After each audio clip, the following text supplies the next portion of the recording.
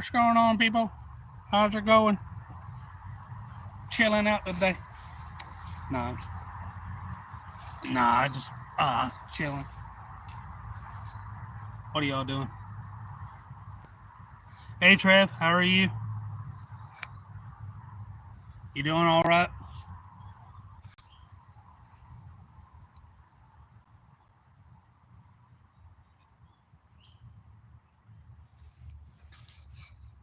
Hey, Dan, how's it going?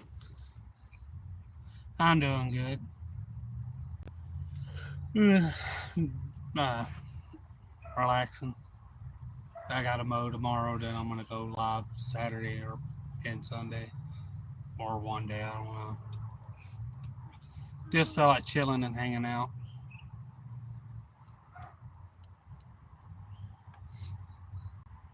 What y'all been up to? Welcome in. Appreciate it. How's everybody going?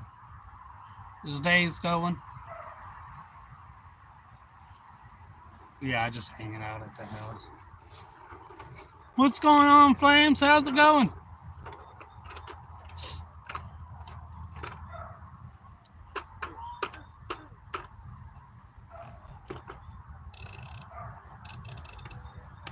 Welcome in.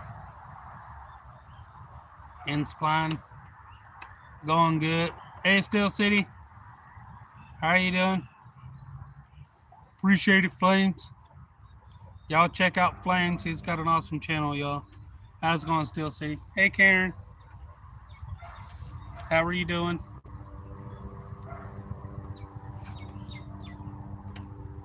Y'all guys want to see something pretty neat here in a minute? I'll show some of y'all, maybe.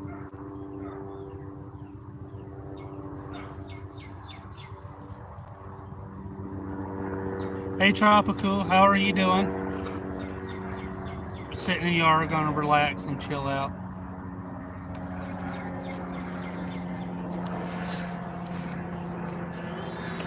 He's been catching those fish and doing all those charters. Sorry, y'all.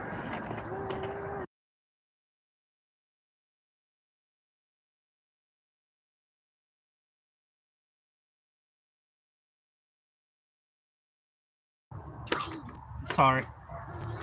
I'm in Florida. I'm in Northwest Florida.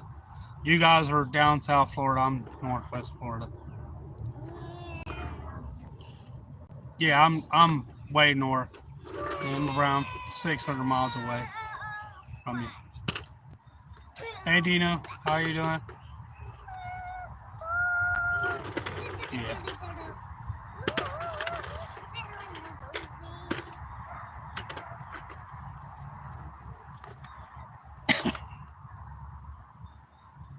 Hey, welcome in, Dean. I'm from Florida.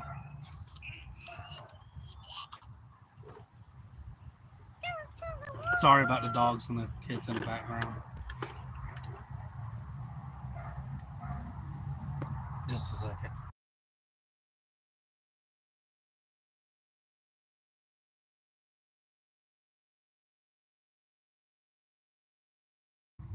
How you doing, Legendary Princess?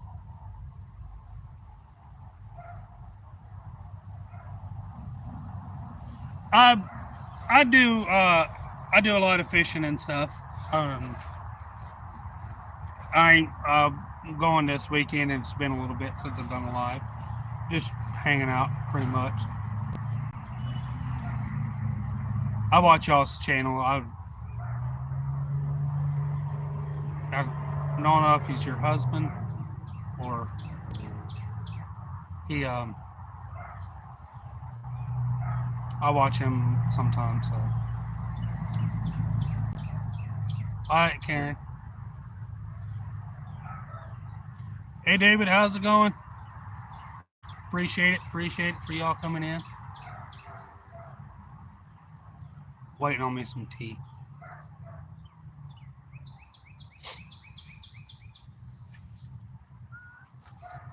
I wanna.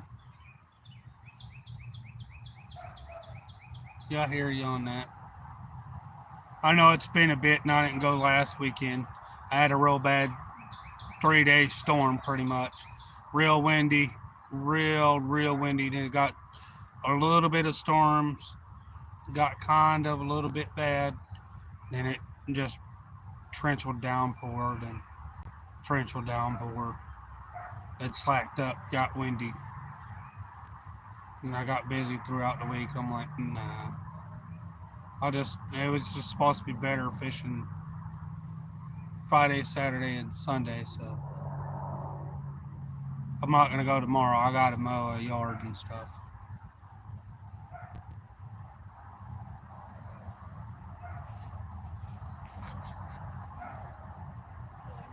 I want to make some plans on going out to a lake that's got some real good fish in it.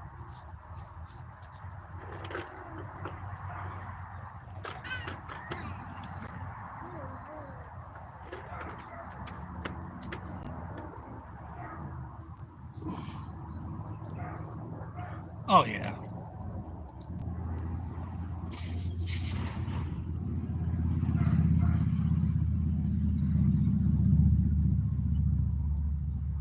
How's it going, Jason? How's it going? Welcome in, Fished Up. I'm just out in the yard chat, hanging out. Y'all check out Fish Tough. It's a real awesome channel, y'all.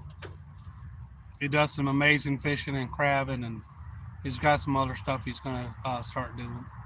Y'all check him out.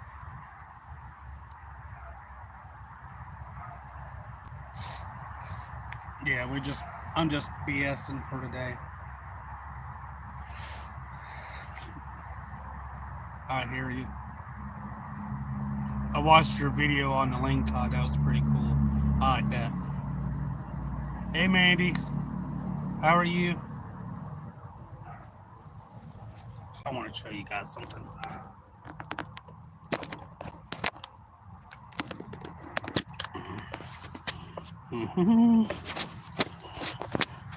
I know I got you guys on a blue screen. My bad. I went and got some cool stuff today.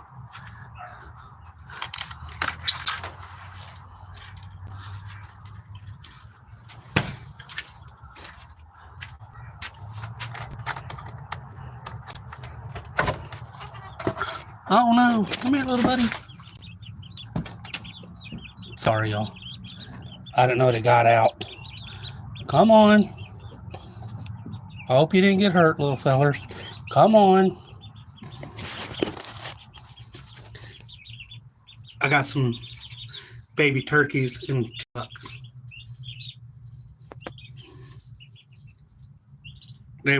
I got them in their house, and got a space in between the door and the house, so I wanted me some, so I got me some.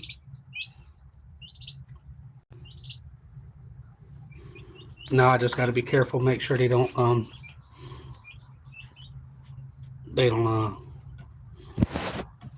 get between the door again. Just a second, y'all, sorry.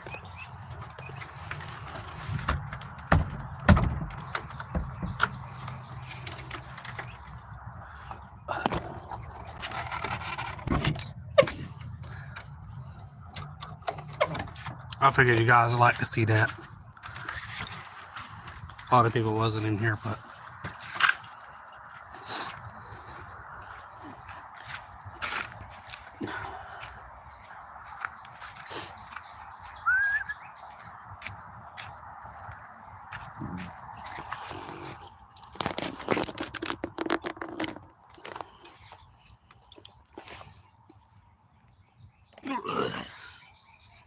sorry. Hey, Quack, how are you doing? Oh yeah. Oh yeah, everything's going good.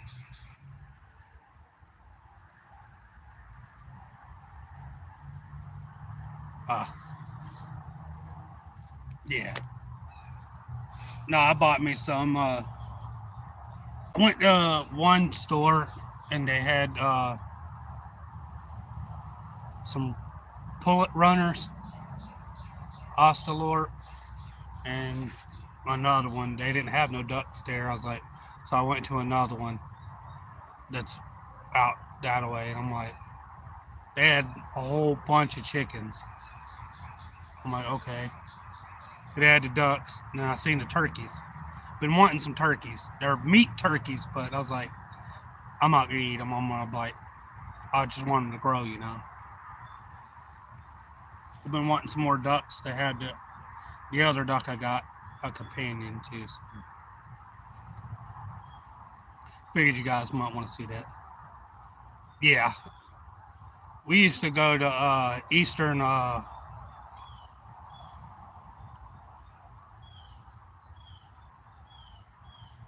I forgot. I can't remember the name of it. That's gonna bug me. I had two. They got so big, and they didn't really want to clean themselves, and they kind of acted really cold, and they wound up having a seizure, and one kept having a seizure for some reason.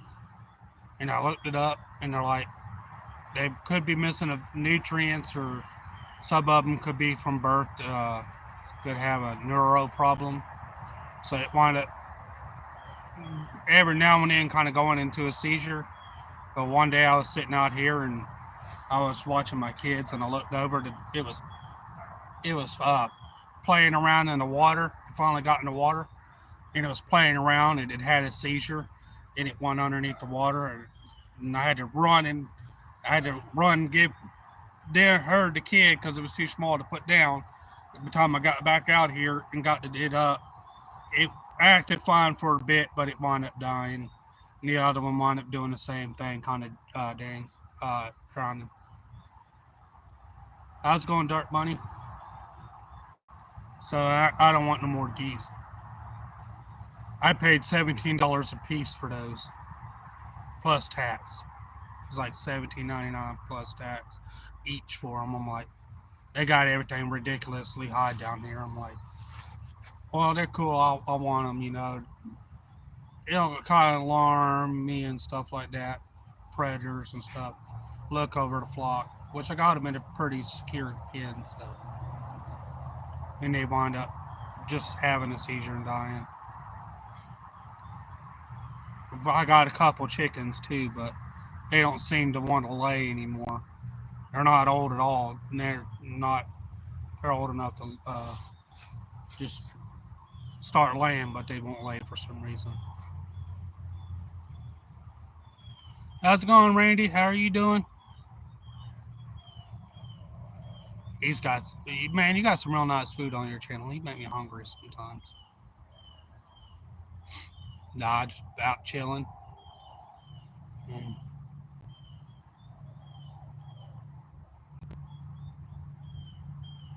Yeah, chilling. That's about all I'm doing. Ain't done a live and figured I'll hang out with people on YouTube for a bit. Been watching some lives and not been on some lives and stuff like that.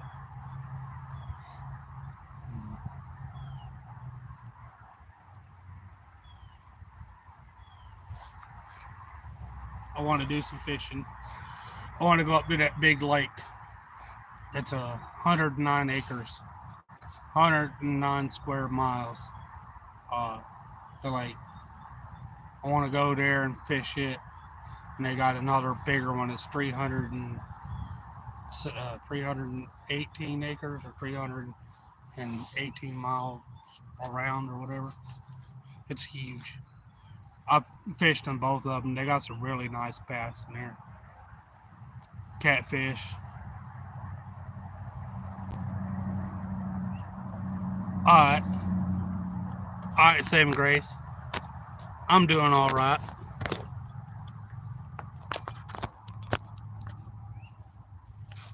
Hey, Lewis.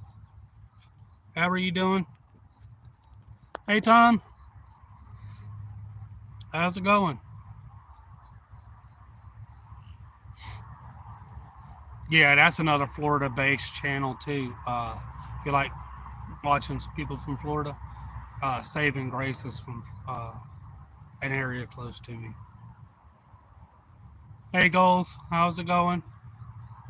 Hey, Kayla, how's it going?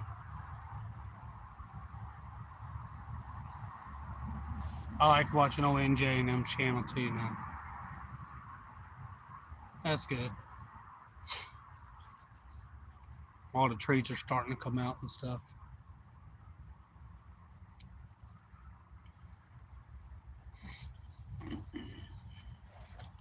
Yeah, I wanna head up to that lake sometime soon. I'm gonna go down to the bay a couple more times. I'm gonna try to get out that way.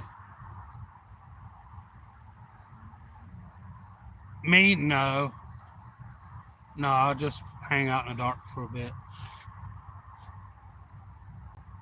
Yeah, I like hunting. I've been hunting.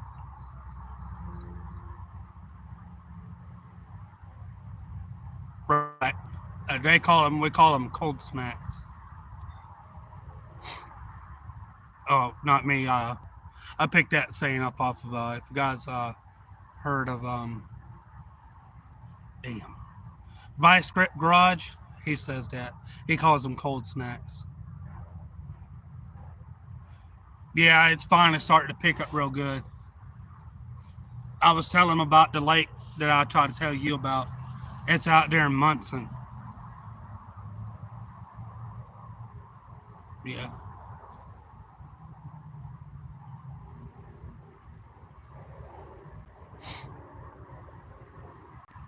You guys ever run into that little alligator you guys seen?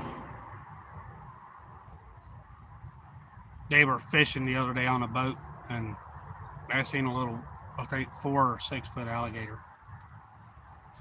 I was driving over looking in another fishing spot. Might go there one day. I was looking, one side of the bridge has got a canal, and it opens up into another spot that's near some places. And it's got a big picnic type area and a boat launch. I was thinking, might take my kayaks there, just launch them there. But I was wanting to go upstream. They usually got a 10 footer there, and they got another 11 footer. But I was just eyeballing as we are driving over the bridge. The traffic stopped, and we got to looking around. There's a little 6 footer hanging out on a tree with his arms straight over, with his head just relaxing in the water. His body was straight down in some pretty clear part of the water. It was pretty cool.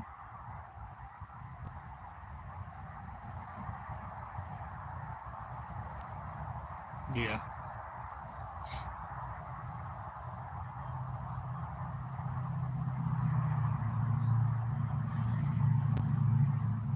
Which bait? I use I like to use worms. A lot of people skimp on worms. I can catch multiple species on it, and on just a regular. Uh, I don't really use night crawlers. We got a European wiggler down here.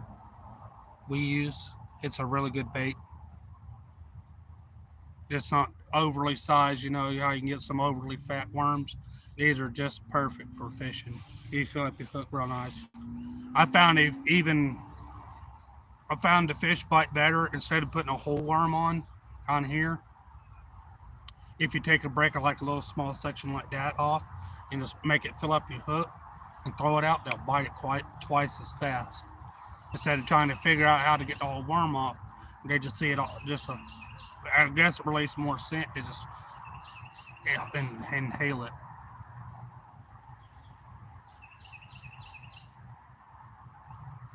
Ah, nice.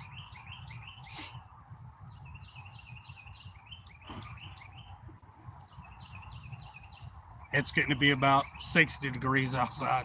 We just left almost 76 today. The sun's going down. I'm ready for the warm weather, y'all. I am.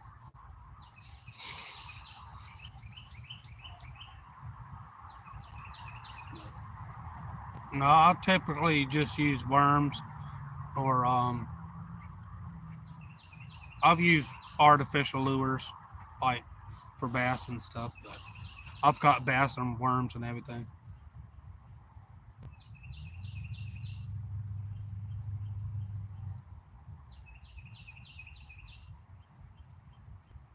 Right. Which is understandable. I mean, mm, uh, hell, I even use chicken down here. Chicken livers, chicken gizzards, stuff like that. Hell, even regular chicken.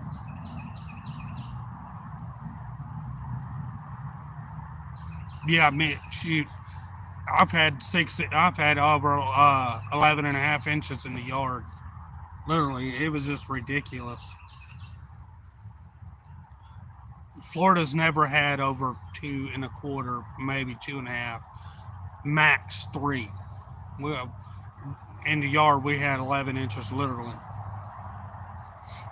and I took a tape measure, just stuck it in the ground. I was 11 inches, 11 and a half. Sunspots was 12. Sunspots a little less. And there I was like, nah, no more. It shut down stores and everything. People's like, you guys wasn't prepared. They holler snow generally like several times throughout the winter. Oh, Florida possum might get snow. Florida might possibly get snow. We never really have, you know. No more like, yeah, I made snow angels. But I got out here and it started snowing. I was like, okay, it's actually decently snowing. Walked outside, it's about that much on the ground. Like, it looked like it was trying to slack up. Okay, that's probably all we're gonna get. Kept watching it deeper and deeper and deeper and deeper, all the way up to 7 o'clock that night. From 9 o'clock that morning to 7 o'clock, just straight up rain. I'm like,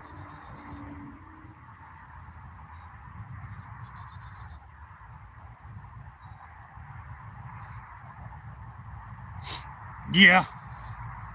What's going on, Alan? How's it going?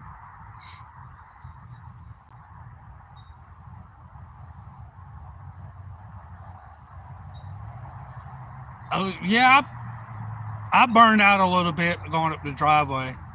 I packed it. Uh, it was real bad, but I know if I had to get out, I packed it. I drove the truck up and down it. It stuck here in the shady spots and some sunny spots. It took almost a week to melt.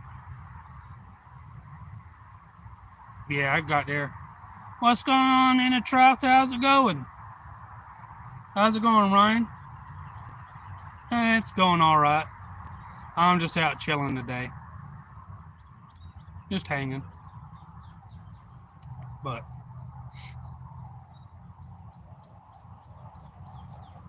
yeah, you guys can have that snow, y'all. I'm good. I'm born and raised in Florida. I'm good. Hey, Burke, how's it going? Yeah, yeah, it's been pretty nice here.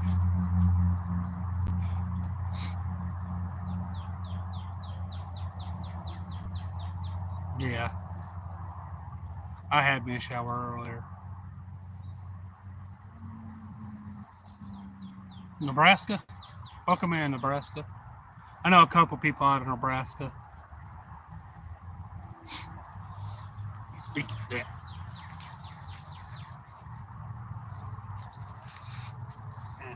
camera out.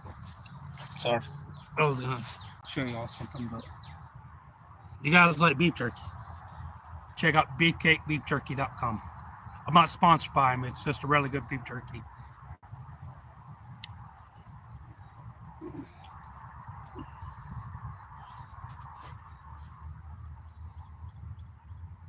Yeah, I'm from hey Patrick. I'm born and raised Florida, this area, so we always hollered snow, but it's very rare that we got it. But we got it this year.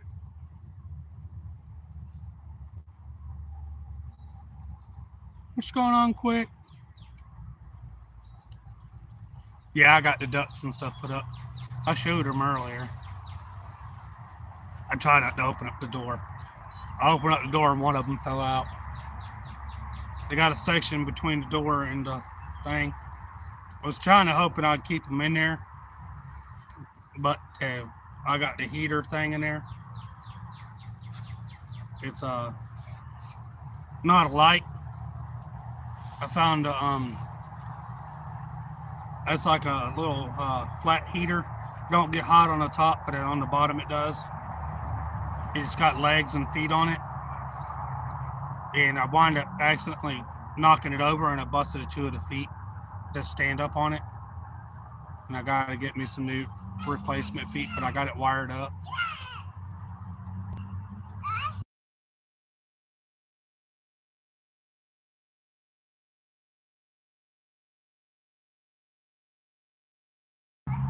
They were, I got them all in there, getting them warm.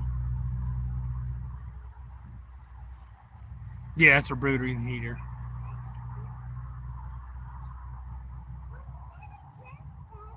They like it better.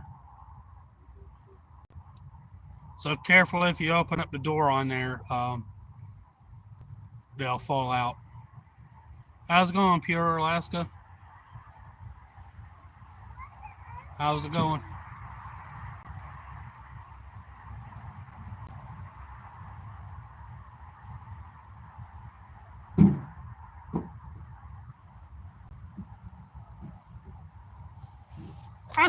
I caught some glimpses of Lake Okeechobee. I like to fish there.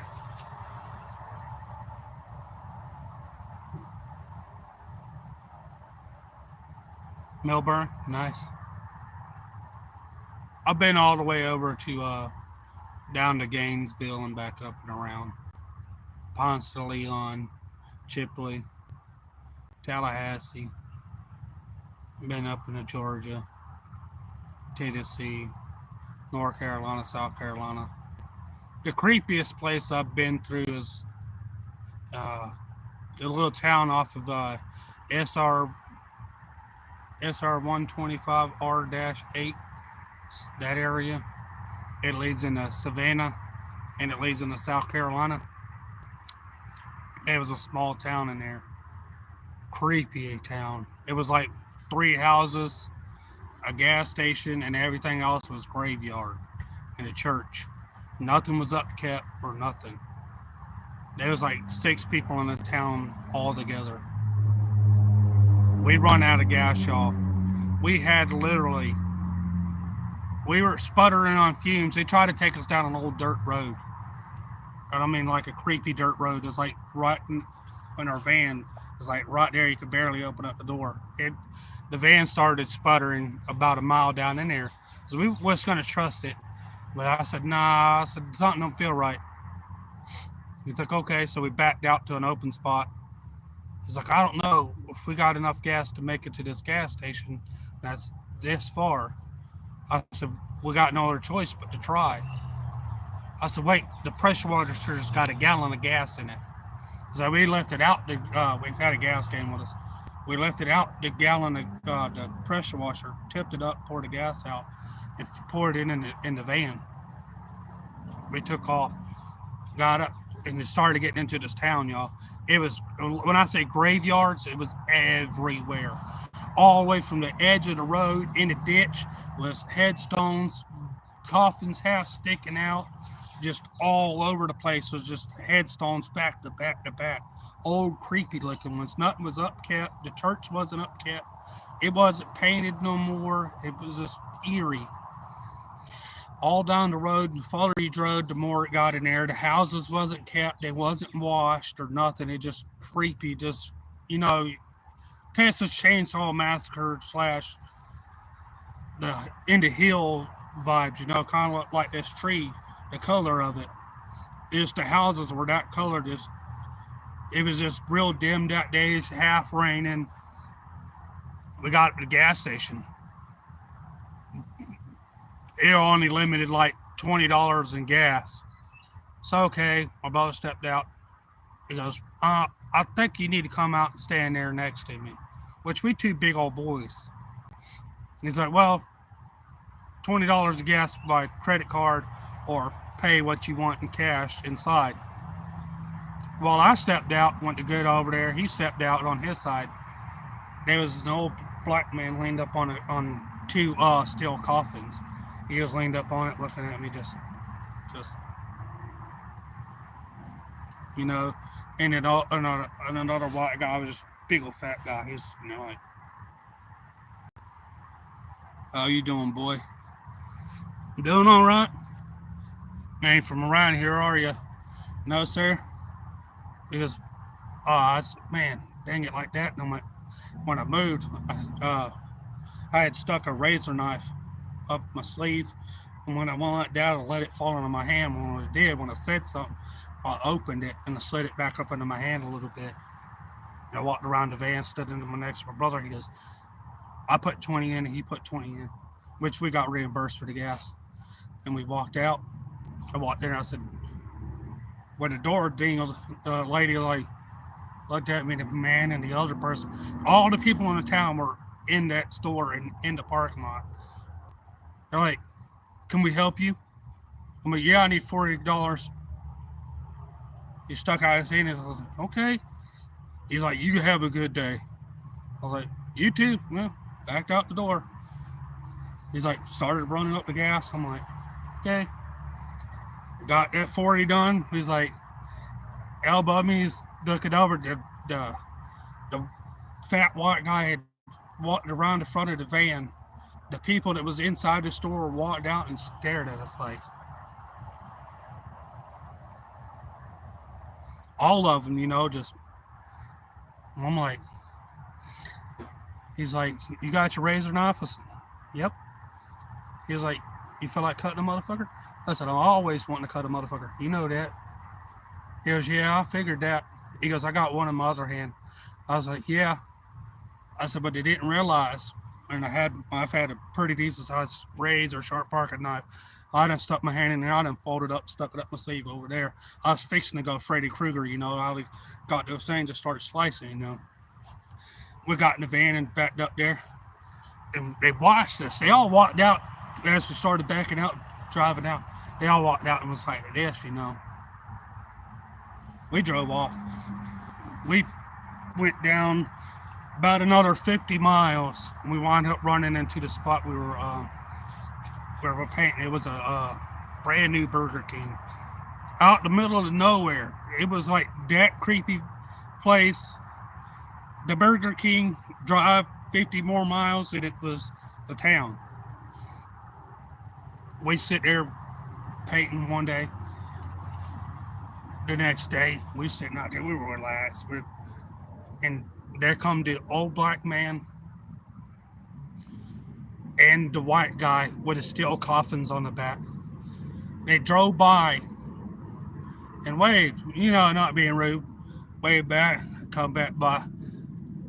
You boys are going to be in this coffin. Excuse me? He slammed the brakes. He goes, you two boys are going to be in these coffins. You just watch and see. I said, now you done made a death threat. My brother's like, see that turn off lane up there? He goes, yeah, come down that motherfucker. We'll show your ass. And the guy's like, what? He's like, turn down. Turn down. He's like, it's fair game now. We're not in your little rinky-dink town. We're out in the middle of nowhere. The guy started turning on the thing. By that time, we had a big old steel pipe with us. Just slink. We just slid it down beside us. They pulled up. They're like, nah, we just messing with you. I said, good thing about like that. When I reached around, I had a machete with messing. I said, good thing, because I was fixing to kill you, and I was fixing to put you in there. I said, I don't think you need to FAFO around two people, man. We're just trying to scare people. These coffins got some people in there. We just figured we'd scare you, because God's seemed kind of creeped out in our little town. I said, buddy, you almost FAFO'd, Just literally just pull that big knife. And when we went in town, we went to Walmart. I bought me the machete and I kept it on me. Because I figured them old boys would be back. But he's like, no. They didn't come back either. We stayed there to dark. We were good from there on through. He goes, the guy that was overrunning it, the foreman and stuff, he wound up coming in and was like, well, you guys will have to call you back for some punch list. He goes, we're going to walk through this store. once with you when we're done. Because we already painted it. We got one more round to go. We got in there, we got it going. And he goes, what's going on? I was like, we're only doing one walk around and that's it. Done. We're not coming back through. This is we're not going back through that town no more. We come back through, we'll be packing the next time. Oh, don't worry about them. Them's good old boys. We told him about the incident. He's like, what? So they almost FAFO'd, you know. That was creepy. We've been to, I've been to all over. The second worst spot I've ever been in was in North Atlanta. We had to do one down off of Martin Luther King Boulevard, and we got a call before we got there. There's a U.S. Marshal on the premises. Like, okay, we'll explain more as when you guys get there. What had happened is a couple people robbed somebody for the Cadillac. The guy walked up to the car and knocked on the window. And they cracked the window. He's like, "You got any money?" Yeah, I go, "Yeah, sure," and handing some money out the window. It's got it all on camera. They let us watch it and told us about it and everything. The guy goes, "It's not good enough." He goes, "Roll down your window a little bit more." He says, "Let me ask you for some direction." When he did, he raced in there. When he did, he pulled out his 45 or his gun, stuck it to the side of the man's head, pulled the trigger, opened it, reached in, opened up the man's door, threw him out on the ground, got in and closed the thing off, and seen him just brush his, the seat cover that was on there. He just took it off, threw it in the other seat. The man was dead on the ground. He drove off. They almost catch the guy and stuff like that. They wound up catching him, and anybody got within so many feet of the place that everybody got arrested. The U.S. Marshal had like 3 different guns on her, a 500 Smith and Wesson, a 44, and something else on her. Yeah, it was crazy. They said, "Be out of here by 3 o'clock, or we'll take you to jail to keep you safe at night." Like, what's going on? Which they wound up telling everything. But how close we were doing the Wendy's that day, and we looked out the window. It was the window, the drive-through, the fence, and an outline of the chalk line of the body with blood in it and 2 bullets laying there with the little markers for the thing. So yeah, anybody walk by, they're like, "Hey man, you need to keep on moving. This is under U.S. Marshals thing." I ain't worried about it. She's like, "Yeah, you are." Cocked it back. She's like, I need somebody to come in." By the time 2 cops pulled up, put the guy in handcuffs, threw him in the back of the car, drove off with one. Here come another one. Rope shit. Threw him in the back of the car. Gone. All day long. Anybody got within just walking past, as long as they hurried up, but they didn't. But hey, that was the fastest we've ever painted a store. My brother wound up falling and getting hurt in his leg a little bit, and they wouldn't let him paint. He could still drive, but he wouldn't let him paint. I wound up painting that day, the whole entire store. Never got a call back either. They only thing that was forgotten was a little metal a foot by foot door up on top. It didn't get painted red. The guy goes, "I ain't even worried about it. We didn't want him to get up there anyways." Well, in 2 days, it was the first day we got there and all that happened. He fell and got hurt. Painted most of it. Came back the next day. Painted a little bit that didn't get that day and left. Was done. We was so bad we drove literally 80 miles out of our way just to stay in a safer part of town. Drive 80 miles back, do what we had to do, and leave.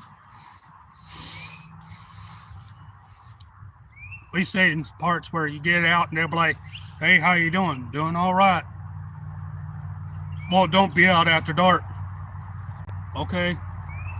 Closed the van door, got our stuff in there. "Okay." He's like, "Why do you got your hand closed?" "I'll just open my hand and then a razor knife fell down." He's like, "You're fixing to cut him." I said, "Yeah, I was fixing to cut somebody." He's like, "Me too." I was like, "Yep." Yeah, it's one of those slide out razor knives. Just slid it back in. We was fixing to cut somebody, y'all. I we painted a we painted one show. It was we were in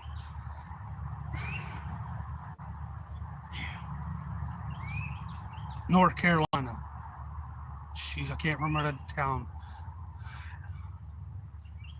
Dang it. We was sitting there and he goes, it was a 2-story. He's like, we got to get up on the roof and paint the metal. I'm like, I'm kind of scared of heights, but I guess if I have to, I have to. Can we use the lift to get up here? Because I'll ride the lift and get off and get in there. No, can't use it. They're using it. So he climbed up, started painting. He's like, well, I need you to come up. Well, I started climbing up, y'all. I got a little woozy. And I got about halfway. And I hooked my arm over around the lung of the ladder. I looked down. I was like, there was a couple guys down there, and there was a Mexican down there. I knew him pretty well. I said, hey, amigo. Yeah, amigo. I said, amigo, hey, can you slide over? He's like, no, I'm working concrete. I was like, amigo, I'm fixing to throw up. What? I said, I'm fixing to throw up. I'm sorry, but I'm fixing to throw up. Can you move? I don't want to throw up on you. Okay, amigo. So I climbed on up, got on woozy, climbed up some more. He moved back to the spot. I said, hey, amigo. I said, not at the bottom of the ladder right now, man. Let me get off this ladder. Well, this ladder kept moving, and I didn't know they didn't have it bolted off at the top. It was just hooked over. I'm like, I'm trying to throw up on him. I got all the way up the top, and it kind of slid in, and I was fine. And when I went to step, it leaned out a little bit, and it leaned out. Well, when it did, my hands kind of slipped a little bit, but I caught a good grip, and I wound up looking, leaning, and throwing up. I missed that poor man by that much with throw up, y'all. I was like, what? I'm like, amigo! By the time I threw up, he heard me, and I was like, amigo! And he just jumped up and he ran off. He got up on there, and we got up there. So we're doing good. We're painting in there. And I happened to see the ladder, y'all. It wasn't even bolted. It was just draped over. It was only held on by that much. I'm like, oh, God, I'm a little woozy now. I'm like, I could have fell and died, I wasn't really. I was like, so I went over. I threw up again. I felt bad. I forgot, instead of throwing up where a bunch of people was, so I went back near the ladder, and when I threw up, he was right there at the bottom. I threw up on him. I missed him the first time, but the second time I wound up getting him. I climbed down. I was like, oh, I'm sorry. He's like, no worries. He's sitting there spraying his face off and his things off. Well, I got to go change the van. He closes the windows, gets dressed, comes back out. He's like, I really am sorry. He's like, no, I understand. He's like, he climbs the ladder. He goes to the place. He's like, no wonder you throw up. That was been scary shit for me, too. I'm like, yeah.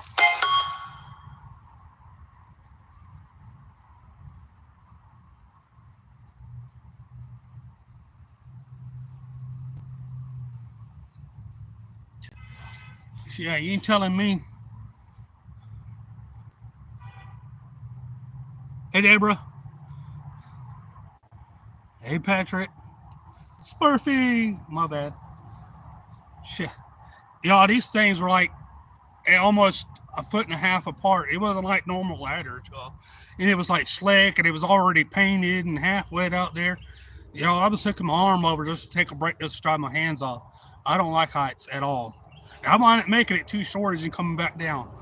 No more. He's like, well, we need you done. I'm like, no. I'm like, you want to do it? You fucking get up there and do it. My brother's like, he's not climbing back up. His son threw up on somebody. He's like, okay. He's like, you really threw up on? I'm like, yeah.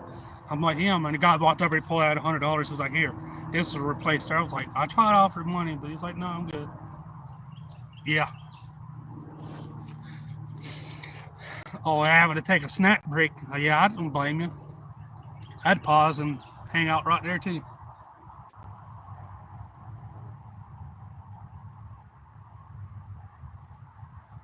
Shit, I'm telling you, y'all, it's just no, I'm good.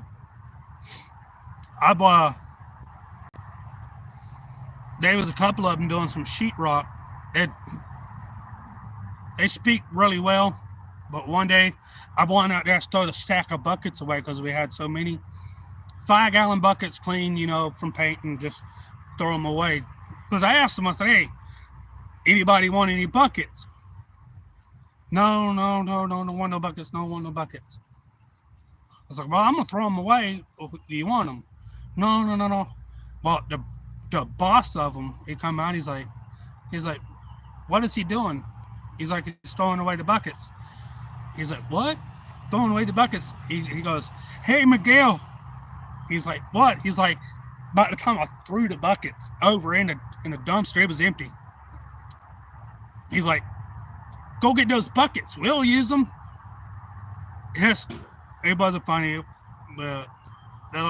He was about 5 foot tall, Mexican, kind of chubby. He was running across the parking lot yelling, Paquito, Paquito, Paquito, Paquito.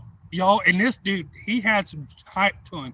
He jumped that almost a 7 foot tall thing up there, hooked over sides in there, throws the buckets out, and I got Paquitos, yeah. And he throws them on the ground.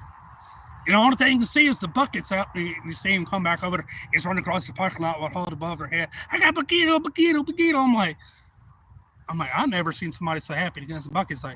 He's like, who told you that we didn't want those buckets? Because we always using them and just reusing them and stuff. And our buckets are getting pretty wore down because they done tile and sheetrock and there. And about 20 minutes later, I come in there. The shorter guy, he's got 2 buckets strapped to the bottom of the seat walking across there. I got Paquitos on my feet. And he's doing a sheetrock. I laughed for about 30 minutes. I couldn't paint a straight line for like over an hour, y'all. It was hilarious. I got Paquitos on my feet. And he's just, I'm like, man, that's crazy. That's some of my paint stores. How's it going, Mary? No.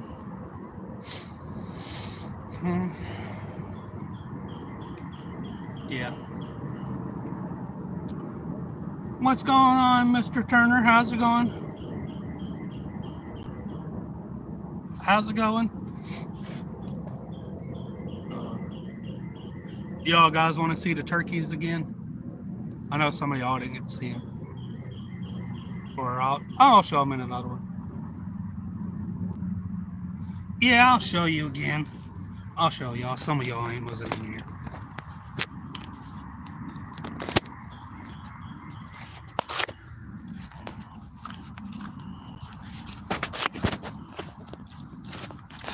I just got junk on the ground. That's nah.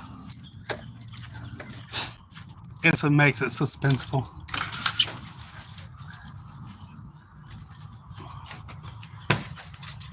Gotta be easy.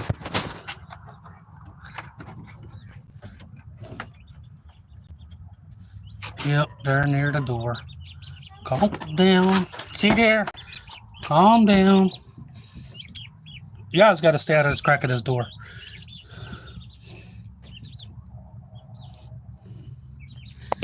Yeah. No, I got a little edge trying to keep them in. These are the turkeys, and those are the ducks.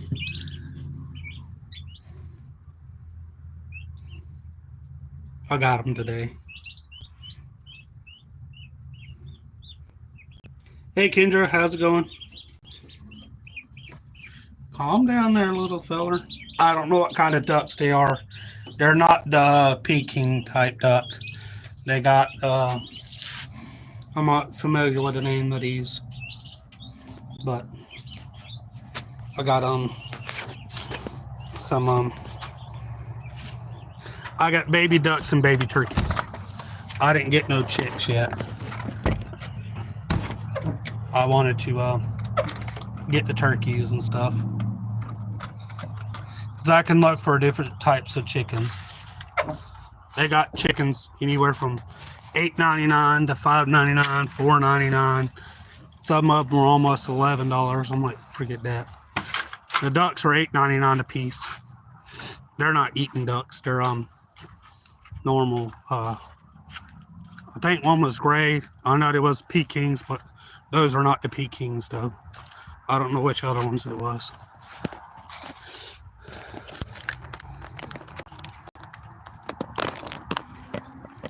Yeah, y'all. Today's just a rambling day.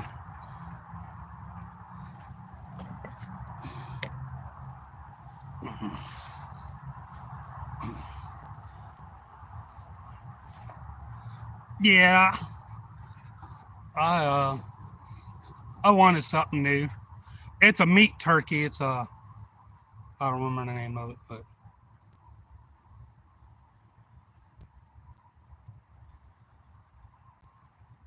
yeah, we had a chance to get some of those. They had those for $8.99. They had some for there. No, I'm not gonna eat them.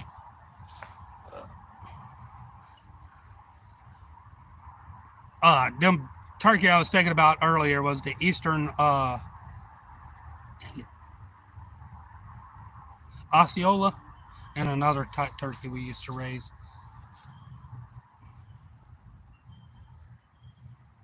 Deep fried, you'll eat it. I'll eat them deep fried, but I won't dare. But I won't eat the duck. Yeah, I got those from Tractor Supply. I was gonna get some from offline from people that's around here. They wanted $5.99 a piece, or like $35 for like two of them. I'm like, really? I'm like $5.99, $5 a piece, or two for $35. Really? That math don't add up. That's 7 chickens right there. Come on now. They got outrageous prices on them. The turkeys were $11.99 a piece, which wasn't too bad. Yeah, I didn't buy no chickens yet. I'm gonna try some different type of feed for those, and see if they'll start laying. I got them on a feed from a feed store that everybody recommends, but ever since I've been using it, they ain't laid. I've used it from the Tractor Supply or another one, and they laid, and now they won't lay no more since I switched them to it. And I even tried to up the protein and add more protein and more grit and all of that. It's no,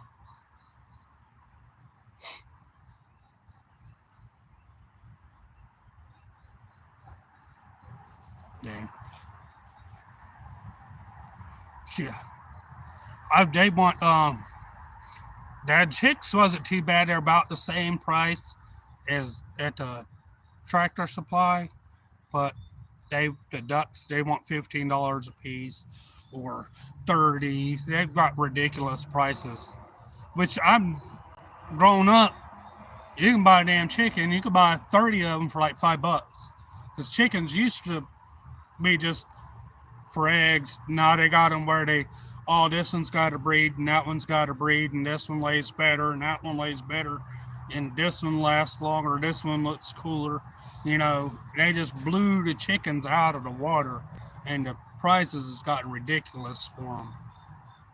I can understand a horse, if it's off of a purebred, don't mean it's going to be a purebred if you got him just to hang out with him, But this person's made this it's glorifying the chickens. Either A, you're going to eat them or use the eggs or raise them. You just hauled, my kid likes them and we got them in there. Well, that's when the last time we bought some chickens. We bought Plymouth Rock and Rhode Island Reds. And we wound up getting some Bantam breeds. And I wound up getting Frizzle Silkies, uh, type of Cornish Danish hen, and another Silky wound up rooster. And I wound up getting the two coolest breeds that's there that they praise so highly. Them damn chickens are picky as hell. They're so sensitive. I'm like, nah. West Plymouth Rocks and the Rhode Island Reds wound up killing the roosters. And they got to wind up fighting over just wouldn't later. So I just got rid of them.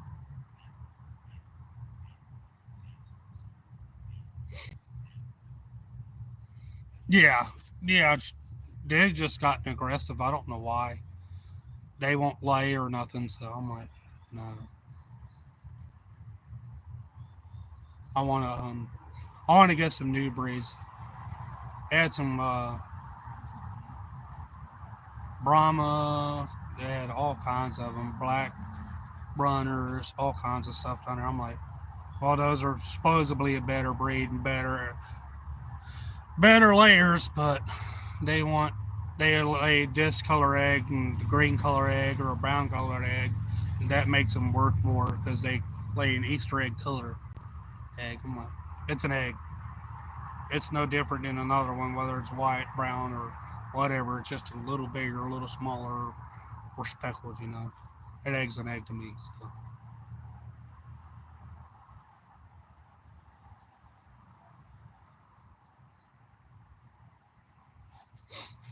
I thought about getting some a goat or something. I'm not sure. They got ridiculous prices on those too. They got one uh the kids, that's what they call a baby goat, $100 on those. Or you can buy a full grown one for 150. I'm like, how does that math add up? I mean, it's 8 weeks, maybe 2 weeks old or so. The ducks. Uh, the whistle ducks are flying around. Which they got a big holding pond out behind the house, and they've been laying in the water back there. It's the first time I'm seeing the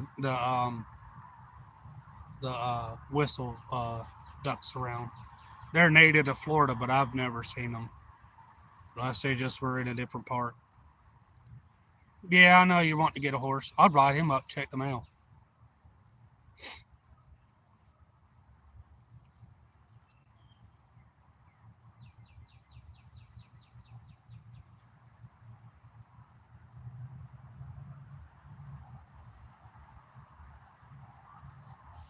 Damn, I'm sorry to hear that, Miss Turner.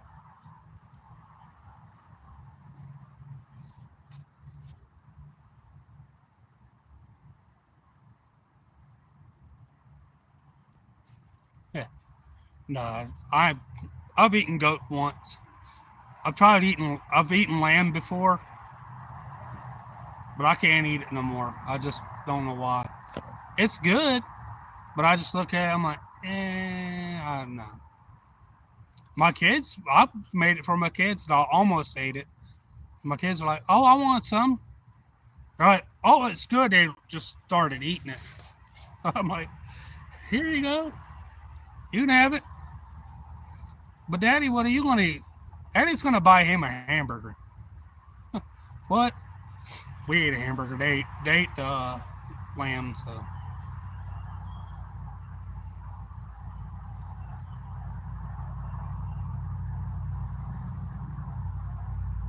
I'm doing all right.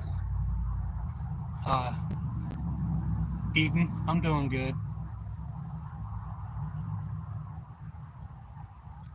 Yeah, goat milk. So goat meat's okay. I don't drink the milk. I'm lactose intolerant too, so I'm good on that. I like chicken. I like steak.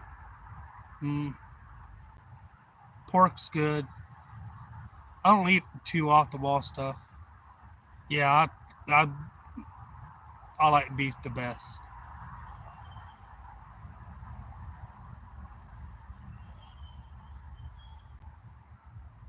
Yeah, the ducks keeps flying by and whistling. Mm.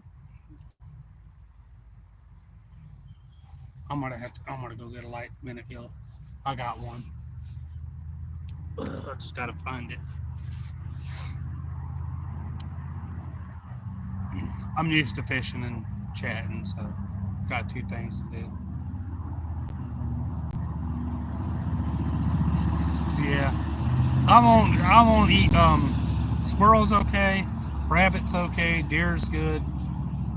I ain't eating no possum. I ain't eating no. I won't eat raccoon no more. I'm good on that. It's good. I just nah. I'm good on raccoon. I ain't eating no cat. I ain't eating no coyote. I'm good.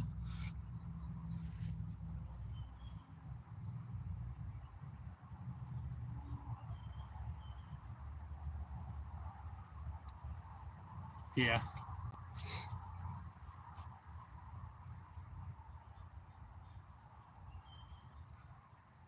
I gotta keep listening around. I was out here about a week ago, off over that away. I was putting my chickens up. I heard something small in the bushes, and I kind of threw something at it to scare it off. The little thing run, but the big thing moved. And I was like, that was weird. It just stayed in the bushes. Couldn't see it. I tried to use a light to see what it was, but uh, uh,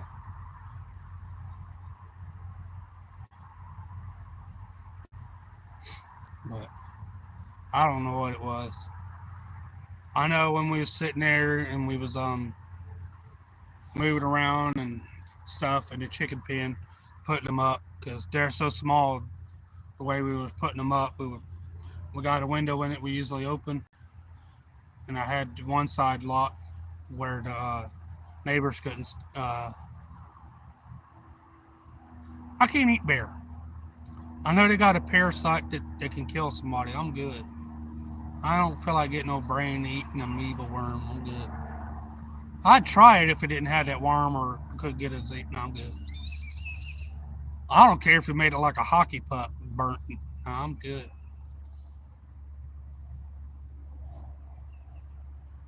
I've heard it good. My mom said it was good. She's eating bear. I've tried moose. It's no. I wanted to try moose, but the guy couldn't send me none. And I've tried elk. It was okay. It's just not a flavor I was used to because we don't have them down here. So I'm not gonna say nothing bad on him. But I guess it was okay. Yeah. Family history's awesome, y'all. But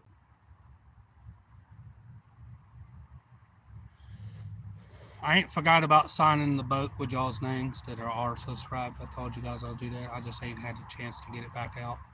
I might just sign the kayaks with some names that I know.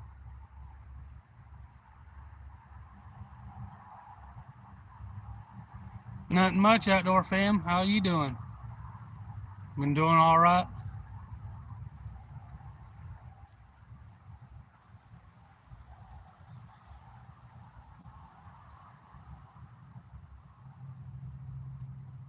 Not much, Wayne. How's it going? No, but I don't know what stock. I know what it is, but I ain't. I've heard it the other night, and I've heard a fox out there, and I've seen the fox. I don't know if it was the fox or a panther that's usually around here. Well, it's not one panther; it's two now. Which I ain't seen them around, so I've heard them off in the distance, but not in the yard. So, nah, I hear you.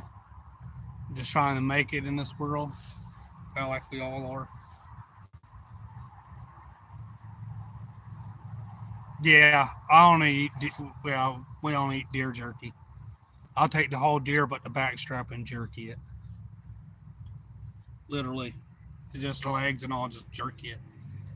It don't last at all. I found a recipe that I make with it.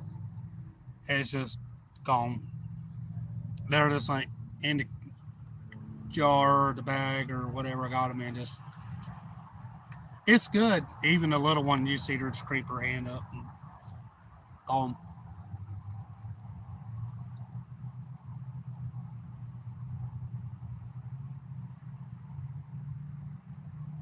Yeah, everything but the back strap. I'll cut the back straps up in little things and fry them, but everything else gets jerky.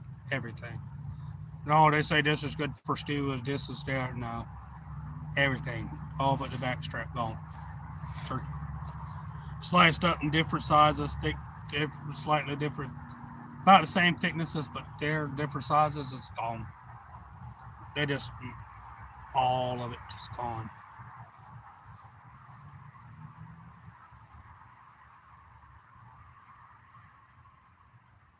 Yeah, snapping turtle's pretty good. I like it. It's pretty good. Um, they say try iguana. I want to, but I'm unsure about it. I might try it, but I don't know.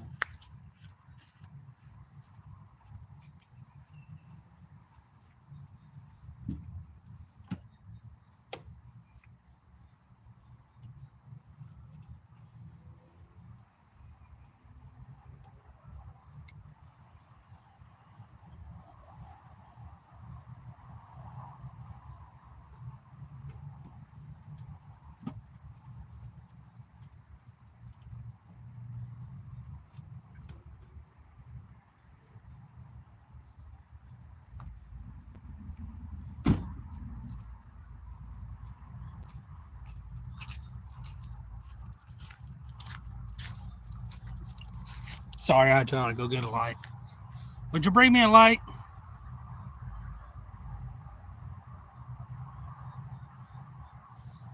Yeah, I don't. I used to eat them, but they're okay. I don't anymore. My son likes them. I like turtles, but I hear you. Yeah, I got a light coming out hopefully. Okay.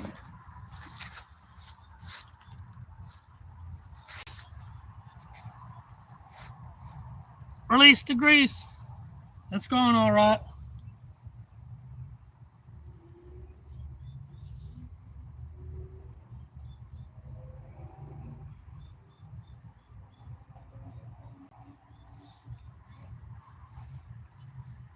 Bring me a light.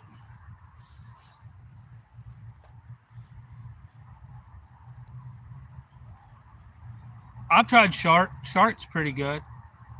Hey, Dadine, how's it going?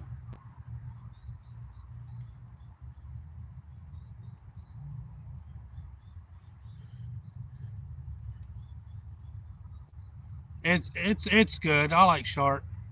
Stingray's good. Um, I've tried black drum, red drum, snapper, grouper. Salmon's good, but it don't agree with me. So I hear you.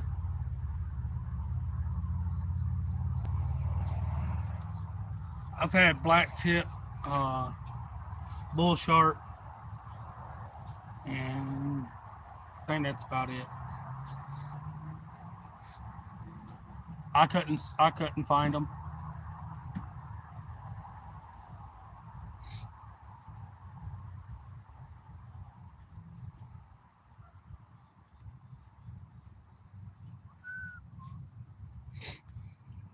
Uh, Blue crab's good.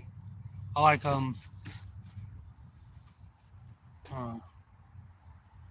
blue crab, snow crab, king crab. I think I've tried stone crab claws. I want to try a coconut crab. That's a big crab, y'all.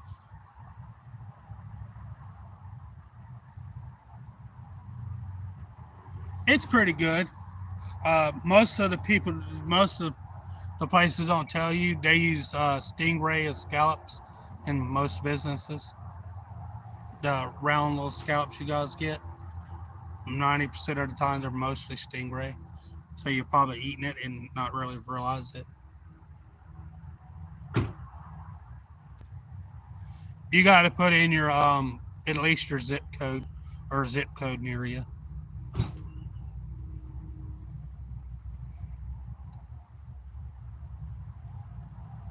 Yeah, remember that one fish with a You know who Steve Irwin is? The guy that got taken out by the stingray? The thing with the long tail that's got a barb on it? Big round flat flying fish. Well, like a fish.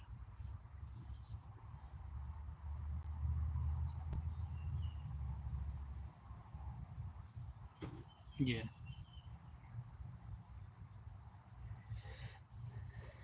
I wanted to eat. I need to eat me some.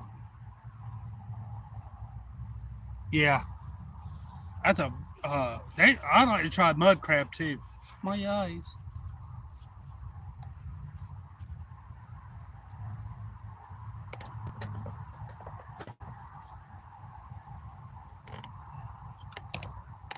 Oh, that was my bad.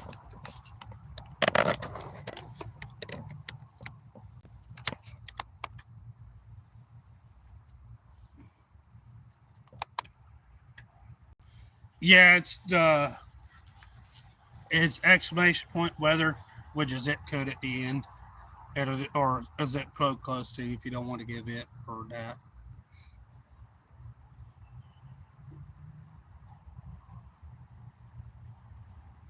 Yeah, they get pretty big. I want to try me one.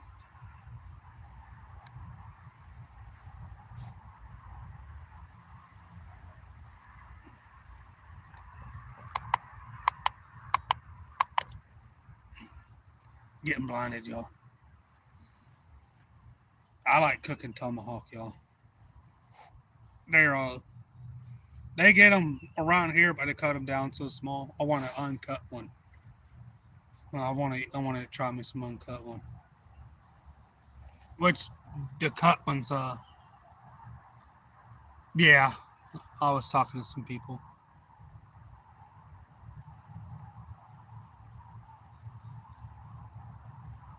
Nice. Okay, you got some. Sorry, it was reconnecting the live.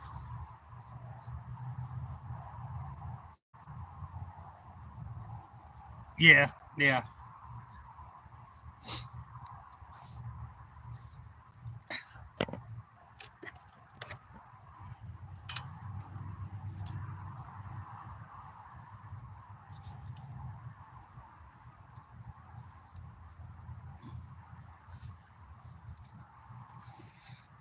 I want to try me some.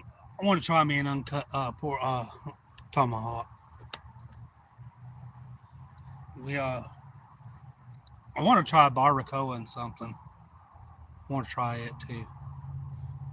Try to find a half a cow. I know where a whole cow is. I know a guy too. Michigan, what's going on? How's it going? It's a type of cut of meat. It's kind of shoot. It's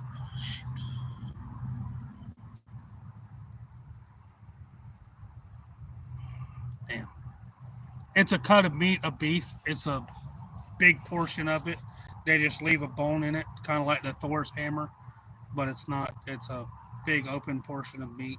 It's in the beef section on there.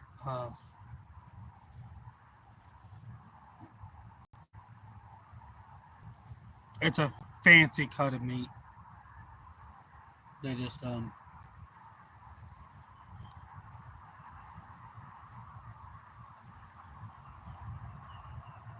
I forget. I don't know. No, it's not off the rib. I don't remember what's there. Appreciate it. Appreciate it. I used to eat deer soup and all kinds of stuff, y'all. I want a barbacoa or something. I really do. And I think I might know a guy that might give me a half a cow. Yeah. But that'll be a lot of meat.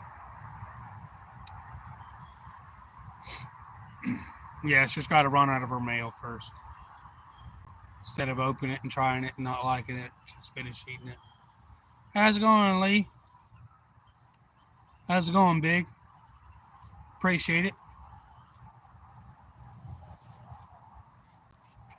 You get you some fishing in today, Lee? All right, go on, King. You go on.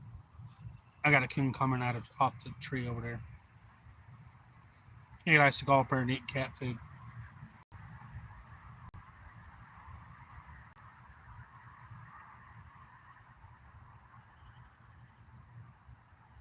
Yeah, yeah.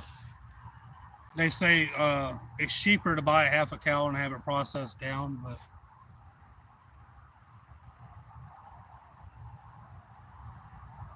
everything's going up.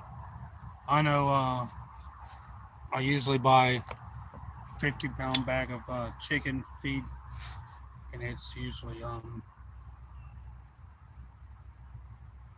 it's gone up out there. I don't know if it's gone up at Tractor Supply yet. I mean, the feed store.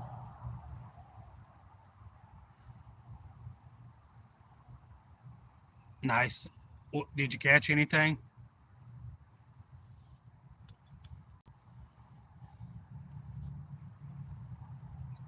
Sorry, y'all. Just lights blinding me. I'm trying not let y'all see, but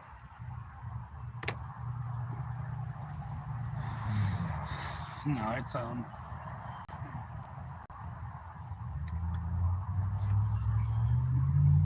appreciate it. There, Bobby. Appreciate it. How are you doing tonight? Did you catch anything, Lee? Any of your bass?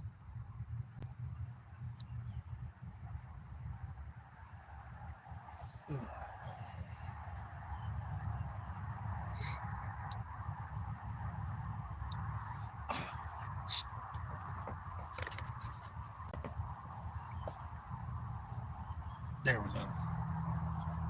You guys can still see me, and just I can see you. Uh,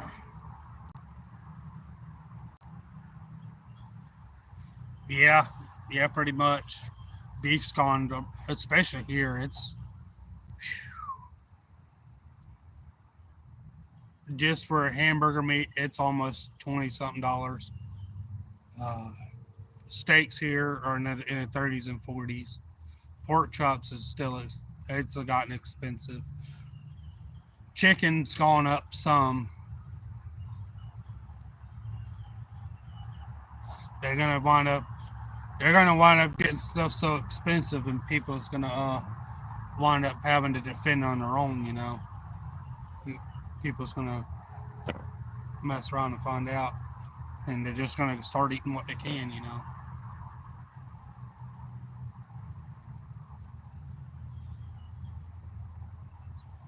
Wow, nice. How big's your pond, or the pond?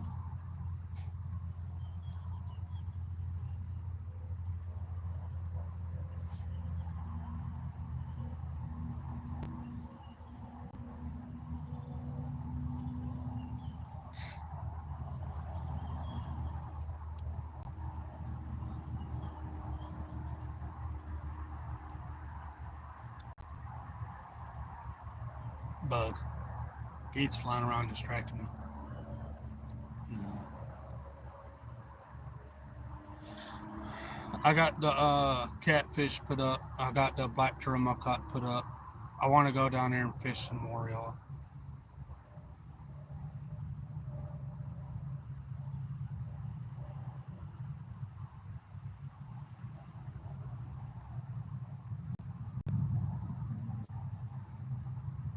Yeah. You guys ever use mustard on your catfish as a binder? Then you guys use like cornmeal or the fish stuff you put on there. You guys ever tried that?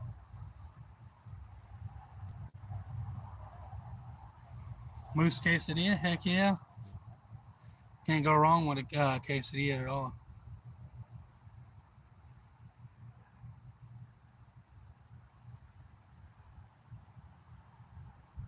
Yeah. I mean, they're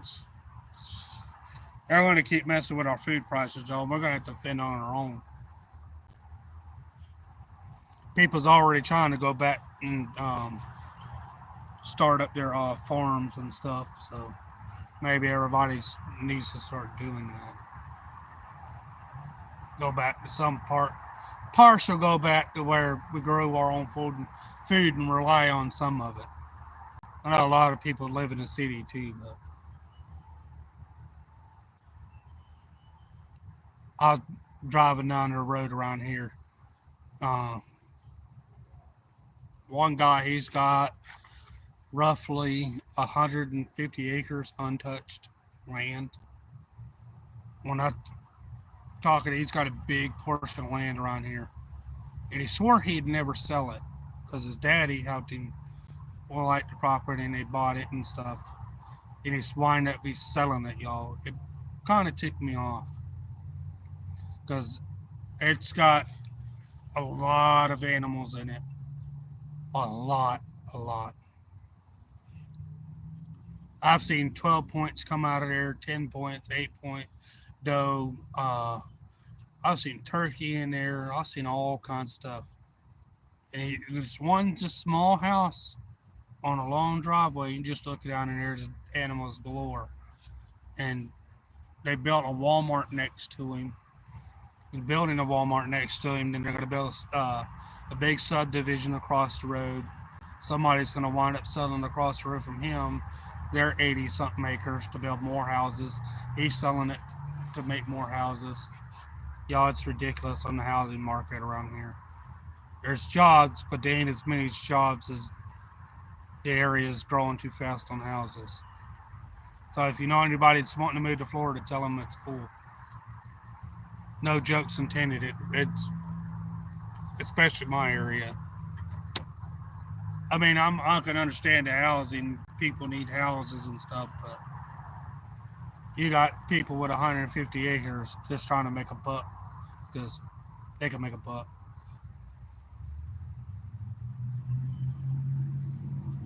Yeah,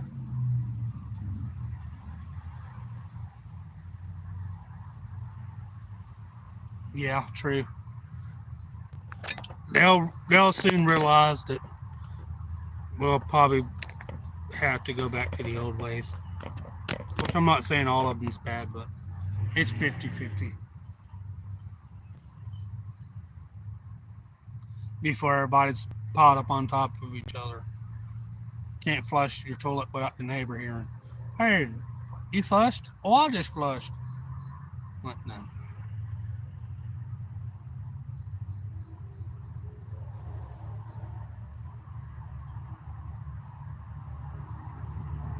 Yeah. Nice.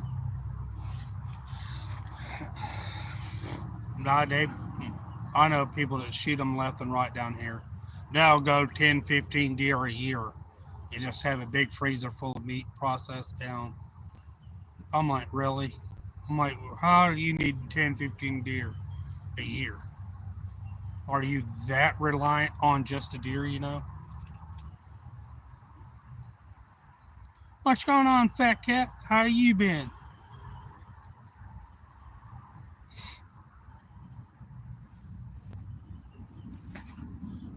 You you plan on making a garden up there, Ryan?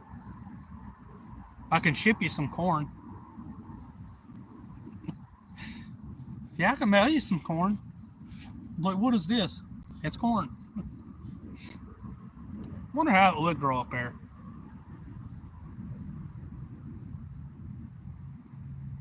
Yeah.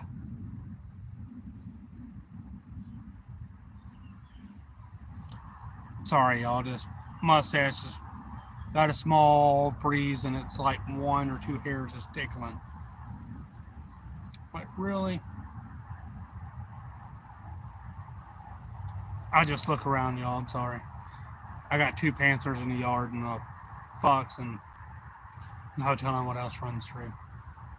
I've seen the fox, I've seen the panthers, I've seen bobcat, I've seen four coyotes, and I know there's raccoons all over the place. A couple possums, and they like to hide right over there in them bushes for a bit, like to sneak out. The cats roaming around too. So.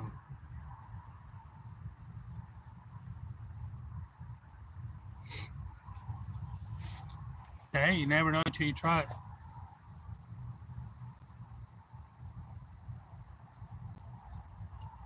Yeah, I don't blame you. You got some big bears up there. I got a couple panthers in the yard. I was fine with one. I mean, if I only see one, what's being stopped by the other one. But that day I was going to camp out here, y'all. Literally, I was in this spot right here, and I'm right next to my driveway, and right over there I have my mower and stuff, and she was there, and I kept watching one behind me behind this tree. It kept roaming behind me back and forth over to the yard there, coming over back and forth. But it came around the tent and it got on my left hand side and it got to the front of my tent and it looked around at me like around the corner at me and waited for me to move. And I was looking at it and I was looking at one way and I was looking at the one that was across the thing from me and I heard it and I looked back and they both kind of paused for for a few. Then it backed up and went up and went back over to this way. And the one over there went in the bushes, out of the bushes, in the bushes, out of the bushes. Then that one kept roaming behind me across the lane right there. Kept hollering off in the distance. I had a fire in front of me, which I had a lot of smoke, thank God. And I think the smoke was covering my scent. And I was in the light. We all lit up more than I am now. Way, way more than I am now.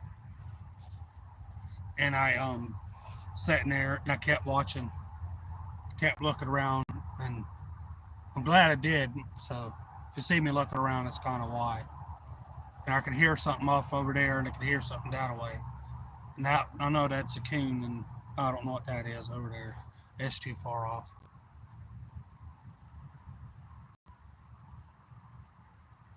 I just chatting with a chat.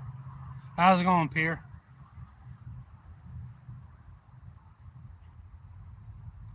Yeah, just hanging out with y'all. I ain't seen y'all in a while. I know I chatted and typed in the chat, but figured you guys wanted to see me for a bit.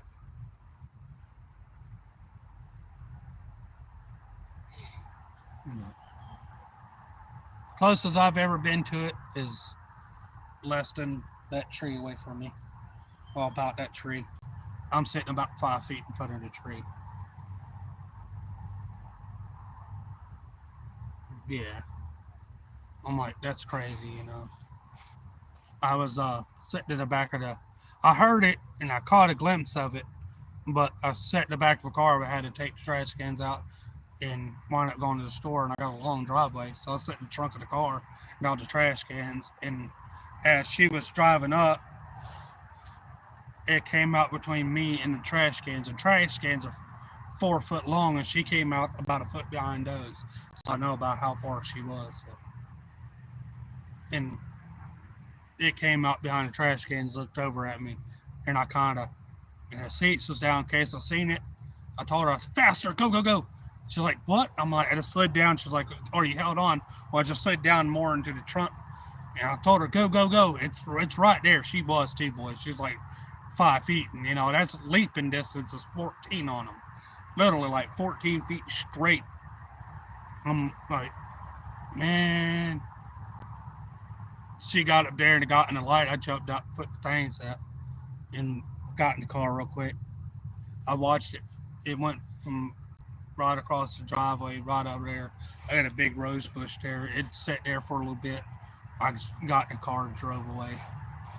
I come back and said, well, we're going to get out.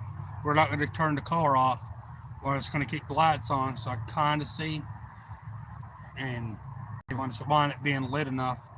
I'm like, okay, I'm going to get out. I'm going to stay with my back facing the car and go around to you. And we're going to gather everything real quick and leave. And we wound up doing that when we quickly walked away. She wound up darting out and running off, back off towards that away. It was crazy.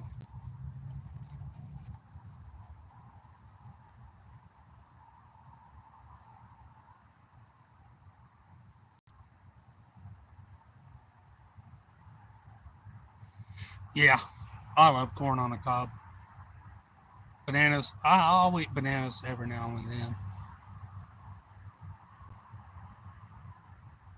Yeah, I like whitetail.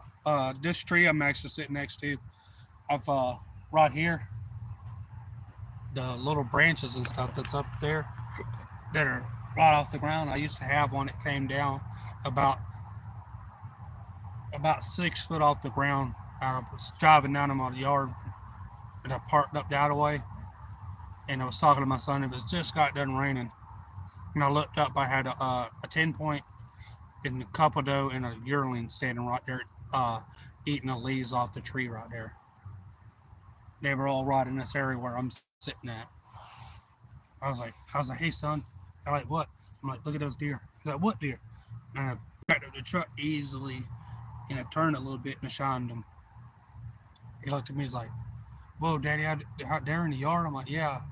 What you seen them for a while. Then they wound up talking about clearing the woods out back there, which I seen them a couple more times, and they wound up staying in the backyard. They were bedding in the tree lines over here, and then they wound up bedding in the backyard for a while. Uh, we had the coyotes come around, and a couple foxes coming in the yard, and they wound up moving from the wood line to inside the backyard because it's kind of harder for them to get over the fence. And they bedded outside the back in our backyard for a while. And I wound up getting a couple of dogs. I felt bad. I shouldn't have got the dogs. I didn't know they were bedding at the time, but when I got the dogs and we was playing and we looked around, you could see their bedding areas, and they wound up moving off over into the wood lines beyond our house, and they wound up cutting everything down back there. We lost all kinds of stuff back there. Gopher turtles, owl, woodpecker families, two eagles' nest, hawk's nest, squirrels galore, all kinds of birds, all kinds of stuff. I think we wound up counting about 25 uh, gopher turtles back there, and that's one of Florida's endangered turtles. And I don't know how they were able to build back there. They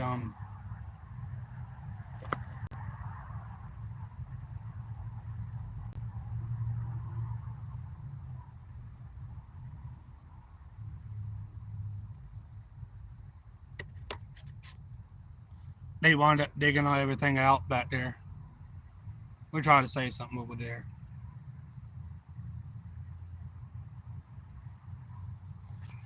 Yeah, there's trash pandas around here galore.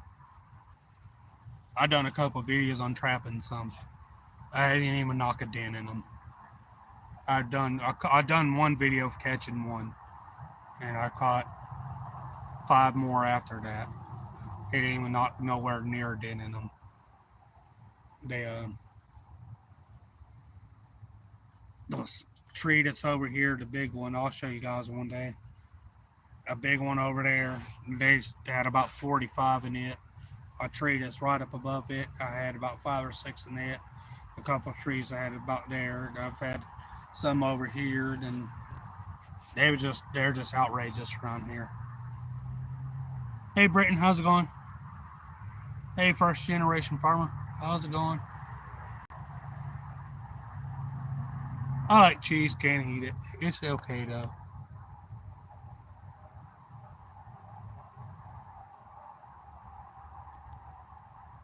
Yeah, you wrap your I found out a way to make hot dogs if you don't like them boiled. You can put them in a slow cooker or something.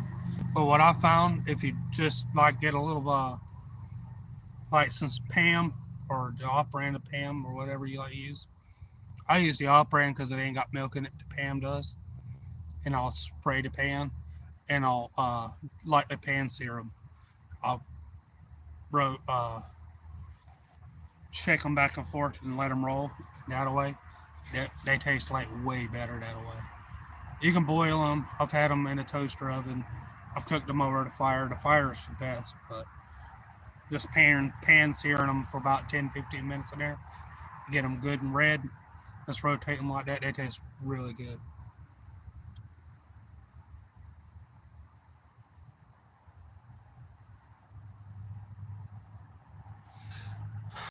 Dang. Sorry to hear that. Yeah, there's been a lot of that going around. I'm sorry, though. I mean, it's hard losing family members, y'all. It really is. I've lost my dad when I was 3, and I've lost some, my grandpa, and all of that throughout the years. And 3 years ago, I lost my mom, but we wasn't close then, so it's hard. It really is. Time only it helps a little bit, but it's still there.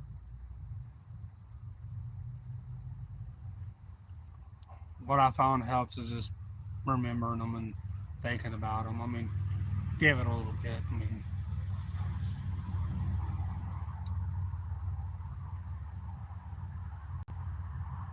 yeah, yeah. It don't. Like I'm not saying that it never goes away. You always gonna miss them and everything. Just trying to think of happy memories and stuff.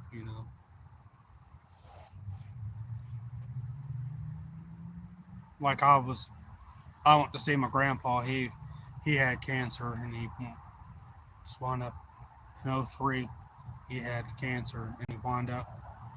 I was gonna go see him, but they wouldn't let us. And they're like, "Well, fine, you can come see him." We're like, I don't care what he looks like. I just want it. So he's my grandpa. He wound up dying. I wound up finding out the next morning. We was gonna go that day, but he wound up dying the night before, and I had to still go to school. I cried a little bit, but the kid that found FAFO'd y'all, he found out. I went in there. He's like, oh look, the baby's been crying. I've never cried before. That they've seen. Eyes are kind of red, kind of. But I was like, I'm not in the mood, buddy. You're just shut the hell up. Go on somewhere. Oh, I don't have to. Oh, the baby's been crying. Y'all, I stood like 4 foot tall. I was muscular, but I wore kind of a baggy shirt. You really couldn't tell. I would look like a little feller, but I wasn't. He kind of around and found out. He was sitting there, y'all. He's like, "Oh, the baby." He walked over and he goes, and he like tapped me on the forehead and he pushed me a little bit. I'm like, "Buddy, I'm not in the mood. I just lost my grandpa. I just been told about it this morning. I didn't get to do see him. I'm not in a very good mood. You need to go on and leave me alone. I'm fixing to hurt you." Oh yeah, about the time he would have touched me again, y'all, I'd let him have it. I just well laid away on him. The dean come up, showed us apart. I still got a couple more hits. He's like, "What's going on?" I was like, "He called me a crybaby, and I just lost my grandpa, and I had enough of him." And he put his hands on me, and I just took care of business. It's like, he goes, "Ain't I told you before to leave that kid alone?" He pointed at me. He's like, "I ain't I told you to leave him alone, to not try to start nothing with him." He said, "Look at there. You don't not got to go to the nurse's office." He wound up having to go to the hospital. I wound up breaking his nose and bruising him up pretty good. And just put the power into it. He's like, "I tried to tell him to leave you alone." I'm like, "Yeah, I know." Like, well, I don't know. I was like, he goes, "You're always in my office for fighting." And he goes, "Generally, you don't start it unless you're tired of it." So he goes, I gotta give it to you. You ain't never lost one yet." So he goes, "But try not to do it no more." I'm like, "Okay." And they had to take the kid to the what's he wind up having to call his mom and him try to come in and be like, "Hey, you need to tell me who that was to beat up my kid." He said he was being bullied. He was like, "No, he was bullying the other kid and FAFO." He's like, "What'd you do to the other kid?" He goes, "I told him don't do it again." His wife, he just lost his grandpa that morning, and they wind up that. So yeah, I can scrap. Yeah, I ain't gonna lie, I've been in the dean's office, and I ain't never been expelled to a point. I know I ain't ever been expelled, but I've been in there ISS or OSS or something like that. I've been I scrapped a lot. Being 4 foot tall and only 100 pounds, and now backstory, y'all. I got uncles that are in the 7 foot range, from 6'3" to 7'2", y'all. full grown adult grab you and just yeet you at 4 foot tall, at any age, just rough you up, tackle you in football. They didn't care. I grew up with just rough stuff. Even other uncles and stuff just grew up rough. Not rough enough to hurt nobody or abused or nothing, but it just rough enough like, hey, you got uncles that older brothers that had picked on you and stuff, but you and they let the weights, I let the weights from a young age up and stuff. Even I didn't start it. They started 90% of it. One or two I've kind of got tired of listening to, and I just took care of it. But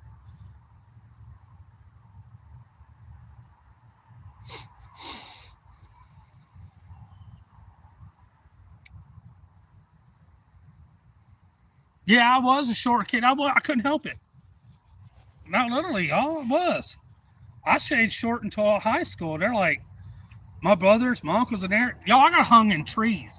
Literally 8 feet off the ground, and was left there. One of my uncles goes, I'll give you $100 bill if you can make me bleed. I was 3 foot tall and was lifting weights. When I say lift the weights, I don't mean 5, 10 pounds. I'm talking about 150, 200, 250 in there. The max I've ever lifted was 500. Literally. They like, okay, they've done it. We all done it once. We're like, we're not pushing that limit no more. We had 500 pounds worth of weights in the bar and all. We all done it just to prove we can do it. It was only once there, but we all done it. So, like, okay, but y'all, they messed around and found out. I've had them. I've had longer hair in the past. I've had people pull it over the seats or stab me with pencils. I'm a short guy. I didn't really mess with nobody. I was kind of quiet. I was rowdy sometimes, but he pulled my hair one too many times. I tried to tell the bus driver and some people, I was like, hey, he's pulling my hair, I'm fixing to hurt him. He's pulling my hair, fixing to hurt him. Only want to do, well, we'll talk to him. Ha ha ha. I didn't get in no trouble. Ha ha. And that one day I told my mama, said, hey, I said, I'm gonna have to teach somebody a lesson. Is it okay? She's like, son, like I told you, they pulling your hair, they hitting on you, don't allow it. Did you tell the teachers and all of this? Yeah. She was okay. I went to school the next day. He reached over and grabbed my hair a little bit. Y'all, I grabbed the back of the seat, grabbed over there. 1, 2, 3, up there. Bam. Slammed his head to the seat, kneed him with the face a few times, and threw him out of his own seat, climbed back over to mine and sat down. And the bus driver was like, holy shit, what did I see? Slammed the brakes. Everybody's hit the front of the seat. Blam. We got it. Oh, what's the matter? She goes, you know what's the matter? It was my aunt. It was already my bus stop anyways. She's like, you're not getting off. I was like, you're letting me off this bus. She goes, well, yeah, I can't do that because we got off the bus in there. She's like, well, you're in trouble. I said, I don't give a... Y'all, and I throwed up the two birds and walked up the street. I apologized to her later that day. She's like, yo, you were just like flying hands of fury. I'm like, she goes, I should have handled it a little better. But I apologized to her. I didn't get no trouble on the bus. They tried to get me in trouble at school, but they'd logged it in there, and I've had it written down how many times I told them.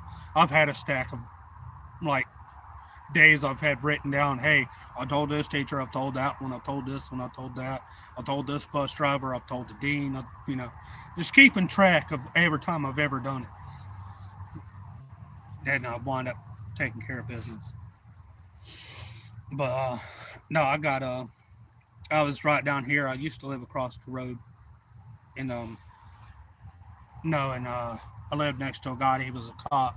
He had an old Fox body Mustang with an old 351 Whistler beefed up in it, and I was headed off the bus, and I was going to go in front, but an old Chevy come barreling down the road, tried to run me over. He come barreling through. He was drunk. And the bus driver happened to hit the horn. She said, if you ever hear the horn, turn and run back for the bus. Or just dive back in front of the bus. Well, I flipped me a U-turn and run back up on the bus where I heard the horn. Y'all, I stopped. I seen him coming, and I didn't continue. And I was trying to turn, but she hit it. I run back on the bus.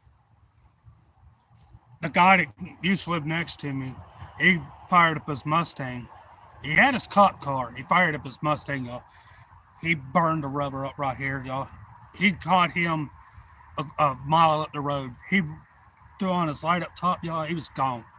He just, boom, it was loud. He just burned the corners up, y'all. It was gone. He come back. He goes, "Is this the truck?" He took a picture of the truck, and he reaches out to the bus and he goes, "Is this the guy you seen in the truck?" And he held him up. I was like, "Yeah, that's the guy." He goes, "Okay," and throws the guy out the door. He goes, "I'm so sorry. This man is being prosecuted for attempted murder and stuff. He's done try to do this at another bus stop and stuff. We was looking for him. Well, we caught him now." That's when they changed all the busing around here, where they drop some kids off, they'll turn in front of the whole other street and stuff. But yeah, I came like that truck was about 10 foot away. If I would have went out into the other side, with 10 foot away, I'd have been right over. He was hit every bit of almost 50. He was going about 50, 55 mile an hour.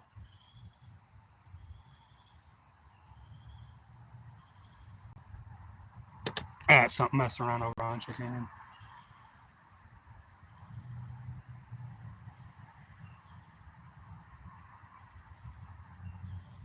No, I wasn't.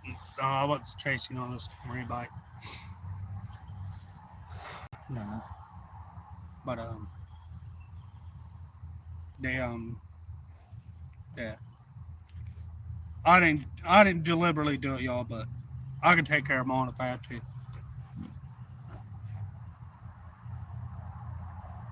I've been hit walking to school before.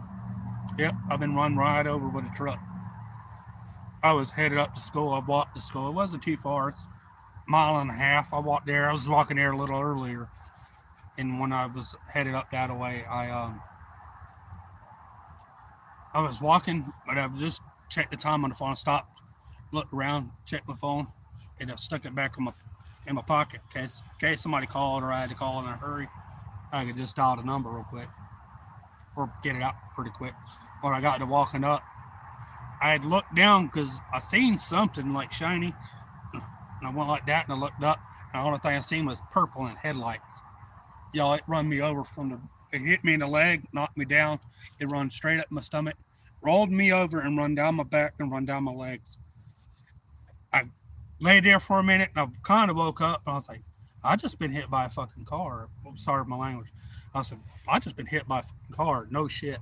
Y'all, it put two scratch marks here and one on a bruise on my leg about like that. I stood up and I walked to school. I got there. I told everybody. I tried to go to the there, but I got up to the hospital. The guy, because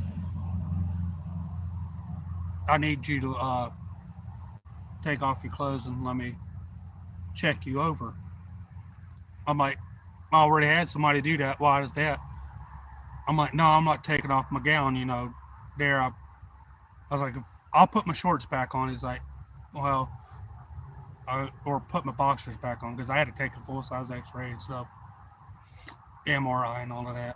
I got there. He's like, "Okay, I'll put my boxers back on and stuff." He's like, he brought a couple more people in. He's like, he goes, "You confirmed you run and you lifted weights and everything still?" I was like, "Yes." He's like, "Okay." He goes, "If you are not he goes, if you're not as well built as you are right now, it would have killed you." I still got that shirt, y'all, of the truck mark up my stomach and down my back. I still got it in my my pants I had on. Yeah, I still got it too. Y'all, it only put a bruise like that right here on this leg and put two scratch marks. You can't even see no more. That's all it did. It hit me at 35 mile an hour. All right now.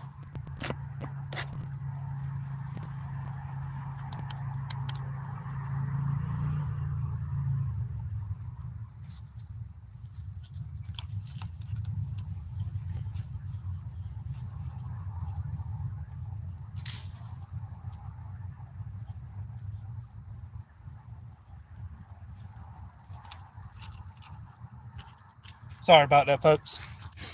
I threw a hammer at it. It charged at me, so I threw a hammer. Hey, would you mind coming out here finding another light? Oh, but yeah, I've been hit by a car before, so knock on wood.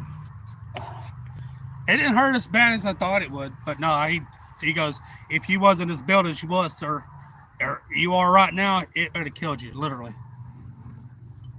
I'm like, they're like, he goes, trust me, a 35-mile-an-hour getting hit, you dare. They wound up looking for the guy for like a month. They couldn't find him. They wound up finding the two people. I tried to ask for help. A light leaned up, not too much, but I could see two cars. And I wound up yelling at two cars that had their windows down for help, and they kept driving. And I wound up identifying both of them. And they're like, I'm like, that's him, and that was him, and that's their vehicle, and that's their vehicle. It's like failure to blah blah blah and all of that. Like, what?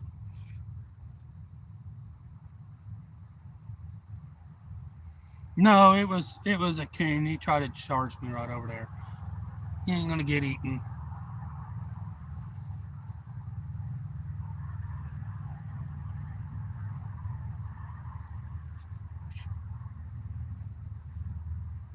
I'll shoot it. I don't care. No, I'm alright, y'all. It was right over there. It did charge me a little bit. It came all the way to the edge of the driveway. But when I turned like that, it run over to the edge of the fence. I got a little edge of the fence over there.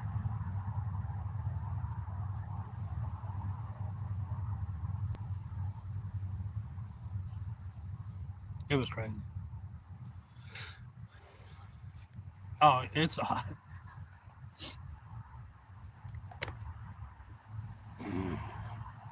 I'll stick it back like that.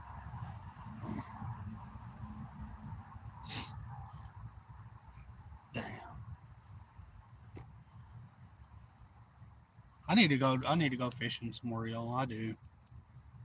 It's hard chatting and not doing something while you're chatting.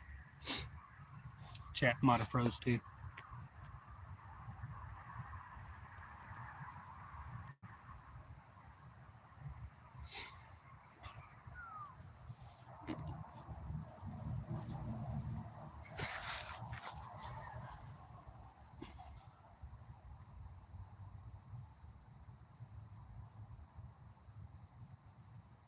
Yeah, it's a far away.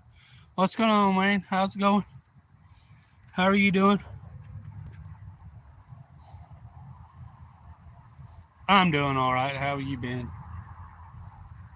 How's mommy and Matthew been? How's that group over there doing?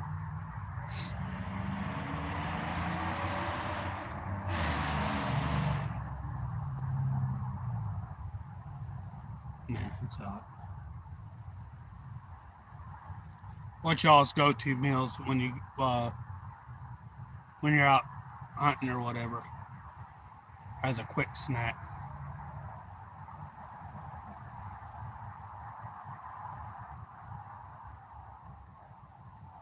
Yeah, I've been watching on and off some normal videos. uh, I went to bed early a couple times.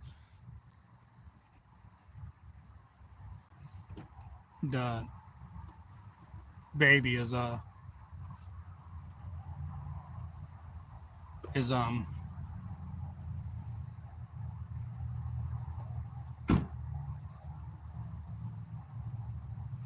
Yeah, I want to do some Saturday.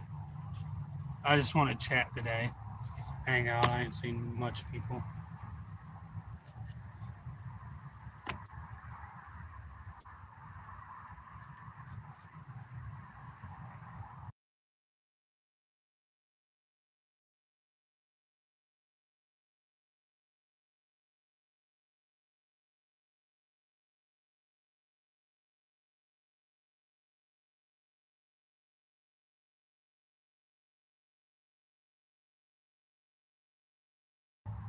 Sorry, she brought me another light. I got it pointing off over that way. Yeah, I'm not fishing. No, I'm just chatting up.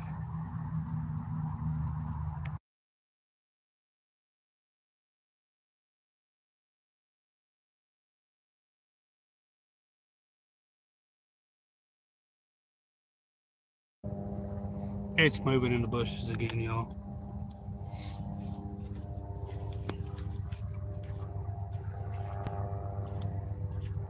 You mind bringing me that one thing? I can stick it inside. Huh? No, this is not what I'm. It's still over there.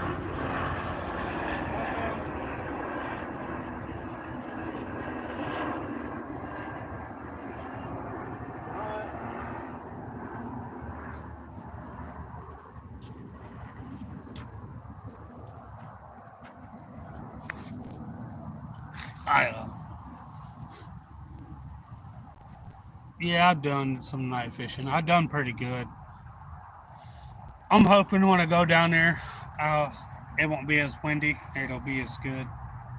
They like their bite really, really well when it's windy down there. And I know it's hard to hear me on there and it's hard to listen to, but they bite so well down there.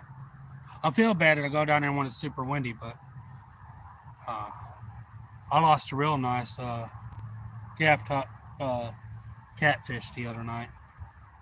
I seen him in this water. He was every bit of almost 3 foot long.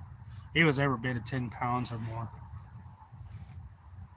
Caught some real nice hardhead, black drum down there. I ain't caught no red drum down there, or redfish as some people call them. I ain't caught none down there. I want to though. All right, Lee. Appreciate it.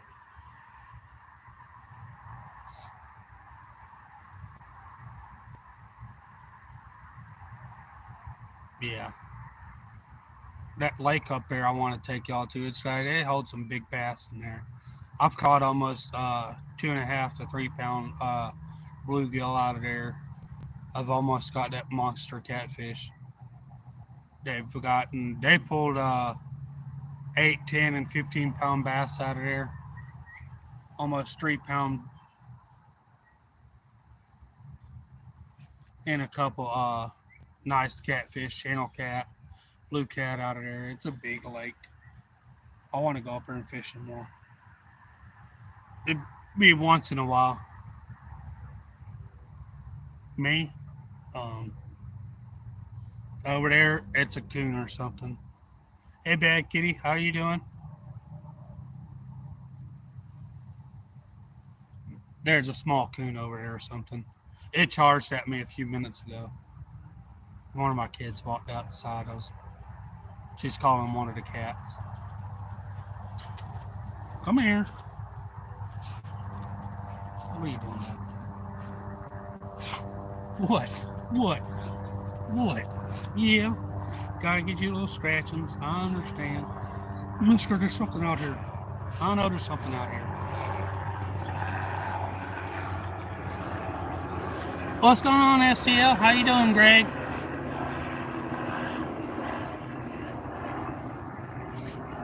You guys doing all right? You need to go in the house. Go use the bathroom and go in the house.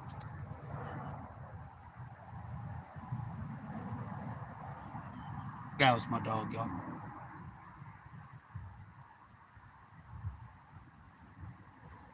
No, he'll go back. He'll go up there. He'll go up there and get let back in. He's seen him a couple times. He's seen him a couple times on there around here. He he'll smell it for it, and if he even gets a whiff of it, he'll go.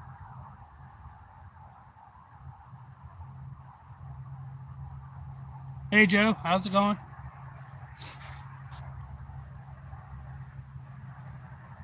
Scared for a moment. For what?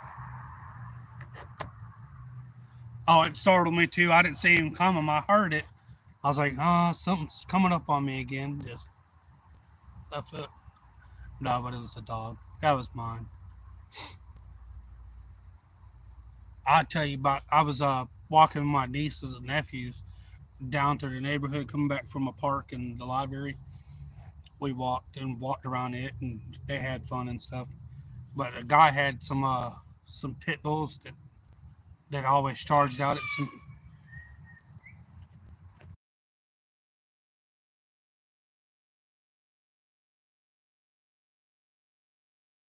they had some that always charged out at people. One charged out at a guy and tried to bite him on the bicycle, but the guy kind of maneuvered the bicycle. Well, and I told my nieces and to them, I said, "Don't scream, just stand still. The dog might not come our way." Which had me a pocket knife and stuff on me, and I told him, I said, "Don't scream." Well, the dog that got off the bike, and the dog kind of turned and just like, man, well, they screamed. This dog stopped and looked, and I told him, I said, back up. I bought them off. I pulled up one of my knives. I said, all right. I said, I got one. And then one of the other dog jumped the fence, and they both got brave. And I pulled up my other knife, where it had a little bit bigger blade on it. She says, what are you doing? I said, just back up slowly. I said, they come, I'm gonna have to kill one or both of them. I said, I'm gonna strangle one with my legs while I stab him. I'm gonna knife the other one, you know. She's like, what? You're crazy. I was like, if I get bit, I'm gonna take it. I'm gonna just throw my arm up. I'm gonna let him have the knife in the other hand, or feed him the knife, you know, feeding the knife down his throat. It was an aggressive dog, y'all. This thing was built tough, you know, like really muscled up. And I happened to see somebody down the road. I said, I want like that, and they, like, I said, they come flying up next to me. I said, run those dogs over. They're like, what? I said, I'm blocking kids now. The one's still trying to come for me. I'm like, run that other one over. If it comes over there, which she hit the horn and it jumped the fence and went back over. One of them stayed. I was like, man, I'm gonna have to kill this dog. And I don't want to kill nobody's dog, but I'm gonna really have to. And it kept charging for me. I'm not backing up no more. I got the kids and wife stuff backing up and more. I got one arm just fixing to feed it to the dog, you know. And about the time someone laid on the horn and the owner opened the door, and the person said, "Hey, you need to get your dog. He's fixing to get killed." He's like, he's messing around, homeboy right here. He's like, he's fixing to get knifed. The guy's like, "Hey, Zeus, come here." And I was like, "Hey, man, this is not funny, man. I got kids with me." He's like, "Fuck you." I'm like, "Oh, really?" I said, oh, "Step on out here. Come on. Just come out of my way, you know. I'm going to knife you, you know." But he might throwing his coward ass back in the house and bringing his dogs in. And the time he got him back in, he let him back out. We was done passing, and they jumped the fence and wound up getting after somebody else, and a couple of people wound up calling the pound on them. They couldn't get a hold of the guy. Then they had a couple of people coming up, walking by with some kids, and when the dog jumped the fence and ran out, the guy shot both of them. Boom, boom, laid them dead in the street. Walked over to the guy's door, beat on the door, and he walked over and he goes, here's a bill. He's like, a bill for what? My pants and my kids. Here. He goes, you guys didn't. He goes, no, we almost shit in our pants, but you're gonna pay for some new ones. He's like, here. And he pistol whips the guy. He just I'm like, okay. He's like, I took care of that situation. He walked off in there and was like, okay. He's like, yeah, the dogs don't live no more. And I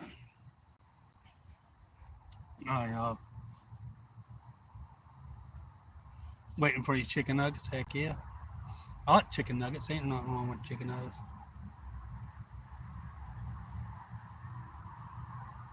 Yeah. Oh yeah, I know.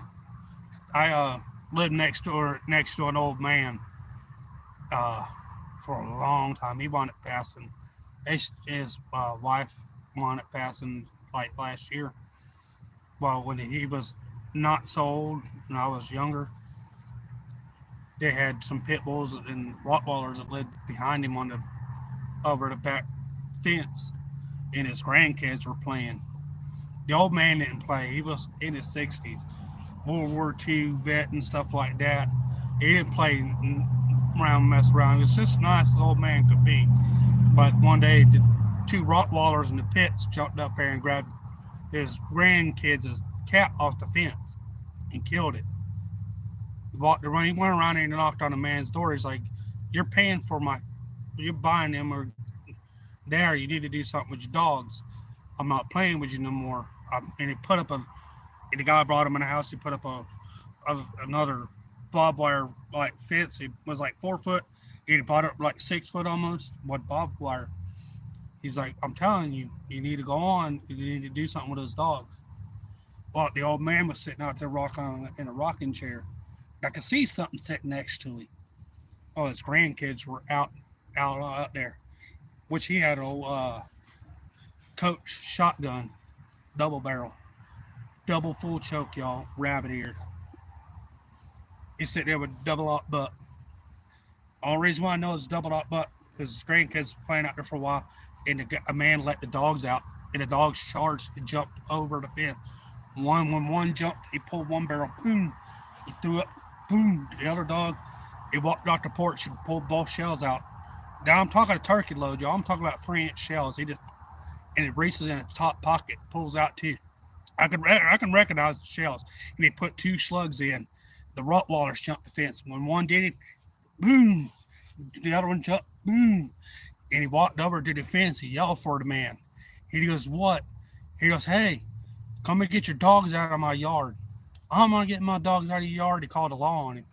The, and the kids they were like right there when he jumped. His kids were not close to the fence, but when they jumped, they were close enough. The dogs, if they wouldn't have been shot the way they was, oh yeah, they didn't shoot over the kids, but luckily, but the old man didn't miss. He's like, no, the cops come around there. He's like, oh, I'm gonna get me a couple more. He goes, no, you don't understand. The cops left and everything. He went back on the fence shelf for the man, and the man come up to the fence, and yo, man, the old man reaches over, grabs the man by his shirt, drags him in closer, sticks the double barrel to the bottom of his chin. He goes, your turn's next. Do you understand me? You ever get another dog over to here on this side of this fence? Do you understand? You ever get another dog, you will be next. Do you understand me? And throws the guy and walks away, went in the house. The guy called the law, come out, and goes, yes, I did. He goes, my two grandkids were almost small by 4 dogs, and you just left my house, and you were the person I just talked to. He goes, you straight that man? He goes, no, I promised that man. He goes, I've said, man, have a good day. He walked off, just left, and he was like, I was like, he's like, was you fixing to pull the trigger? He goes, yeah, I had both ears caught back. It just unhooked them and took both shells out, stuck them in his top pocket. Every time he see the man walk out back, he goes, pulls out the 2 shells, sticks them back in his top pocket. Every time he come out, the man is like, just remember, I'm like, I'm like, you're serious, ain't you? He goes, yeah, I'm still serious. The man stayed around for a while. Yeah, they were friendly dogs, and yeah, but they used to run the roads sometimes before they got shot. Me and my brother used to sit out there to football on the road, back and forth. We throwing 50 yards a piece, back and forth for a while. But while I was seeing some dogs come up, I was like, hey man, I said, there comes that man's pit bulls. He's like, just stand still. They won't really bother you, just stand still. They got about 40 yards. I took off. I was close enough to the house. I was gone. I did close the screen door and the door in between me. He looks over. He goes, now remember, don't run. He was talking kind of loud, just like for the people kind of like notice. He's like, yeah, remember, don't run. He looked over. I was already gone, y'all. I was like, grr. I was like, yeah. He's like, what the hell? You left me. I'm sitting at the door like, ah.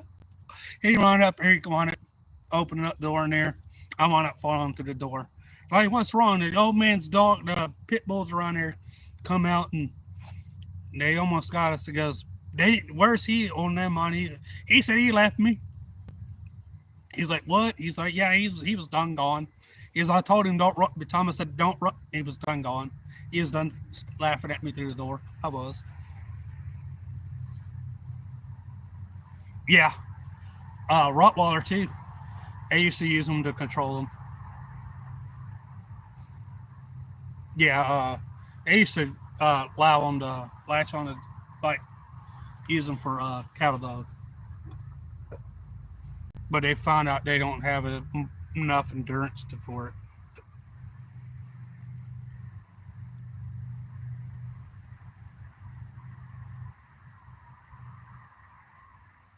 Yeah, yeah. Any dog can bite you, but those are just two breeds that I know that have that locking jaw.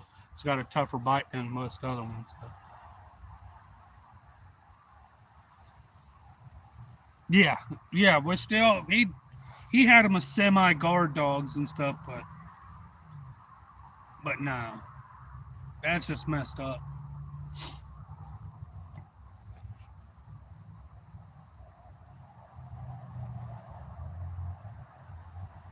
No, no, no. I won't get a full blooded there. I've had a German Shepherd and lab mix dog. They told me it's full. They were like he was supposed to be full blooded AKC lab, but it wasn't.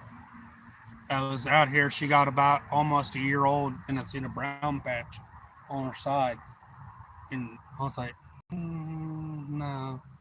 I'm like, no. I noticed the hair because I've been around the German Shepherds enough. I'm like, no, she's got German Shepherd in her, but she was a really good dog. And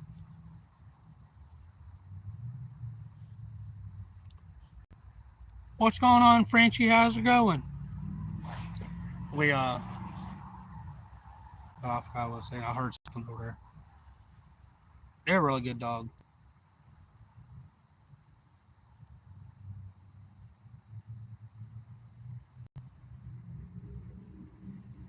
Hot haze work. Hmm? It's good to see you too, Frenchie. How you been?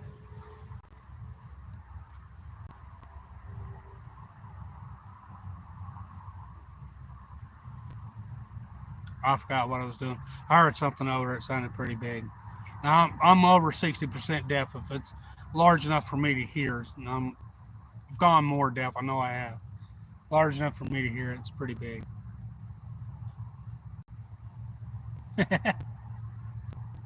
Oh yeah,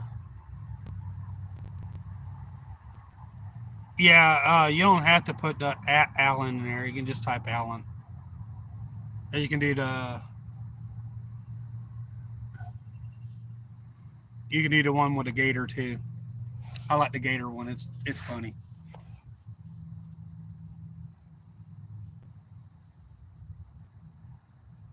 Yeah, another day in paradise.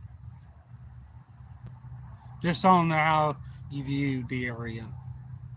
Live in a pretty rough neighborhood. Try to look for the general uh, nice parts of it.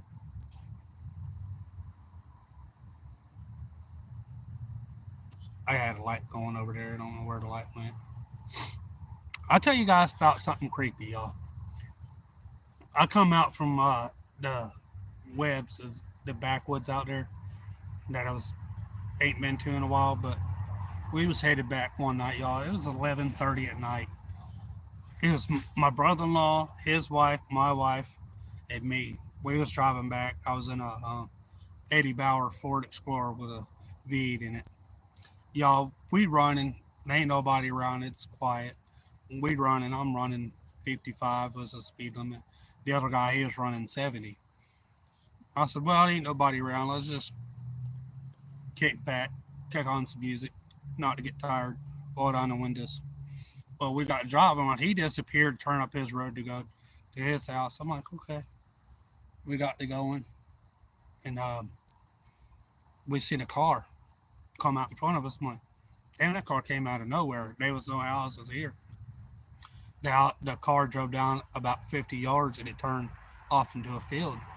I'm like, I slowed way down. I'm like, you seeing this? She's like, yeah, that car just turned off the field. I said, damn, I didn't see no dirt kick up or not. I'm like, it's kind of weird. I'm like, let's speed up a little bit and make sure he's all right. Well, by the time I got to picked up speed, I dropped down to like 40. I jumped back up to 55. Well, I got about to him. The car caught on fire. Just in a gulf. Just. I'm like, I'm about to him. I started slowing down. I'm like, oh shit, what do we do? Call 911. Call 911. The fucking car, y'all, disappeared. Poof, gone. No fire, no car, no lights, nothing. Gone. I looked at her. I said, "It's time to go to fuck home, y'all." I'm sorry about the language. Whoop. I kicked it down to 65, y'all. Whoop. And I was about close enough to the other road. When I kicked it down, I got close enough. He went in there, but there. I got to scratching all night and all, thinking. I told her, I said, I want to get. I'm going in the morning. I know the exact same spot where I seen that car. I want to go see if there's burn marks. I drove back up and nothing. Nothing. Not tire marks coming off the road, not skid marks. What we heard, not the front end, just nothing. Ghost car. Fucking freaked me out, y'all. I was like, you know, I was like, yep. I'm not going back out that late tonight. I was like, I don't drink and I don't smoke. I dipped. I didn't smoke no ganja, but I dipped. It's time. I was like, she's like, she don't do it and she don't drink and we're like, oh, whoa. Yeah.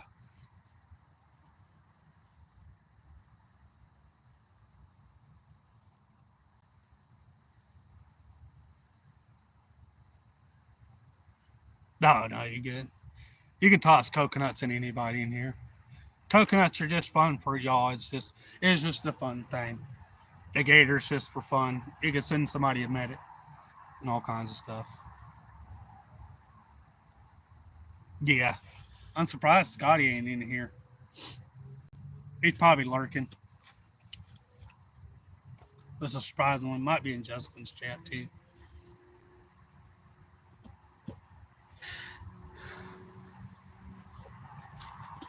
Eh.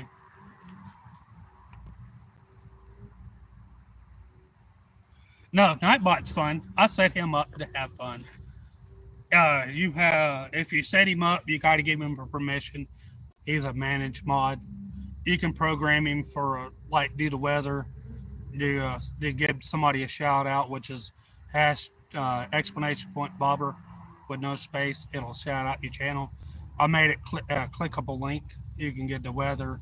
I done the fun things with the coconut, offer drinks, snowballs, chasing people with alligators. But I got him where he works too. If like certain words are said, or certain comments, or just certain stuff, or really vulgar stuff said, it'll make it disappear. Yeah, if you want to any of the links, if you, next time you come in or whatever, well, I'll probably send them to Scotty a certain way, and we'll send them to you. It's pretty easy to figure out what's Southwest Wisconsin Family Fishing made found a link where it'll make it clickable. That's the only we found it, but we wasn't sure it was it. And when we tried it, it wasn't working. So it's not. I took a lot of wrenches, but it's generally the mods that are on here usually do the most of the work, and it's to relieve them. It's not against nobody. It's just the it's not causing a kind of a mod wall. It makes it easier for them. They could just use their stuff. Yeah, but the baby, he's doing fine. He loves to eat and nap and stuff. Get held. It can be loud in the house. He'll sleep right on through it. My daughter came in singing and screaming and stomping and ringing a bell. He just snapped away like, nah. Look over there, ain't even flinching. He's like, what's all my kids are like that. They've always been like that. I've hunted with my son with a shotgun. He sat in my lap. He was old enough to be with me. He just sat in my lap on my legs towards my ankles. Squirrel run. I had him earplugs on. He, he slapped and never even moved. He didn't even care if the shotgun got shot or what. I got like 5 or 6 squirrels and I had to pick him up, but it's on there and just over and pick up all the squirrels, come back and sit down, shoot a few more. He didn't even flinch. My stepdad, he took all the he cut the top off and made it just a powder, a gunpowder. He's like, I want to see what he'll do. Now I've got him on my chest and I'm leaning back on the couch watching TV and talking to the family, and she was kind of behind me, and I was kind of on her leg a little bit. It's got a lean back like that. And he walked around the corner with the gun. He's like, I want to see what he'll do. See if he'll even flinch. He went and just the gunpowder went off. You know, he never even flinched. He's like, huh? He does sleep like his daddy. Turns around, walks back in there, and puts it in there. He's like, what's going on, Adventures America? How you doing? Sorry, I'm getting a little blinded. Uh, I still see chat. It's gotten better. So, oh, the eagle. That's my lizard. That's my son's uh, Minecraft block. Yeah, I got the eagle over here. Ghostbusters. I got a puzzle piece there. If you know, you know. I got family on that arm. I got a big seahorse there. Lizard. Gator head. The Patronus charms. Dead family members. For fly. Snoopy. If you don't like Snoopy and you got anything to say, you just might as well just leave. I got a crab here. I got a Pokemon there. I got a bass here and Scooby on that leg. I got a deer head on my finger. I got a sort of a deer head on the back of there. I ain't nowhere near done, y'all.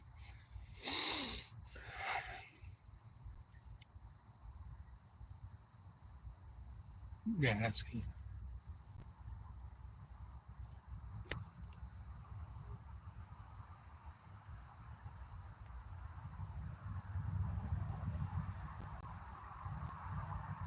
I don't play PS5. My son will. My wife will. I'm not too big on gaming. I mean, I've played on Wii and whatever, but not too well on that.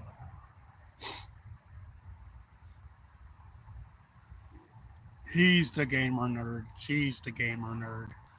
Now don't get me wrong, I got a few games I'll play, but I'd rather fish and hunt and outdoors.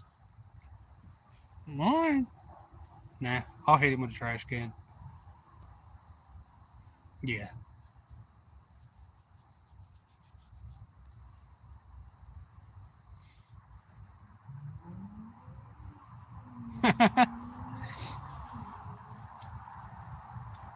Yeah, a little bit. Nah. I think the only worst tattoo I've ever got, I'm not gonna lie, is the Scooby on my leg. That's the worst one I've ever had. Now this leg, I thought I tricked myself out. Kind of, it hurts a little bit, but it kind of went away after a while.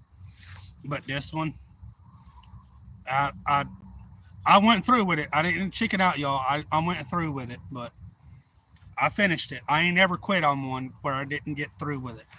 So I still stuck through with it. But that's the worst one I ever did.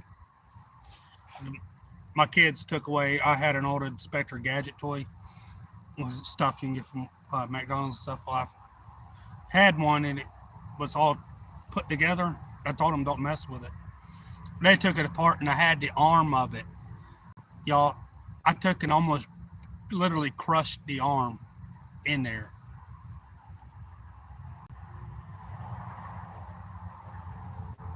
Cars for an edit, up in tow.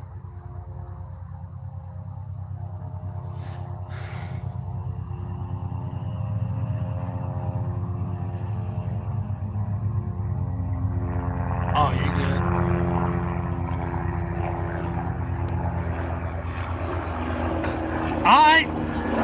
Let me give one on your other leg.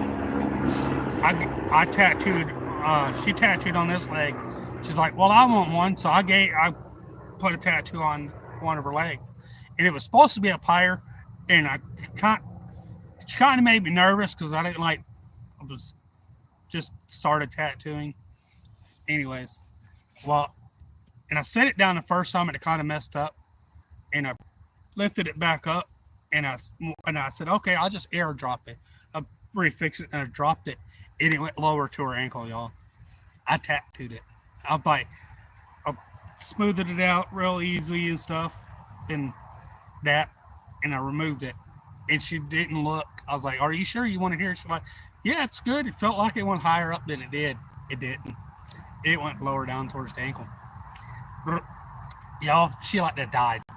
She was fine, and my son came in and distracted her and there, and I was there, and he distracted her, y'all. She like to leaped out. She like to leaped out of the chair she was in. She like to freak. It was funny.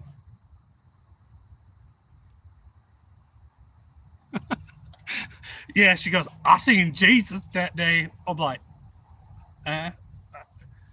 No, I get like, I gotta have like 10 fans on, and like, it makes me nervous to do it, but I get to where I'm doing it.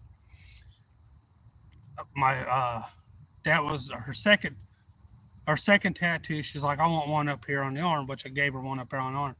Y'all, she picked out fine line tattoos.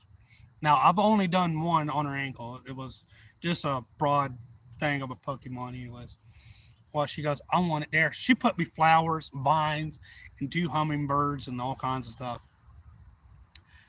4 hours, y'all. I've sit there, which I've had them like I had them in the. It's about the spot she's got it in.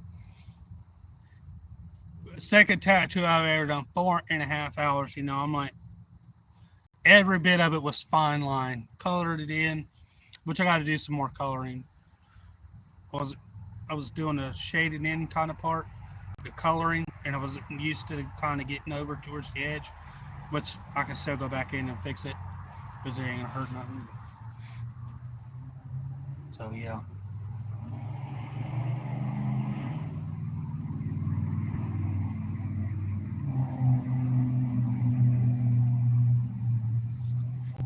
yeah. So yeah, I done that one up there. I done one here and a couple other ones. Yeah, she asked me to do the fine line work. She shoot, if I had to have her do a fine line work, I don't think she could do it. She can do bold lines, coloring, and all of that, and that. So, if you want to do tattooing, y'all, I know it's off wall, not fishing or nothing, but if I swear to you, it's easier than what they make it out. If you sit down and like you're used to draw, just get used to drawing.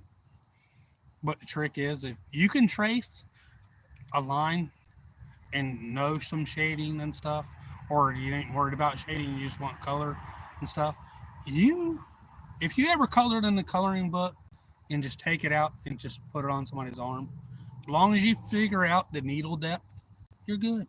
I promise. I've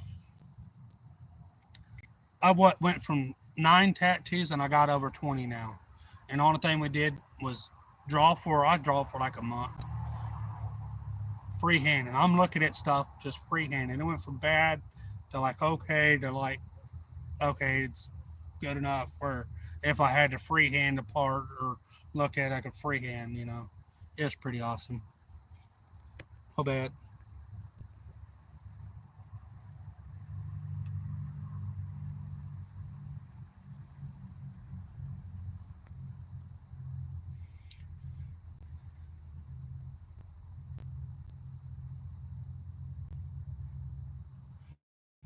I ain't worried about it. Like I said, if you guys time somebody out, I'm not worried about it. You guys can. I ain't worried about it. I won't question y'all. I promise.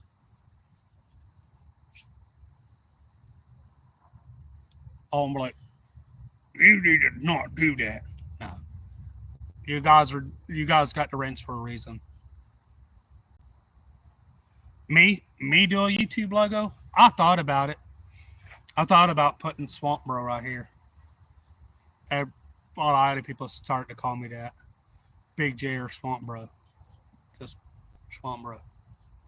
I thought about it. I got the crab. Y'all know you've seen that. She wants to put a fire phoenix on this side. I'll probably get that done sometime soon. Eh. I'm going to attempt the ribs one day, maybe one day. They say they're the worst to do. They said the back and the legs and there. I've tolerated everything else. I might as well just try the ribs. Yeah, me too. I prefer. Well, it don't even have to be craft or an off brand. It's fine enough for me. I'm not paying. Our mayo down here is anywhere from almost $8 to well, anywhere from $5 to $12. I'm like, nah. What's $3, $5 mayo tastes fine enough for me. I'm gonna eat it and let it leave. I'm not like savoring it forever. Uh, uh, of they kind of shorted me 54 hours so far. I'm hoping they'll come back in. I'm gonna show up within a week or so. I might be a little ahead, but right now I'm sitting about 260 something. I'm close to 300, 3,000 watch hours. And if it would have gave me if it catches up on the watch hours, I'll be almost at 200 or 190. I'm pretty close in that area. I've added it up and kept track of it, and somehow they're behind. I've got all of them, but that little bit, and I'm like, it'll bring it way down, like anywhere 209 to 200 to like 190 something. It's up in that area. So all of that's doing pretty good. I'm not fishing right now. I'm more chatting. It's more to hang out tonight. Appreciate it. Lee, welcome back. Yeah, I'm doing all right. Unica, we're doing good.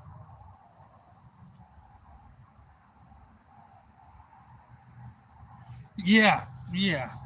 I know it. They're changing formulas and stuff on stuff, man. It just they either shrinking it and raising the price, or they're changing something in it, and it's not quite normal no more. But I found the off brand that we got down here is better than either one. Oh, that dog no longer lives.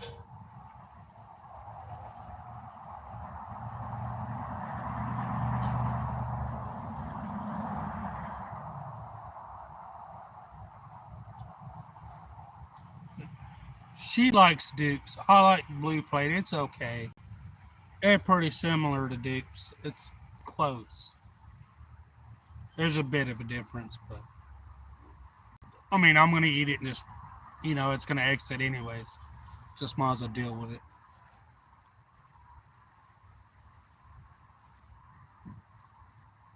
No, I don't eat Bama. And whistled up.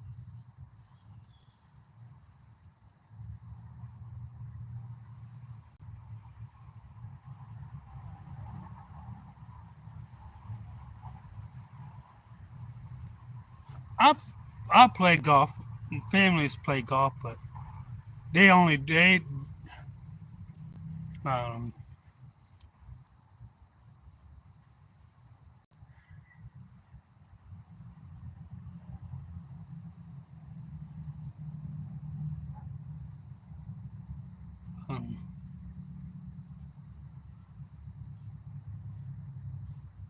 yeah. I don't play golf anymore. I can hit the golf ball now. I can play tennis. It's okay. I'm not into soccer. I mean, if I golly whop a ball, I would, but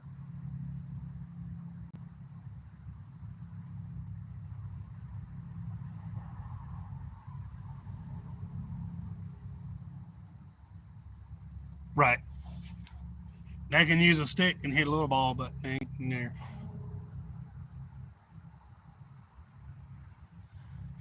That's uh, that's frisbee. They just added a container. I'm sorry.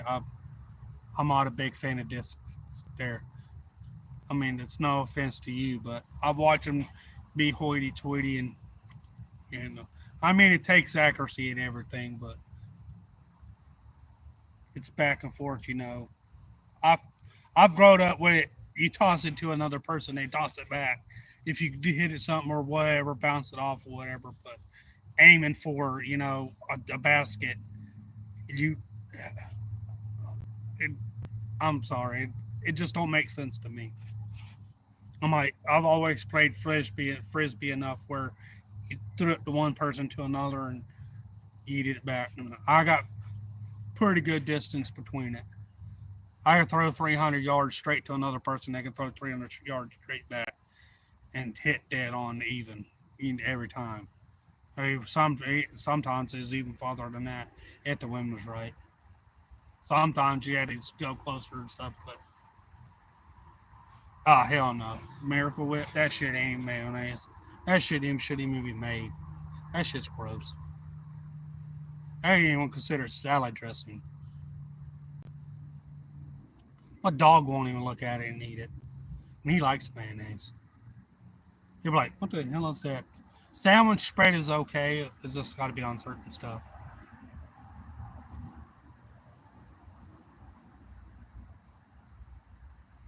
Yeah. Hey, I like to fish some golf courses around here. They got some pretty nice fishing in them. I know a couple that's around here that I want to fish, but I need to see if the people I know are still there. I wanted to see if I know a few people in the neighborhood. If I know some people in the neighborhood, I can go there and fish. I tried to get in. I know somebody in one neighborhood, but they wouldn't allow me to fish in one of the good ponds. That's kind of stunk because it was a 3 acre lake. They had a big pond. They were catching bass and everything. Kind of made me mad. Which if I find the person there, I'm gonna get written permission. I want to fish it.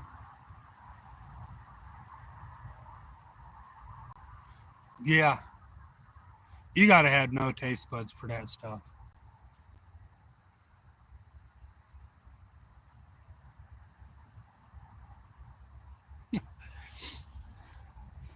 No, I think it. No, well, was it you or there? I might have. I don't know if it was you. Scotty showed me some pictures of it. It was Gary. I think it might have been Gary. He had some real nice bass in his pond.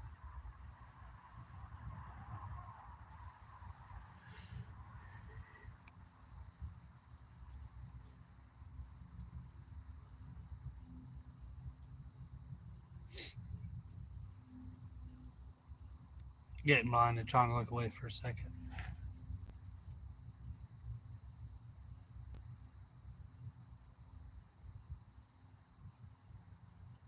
Yeah, pinto beans. I like beans. Yeah, I don't mind beans. Everybody's like, beans. I don't like them. I'm like, she used to not eat them, but I'm like, are you sure? And she got to where she eats them now. My son, he's like, no, that reminds me of a green bean. I'm like, here, I tried it with some hot sauce in there. Oh, hot sauce. Fried chicken, he's got to eat it with hot sauce on there.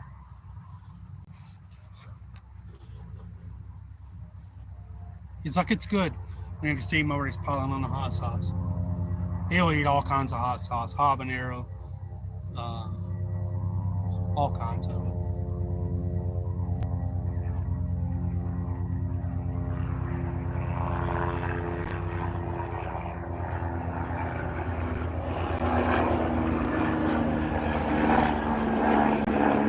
We'll use bacon or fat back or salt pork or some type of pork or something. I put ham in it, but we made some meatloaf, but not meatloaf, and we had some couscous. Couscous and meatloaf is pretty good. So that's a tip for y'all if you know what couscous is.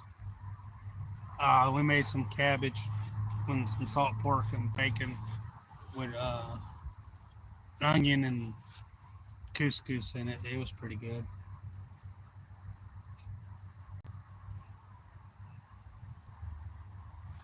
Yeah, that and some good old cornbread or some good old homemade biscuits.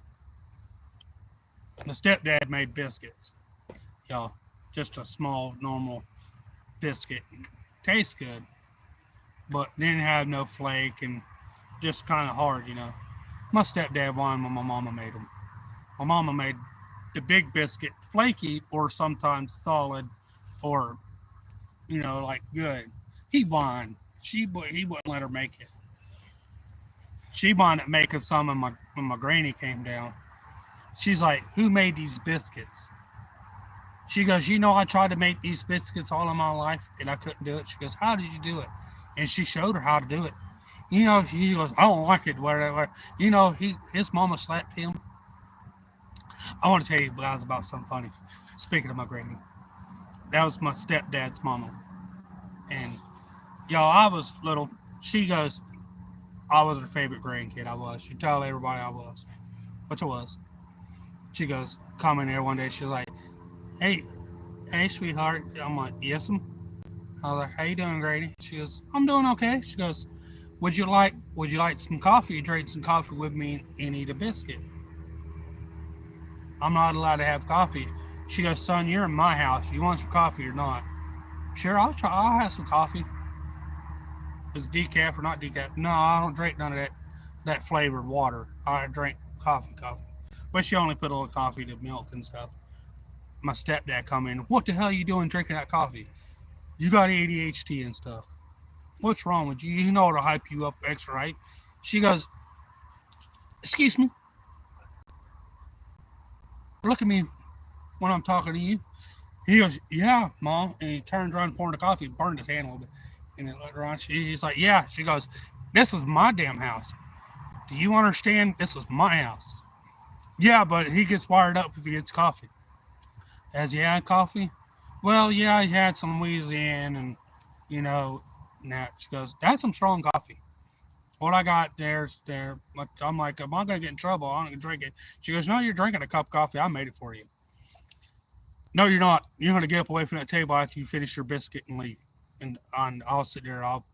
You ain't drink. I'll drink that coffee." She goes, "No, he's going to finish his coffee. I made it for him. He's going to drink his coffee." "No, he's not." Well, she goes, "Hey, son, you need to go out there to that there peach tree and that red deer plum tree." He goes, "Yes, ma'am." He goes, "Pick me off a switch." She goes, "You know how I like them." He goes, "What? Nah, I'm not doing that. I'm 50 something years old. I mean, 40 something years old." She goes, "I don't care how old you are. You're going to go out there to pick that plum tree limb off and come out here and bring them." She goes, "Not too big, not too small. You know it. Because it'll be doubled if you get it." "I ain't doing that. I'm a full grown man." She goes, old Spanky came out, y'all. This belt was a full cow's leather belt. Y'all, it's good and thick and everything. "Fine, old Spanky come out." She goes, "Okay." She goes, "All right." She goes, "Son, give me a minute. I'm going to have to take care of some business." I'm like, "Well, I didn't mean to get him in trouble."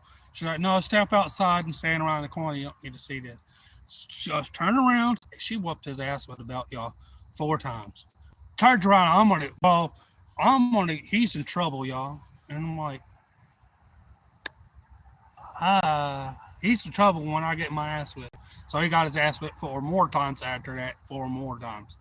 While his brother came in the door and went, "Ha, you getting your ass whipped, huh?" She goes, "Oh, really? Come here." Turn around. And Dummy that done got his ass whipped 12 times laughed at the other one for laughing at him. So he got 4 more, and the other one got 2. Because just for laughing, she only gave him 2. And they come both rubbing out their their back pockets. You know, just, "I'm gonna get you later." She goes, "I heard that set back in here. I'm sorry, son. I'm sorry. Forgive me." She goes, "That's what I thought. Now come in here and get your coffee. Here, let me warm it back up. Just pour a little bit more in there." They drink and ate coffee, stuff like that, y'all. It was hilarious. Y'all, for 20 minutes, we watched out the window. They still rubbing their backsides and drinking a beer. Every now and then, they'll start to ease down in a chair. They'll sit down too hard after getting beer. Oh, never mind. And then, you know, They sit down a couple more times. They're like, nah, it's too sore. And you look over there, they got 4 cushions in the chair. Went out there. They were working on the car and stuff. And she's like, did I hear some cussing? She goes, pull out the belt. She keeps it on her side. She's like, did I hear any cussing? And snapped the belt. No, they were cussing now. They done bust her knuckles all up and stuff. It was hilarious. She's like, oh, the spanking's coming out again. Yeah, it was just hilarious. I laughed. There. What's going on? Appreciate it. I appreciate it. Shenanigans. But yeah, that was some good old days. I got to watch my stepdad get his ass whipped by his mama. His mama was in his 80s, y'all. In her 80s.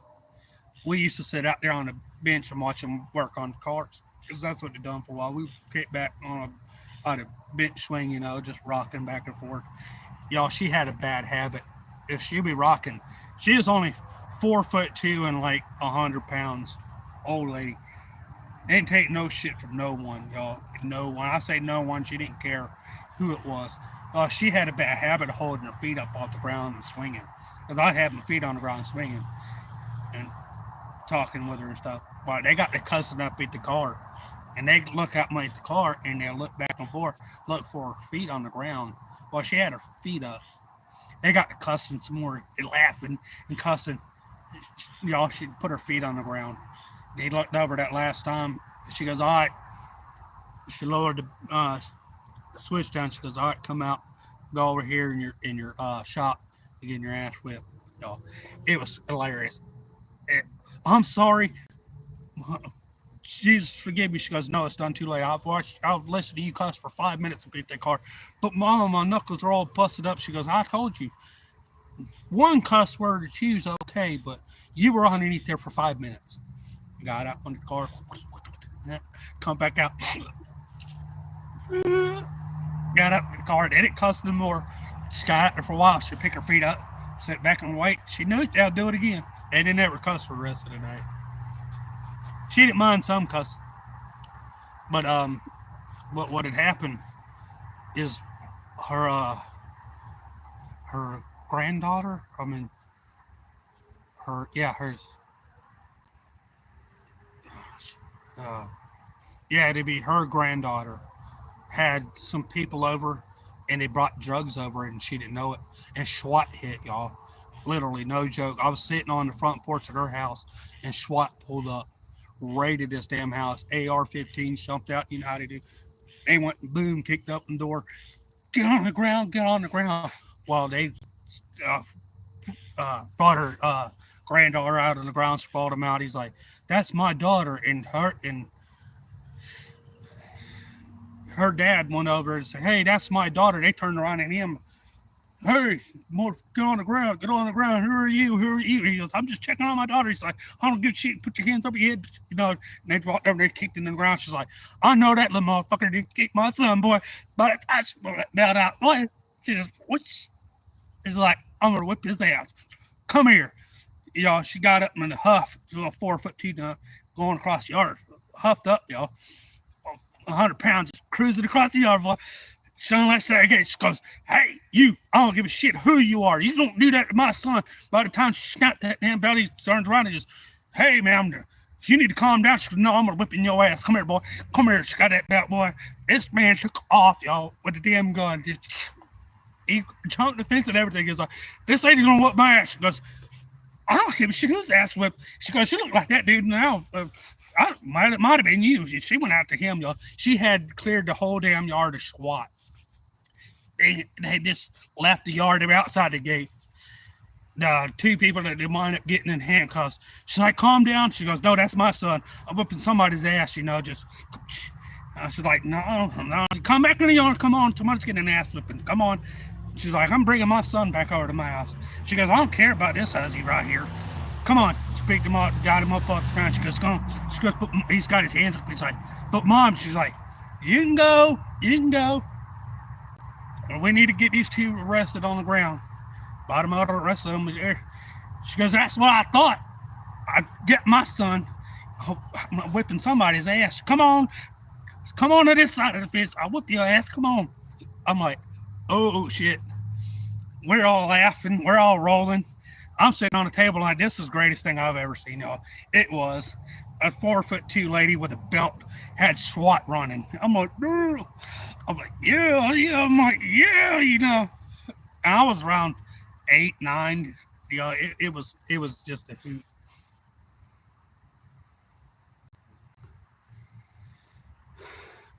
What's going on? What's going on, struggler? I seen you in here. Hey, yeah, buddy.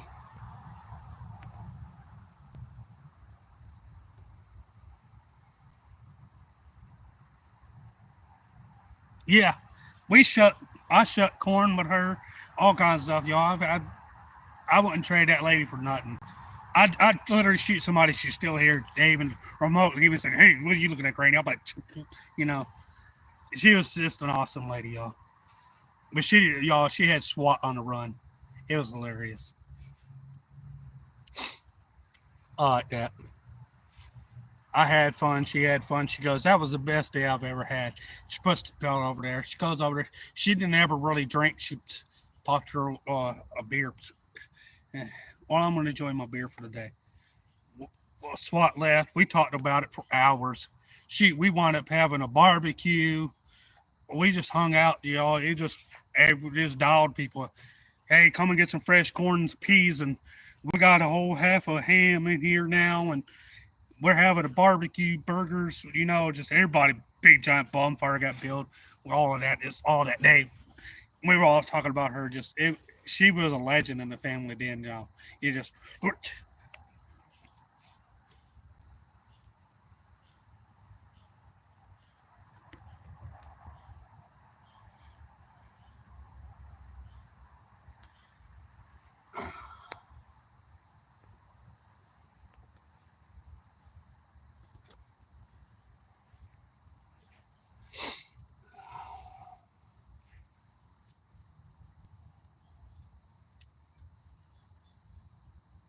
I'm just gonna let that one go. Anyways, go fuck yourself. Anyways, yeah, sorry about that.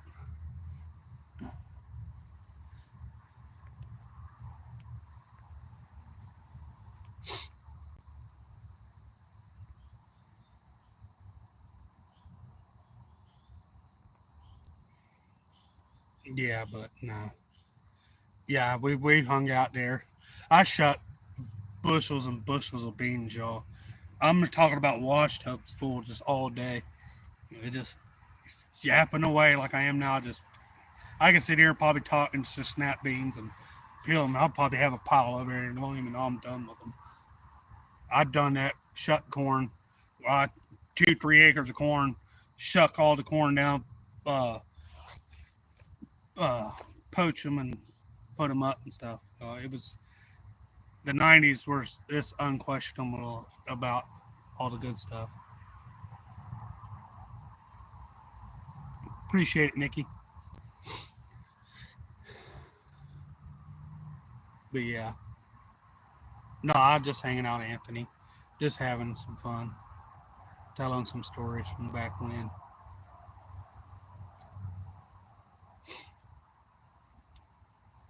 It's crazy. Oh, you missed it earlier, Anthony. Right about dark, I had something charge at me.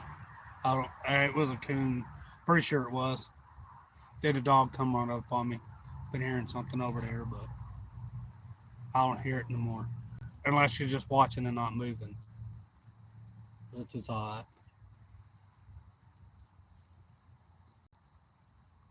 Yeah, appreciate it. Yeah, I do fishing and stuff too, Nikki. If you like fishing, I'll fish this weekend and come back.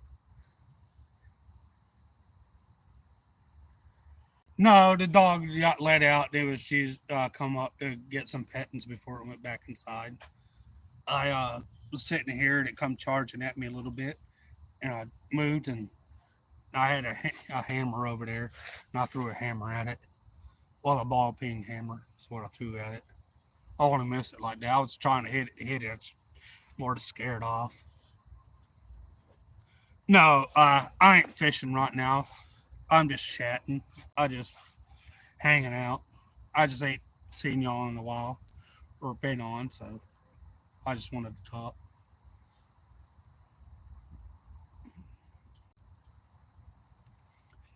I'm hoping I can go down there and catch. I want to go out to some other new spots. I got some mowing to do tomorrow.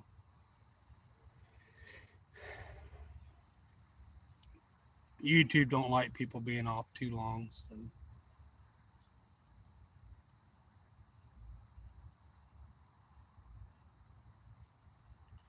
uh, it's on call. All the thing I do is say something. I don't have it on me, no. But if I say bring it, it'll be brought. Yeah, I'm sure. When I shined the light over there, it was the eyes of it. That neighbor don't live over there no more. Um, it was they don't live over there anymore.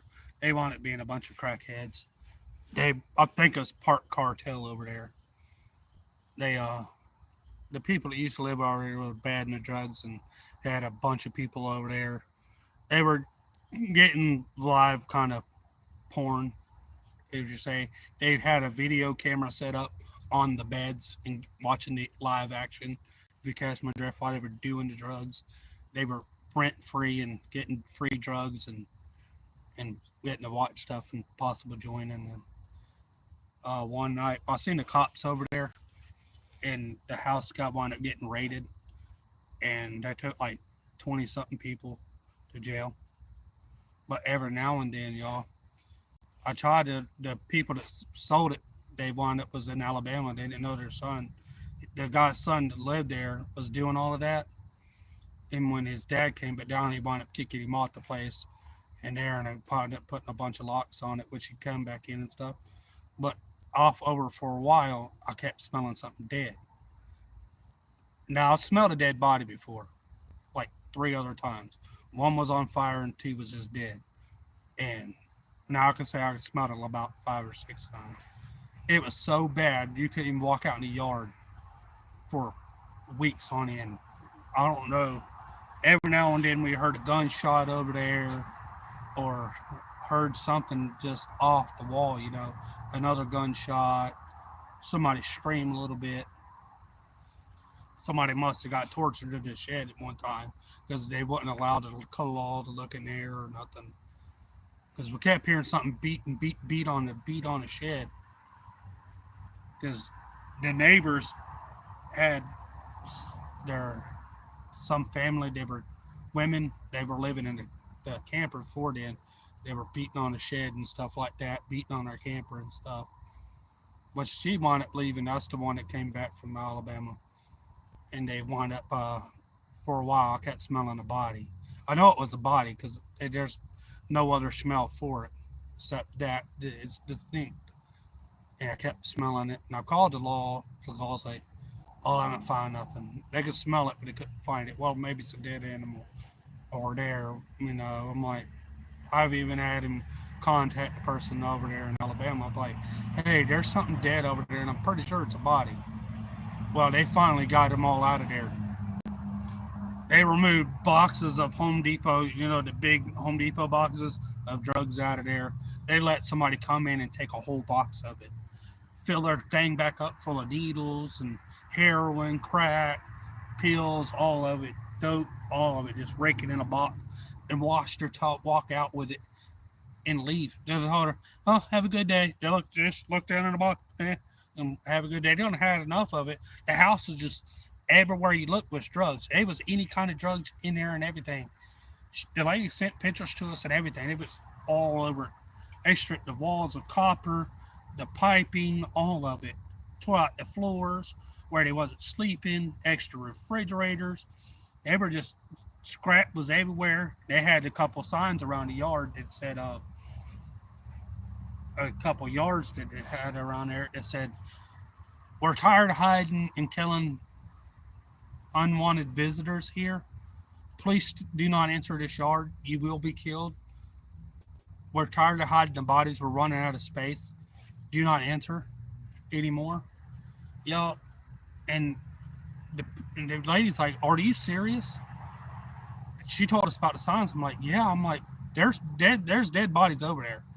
Well, it was an old lady confirmed lived over there for a long time, and the old lady never even the packages quit coming in. She didn't get no more mail because they accidentally always dropped the old lady's mail off, and we either set it over the fence or walked it up to the driveway. Well, the mail wasn't there no more. That's the first dead body after the first gunshot we heard over there. So there was some body shape size holes over there. They were like, "Well, this looks like." I'm like, "Well, you got." They said they got about 3 or 4 of them over there. There's some that look like to be up underneath the house and stuff. I'm like, whoa. Which I always act like a nut job. I always screamed at them and stuff. Walked outside and kind of, loaded my gun down and not really showed them, which I'm glad I did. They wound up poisoning a dog off, one of our dogs off, wound up poisoning another one off because it barked at them. It didn't like them. It really tried to eat them if they got close. They kept cutting through our backyard, and I guess the dog almost got one, but it wound up poisoning it. Which soon after that they wound up getting arrested, which I about shot the neighbor several times, but it had been in self defense. But they watched us come home and all kinds of stuff.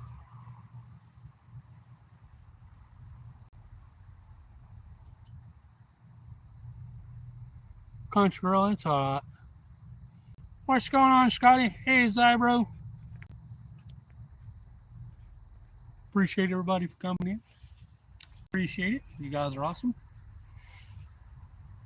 But yeah, I used to, the next door neighbors used to be literally, no joke, y'all, right over that way. My neighbors, they one was their son and the old man. The old man that lived there, he lived in a bus, and he lived in a house which he kind of stayed in between. The two neighbors that used to live next door to me, they're now in prison for murder. I know I told some of y'all, but he, I know some of y'all might recognize the name. Jeremiah Rogers and John Ray Lawrence. Yeah, they killed over 12 people next door. They killed two that we know really well. They stabbed and killed one and ate and done some vile stuff to her. They ate most of her and kept most of her in the freezer. But on the guy's 18th birthday, they took him out to the helicopter field, which is right up the road. It's literally 1 mile away from me. But they took him on the front side, which is 2 miles. Is that? They took him in there. They cut the fence and went in there. They having here, have your first beer, But they gave him beer when he turned. One stabbed him in the back. It's like, ow. He wasn't too bright in the head. And then another one stabbed him. They stabbed him. They stabbed him like 16 times. They didn't really kill him. And they wound up taking him up to a spot he used to hunt. Swear to you. I still take you to the spot. The hole's still there. 30 years later, y'all. It's been 30 years. I was almost 6 at the time, around 6 at the time when it went down. Yeah. The hole's still up there in the ground. They stabbed him in there. They brought him up to that spot. They finished killing him. And he was 6'3". They broke this man down and broke him in half and stuck him in almost a 2 foot by almost 2 foot size hole. They shoved this man down in a hole. They didn't even bother burying him. His head was kind of sticking out in his arms and stuff. I had some pictures of him and stuff. They stabbed him, wound up stabbing him like 36 times and stuff. They wound up doing there. They found like 11 other fingers and stuff over there. And we wound up going hunting in the spot. We heard about it, but they wouldn't give a full description of the area. And we thought we recognized the area. And somebody had put crime scene and it had his name really small on it. And we wound up recognizing the name. It was the kid that used to live in the neighborhood with us. They wound up killing him, and we walked past the hole. The blood piece of some hair was in there, and a little piece of clothing was still in the hole. Yeah, the clothing's gone, the blood's gone, but the hole's still there. It's still there to this day. I can walk right up to it and know exactly where it's at. I'm like, oh shit. Yeah. They used to sleep on my wife and them. They used to be friends with her brother and stuff and us and there. Used to hang out with us and shit. No. What's going on, Sandy? Yeah, you telling me? I lived across the road. She lived next door and stuff, literally right there. The old man used to sleep with a shotgun to his wife's back and stuff. There ain't no telling how many other people they actually killed and ate over there. There's a partial book on it. Y'all, it was just, what? I'm not going to reveal who, but possible somebody's family member knowed what was going down and it took them a battery and it seen the crime going down and they knew about it and they've been questioned, which they act like they didn't know nothing. But they know what happened, but never got in trouble for accessory to it.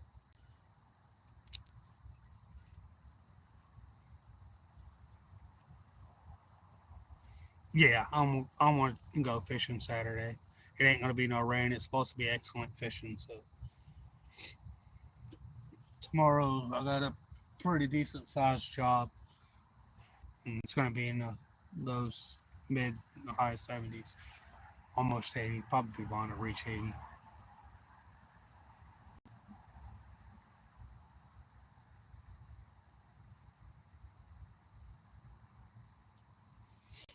No, I've been on for a little over 3 hours. I was gonna build a fire, but it's too hot. I'd rather be a little cool than hot right now.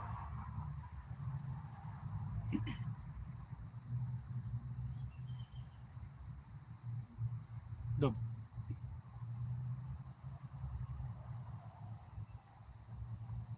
the ducks are still whistling in the background.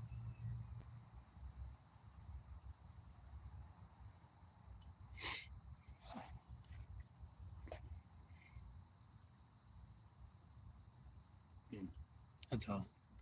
It runs out. I'll throw a coffee cup at it. Um, I ain't seen that bear that's been back in the yard. Hey, how's it going? The real life? I'm sorry, y'all. I'm not skipping over by his name. I'm reading, but that's just the lights are in my eyes. Have a good night, Sandy. It's been a while since I've seen you.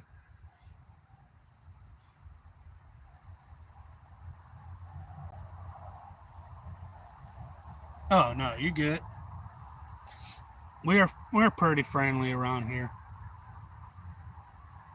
We all good. That was a nice flathead the other day there, real life. I like that.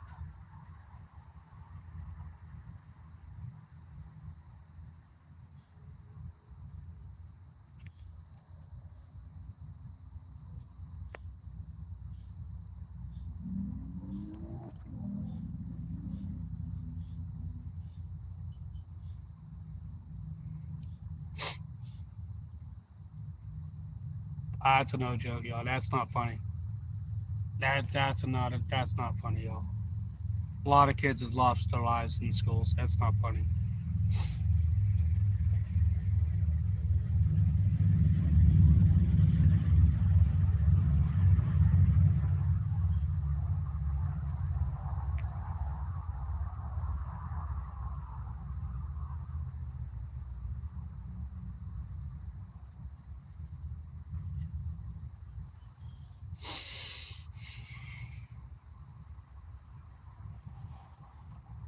Boo hoo.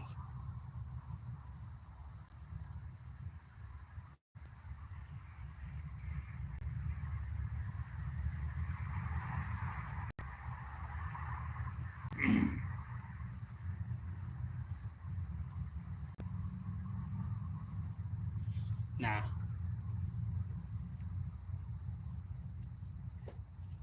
No, you guys are good.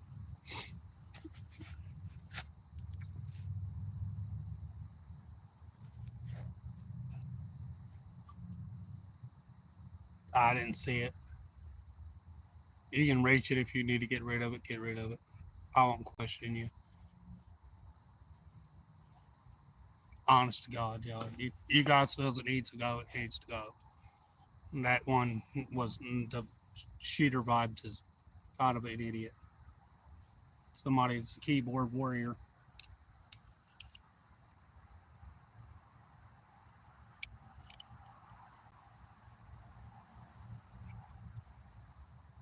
Full moon's out tonight.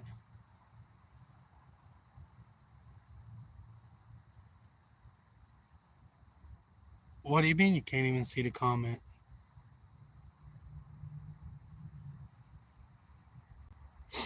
Oh yeah, you can hide him. Yeah, I got him too.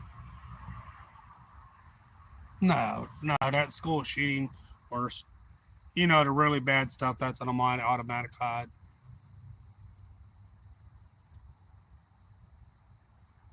Oh no, no, but I want to tell you that that's a good story right there. Me and my cousin, I'm a year older than he is. We all hanging out. We're running 3 acres, y'all. At night, 12 o'clock, whatever. Didn't care. Safe yard for the most part. Had a bear in it. Had a couple coyotes, a couple foxes. Safe. Had places we can get up high. We seen it. Had plenty of lighting and everything. But uh, my other cousin, she was around 5, around there. She always bugged the shit out of us, y'all. I mean, aggravated. Literally, like if you didn't do what she wanted, she like get you in trouble like every time. And she was, her dad didn't care what anybody said. They got yelled at. We sit out there. It was a full moon. We playing out in the yard. It's about 8 o'clock. Full moon's out. It's hot. Drinking a slushy and stuff, roaming around. Just pirates or whatever. It was all kinds of stuff. Watching some bugs and just random stuff. She kept coming out.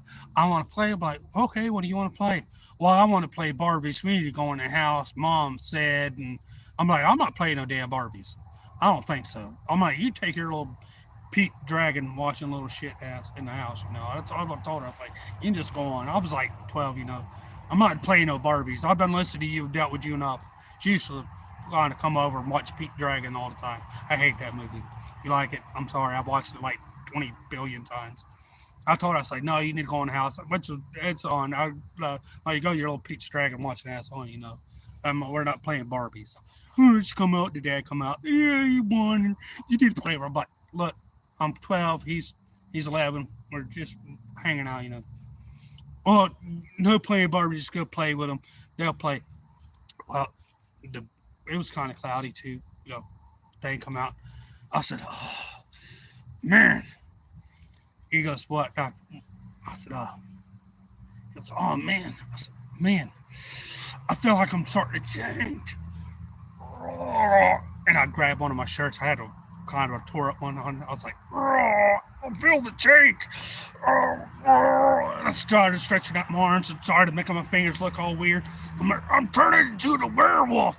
He looks over at me. He's like, oh, it's the werewolf time. It kind of clicked. He's like, oh, God. I remember you bite me a couple months ago. Oh my God, I feel the change. He goes, oh God, oh no, I'm turning into a vampire. Y'all, we started flopping around on the ground. Just flopping around. Oh God, my neck's getting extra hairy. Oh, and we were in a spot that you couldn't really see, so we made ourselves look bigger and stuff. We're like, oh God, oh, and y'all, and we didn't do nothing for a minute. We're like, just making a growling noise. It's like, oh God, I can taste the blood now. Oh yeah, I'm like, I need to eat some brains. Rip something apart. We're off over there. We grab each other. We're tossing each other around like we were like making some really aggressive noises. And we was like, oh, there's fresh meat around here.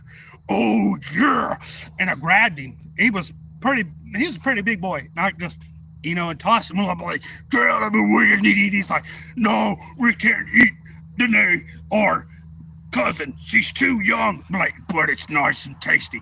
Y'all, and we took off after. It's like, well, I just suck her blood out. Then you can just rip her apart. Y'all, we took off, and about the time we hit the light where she was standing, she passed out. She's like, ah.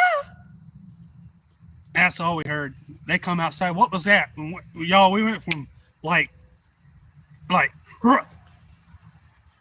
she tripped and she passed out. We don't know. Oh my God, we picked her up. Y'all, we running, scared look on her face. When you eat her on the couch, she's like, oh my God, oh my God, oh my God. She's like, oh, I thought I'm a dead. Been ripped apart. They're like, what are you talking about? I'm like, we walked back outside. Did you deal with that? We're going to walk back inside. We got outside. We walked way up the road.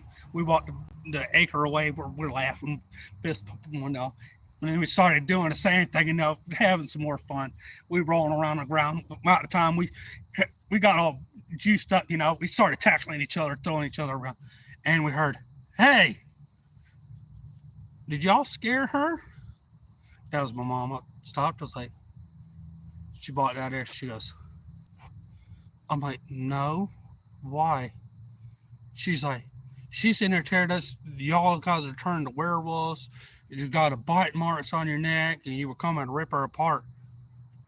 She goes, just be honest with me, son. You never lied to me before. I said, yeah, we did it. She goes, I figured that. She goes, you kept coming here. It was like an hour before. Let's lying on y'all, I was like, yeah. My mom was like, awesome, high five, hug, oh, yeah.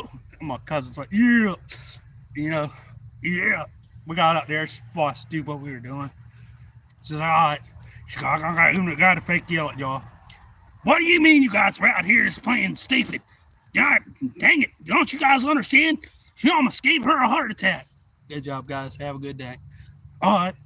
Supper be ready done in about 30 minutes. Okay. We went back to goofing off. My other brother came out. We tackled him out of the bushes and stuff. It was just a hootenanny after that. It was hilarious.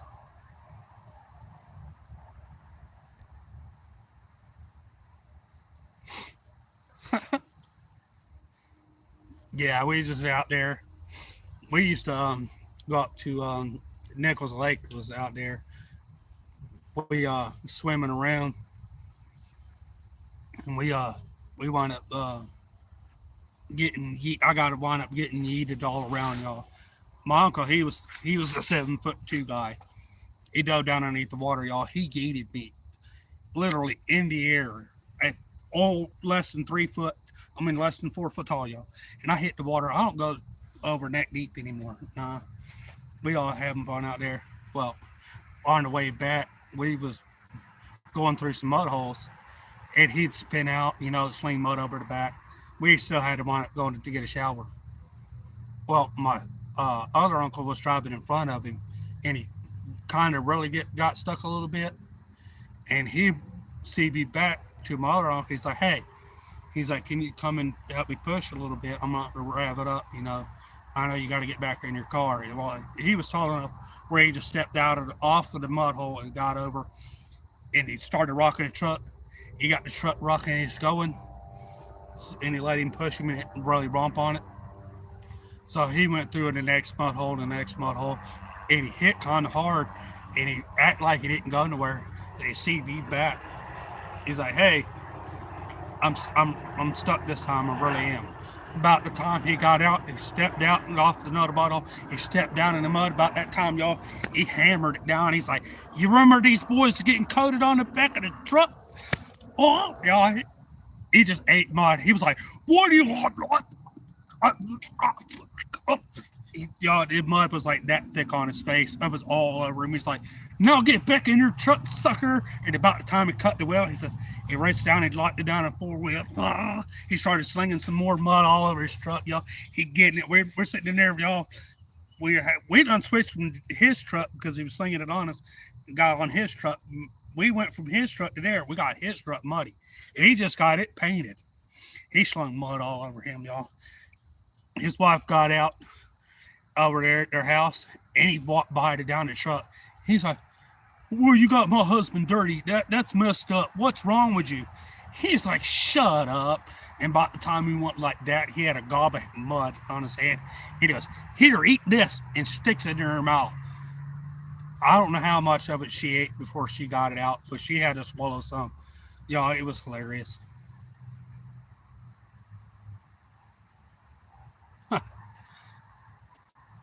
Do it.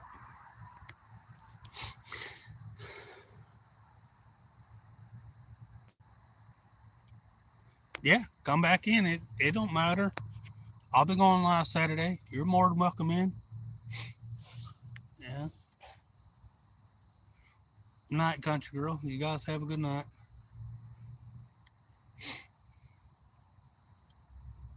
Yeah, how's the kids?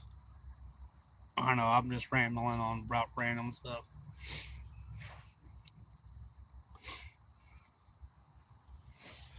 I ever tell y'all about the guy with the big jacked up truck down there at Sandy, the place I told you about with the guy in the hole? There's a we can't repeat the power lines. The guy had a big stomper truck. Y'all, this dude set up on top of his truck hunt. Damn deer jumped him, y'all. He fell off the top of his truck, out of a chair, into the back of his truck.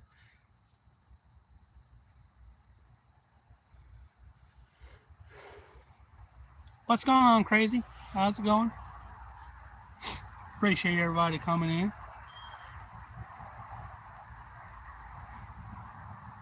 Hey, National, how's it going? Oh, sorry, my foot. Uh, little wired up. Same here. I just want to talk to everybody on here. Figured cheer some people up. Just been down. See this face? I'm just kidding. I run. But yeah, it's moving in another oak tree up there.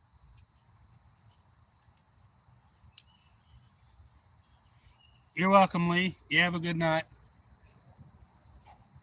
So the snow finally cleared up there, Scotty. Eh? I know that was Canadian. Anybody ever seen uh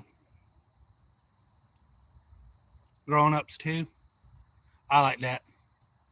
You been in Saskatchewan, hey? You ho Caesars. That was funny. What's up, Super Mario? No, not camping. I won't camp I'm in the yard.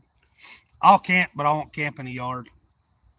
I know the risk of camping out there. I know they got more room and space, but I'm in town. If I, the night I tried to camp, I wound up having two panthers in the yard. One's fine because generally it, I know it's there, but the second one, so I'd had more. I've had a better chance of one surviving one than two while I was sleeping. And I was like, no, appreciate it. I try to make it fun for everybody. I like to read chat too, so if you guys want to tell a story or say something fun in there or whatever, I'll read it too. I like to read chats too. It makes it fun.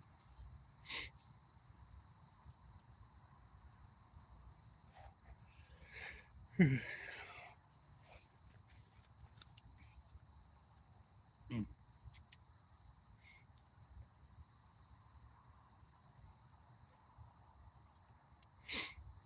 Yeah, that guy. We've been. I've been hunting y'all out there and out there where I'm set on the edge of a lake. Well, over it, I've watched alligators eat squirrels, eat duck off the top of the water. But the best thing I've ever seen is a gator eat was a mama duck and five of her ducklings. One survived. Was sitting on a boat, sitting in the canal, and out about 30 yards was a duck. It had 6 ducklings with it. She'd pick one and beat it, and beat it, and beat it, beat it. Grabbed it by the head, shook it around, like grabbed it, flung it, trying to kill it, beat it, bit it on its neck, slung it around and stuff. She'd done that for about 20 minutes. We had a gun with us. When I was sitting there, I was like, nah.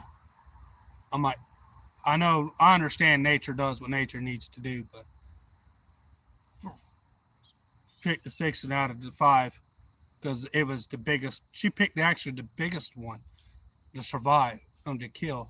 She done it, and it laid over on its side, and it laid, and it looked like it was about dead. Somehow it knew to stop moving, and it just floated over to the bank.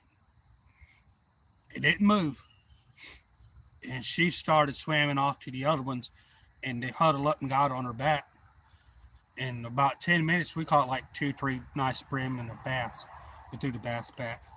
I said, "Look at that alligator, 10-foot alligator, all day." I said, that's a pretty decent sized alligator.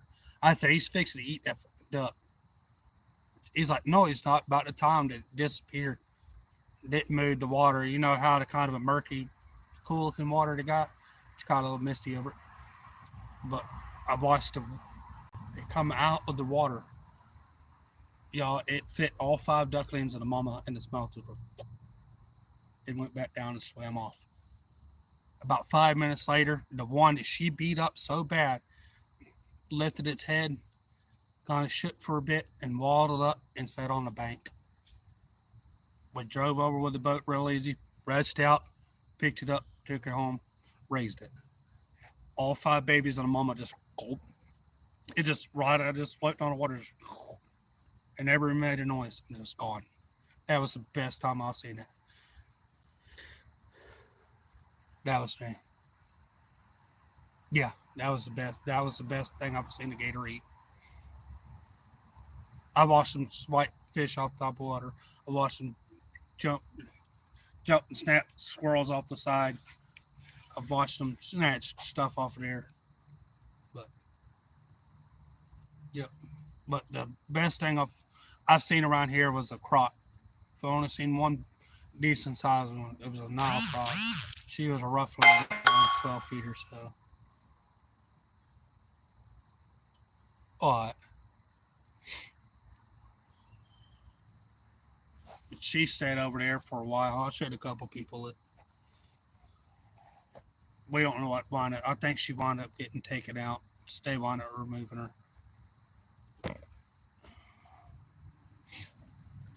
It was pretty cool. That's the only croc I've seen around the area. Appreciate it. What's going on, Jordan? How you doing tonight?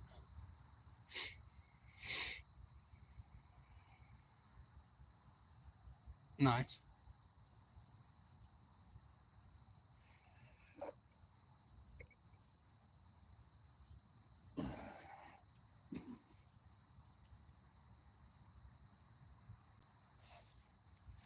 Watching you fish. I ain't fishing tonight.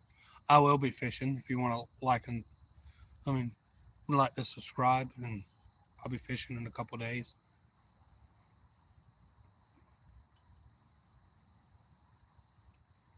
Shout out to Eddie.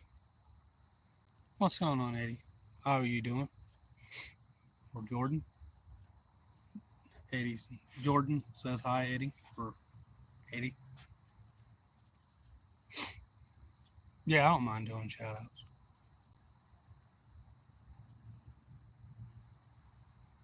Yeah. Yeah, Sandy's cool. I ain't seen her in a while.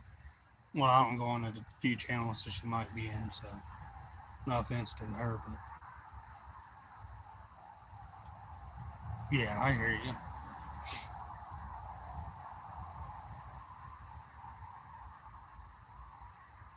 My daddy used to fish. I got some pictures of him. He'd passed away when I was like 3.5. I didn't really know him, but I got some pretty cool pictures. He's down there in some spots I fished. The one I want to fish up here, he's in, and one of the areas I want to fish down there, uh, I want to fish some of those spots. I try to tend not to because it's got some pretty nice fish out of there, and he's holding in a picture with his shirt off, kind of standing like I am, but I'm sitting. He had two 10-pound largemouth in his hand. He uh, then in the next picture he had four of them in his hand. He could fit two, but he said the hell with it and grabbed all four. Now I don't look like that. It was pretty awesome. He caught those right down near that spot. Uh, you ever seen a man? No joke, yo. Take a stick. You see that size of stick? You ever seen somebody kill a rattlesnake with a stick that big? My grandpa, my mama, my dad, and a couple other people sitting there. He was sitting there on the riverbank fishing with them, and the rattlesnake, come up on a tree. My dad was sitting there playing with a stick like this. No joke, y'all. He went, "Oh shit, rattlesnake!" He just leaned back and went, and hit him with the tip of the stick, killed it. No joke. It just and slithered down the tree in there. My grandpa said, "No damn way," and he like tried to touch it and stuff. Never even broke the stick. He goes and throws the stick. My mom's like, eh.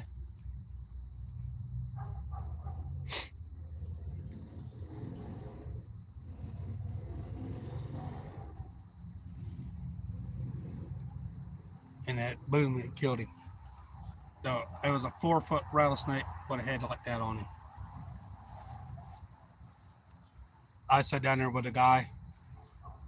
I was talking to him about a job over about Walmart because he was one of the head managers. I told him what went down. And he goes, "Here, walk in here. I want to show you something cool after you talk to me about it." I was like, "Okay." I talked to him about the job because I want to show you something. He showed me some pictures and video of it. He had an 8.5-foot long rattlesnake. The head on that joker was like that. This thing was like that all the way down, and the mouth was he had the mouth sealed shut, but he had the fangs in a quart mason jar, one in each jar. Them fangs were like that long in there. He said he was walking through his yard with a camera videotaping the guy for him, showing off his land and stuff like that. And he said he heard the rattlesnake. It had 36 buttons on its tail, y'all. And he heard the rattle. And he said, "Hey, man, how didn't you trip over that log?" And he heard it again. And he says,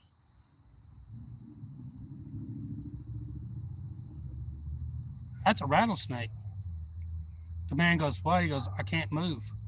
I got an 8-foot long rattlesnake in front of me." And he's like, took the camera, he didn't move, he just moved his hand on the snake. He's like, "Y'all check this out." And he's seen it telling. He's got it taxidermied. He's got one bullet hole in his head. The guy's like, "Don't move." The head was like 3 foot in front of the guy. He had his pistol. He's like, and shot him. Put one little 22 mark hole in his head. And the guy, he'd run off. What's going on, Chaos Goat? Hey, Jennifer, how's it going?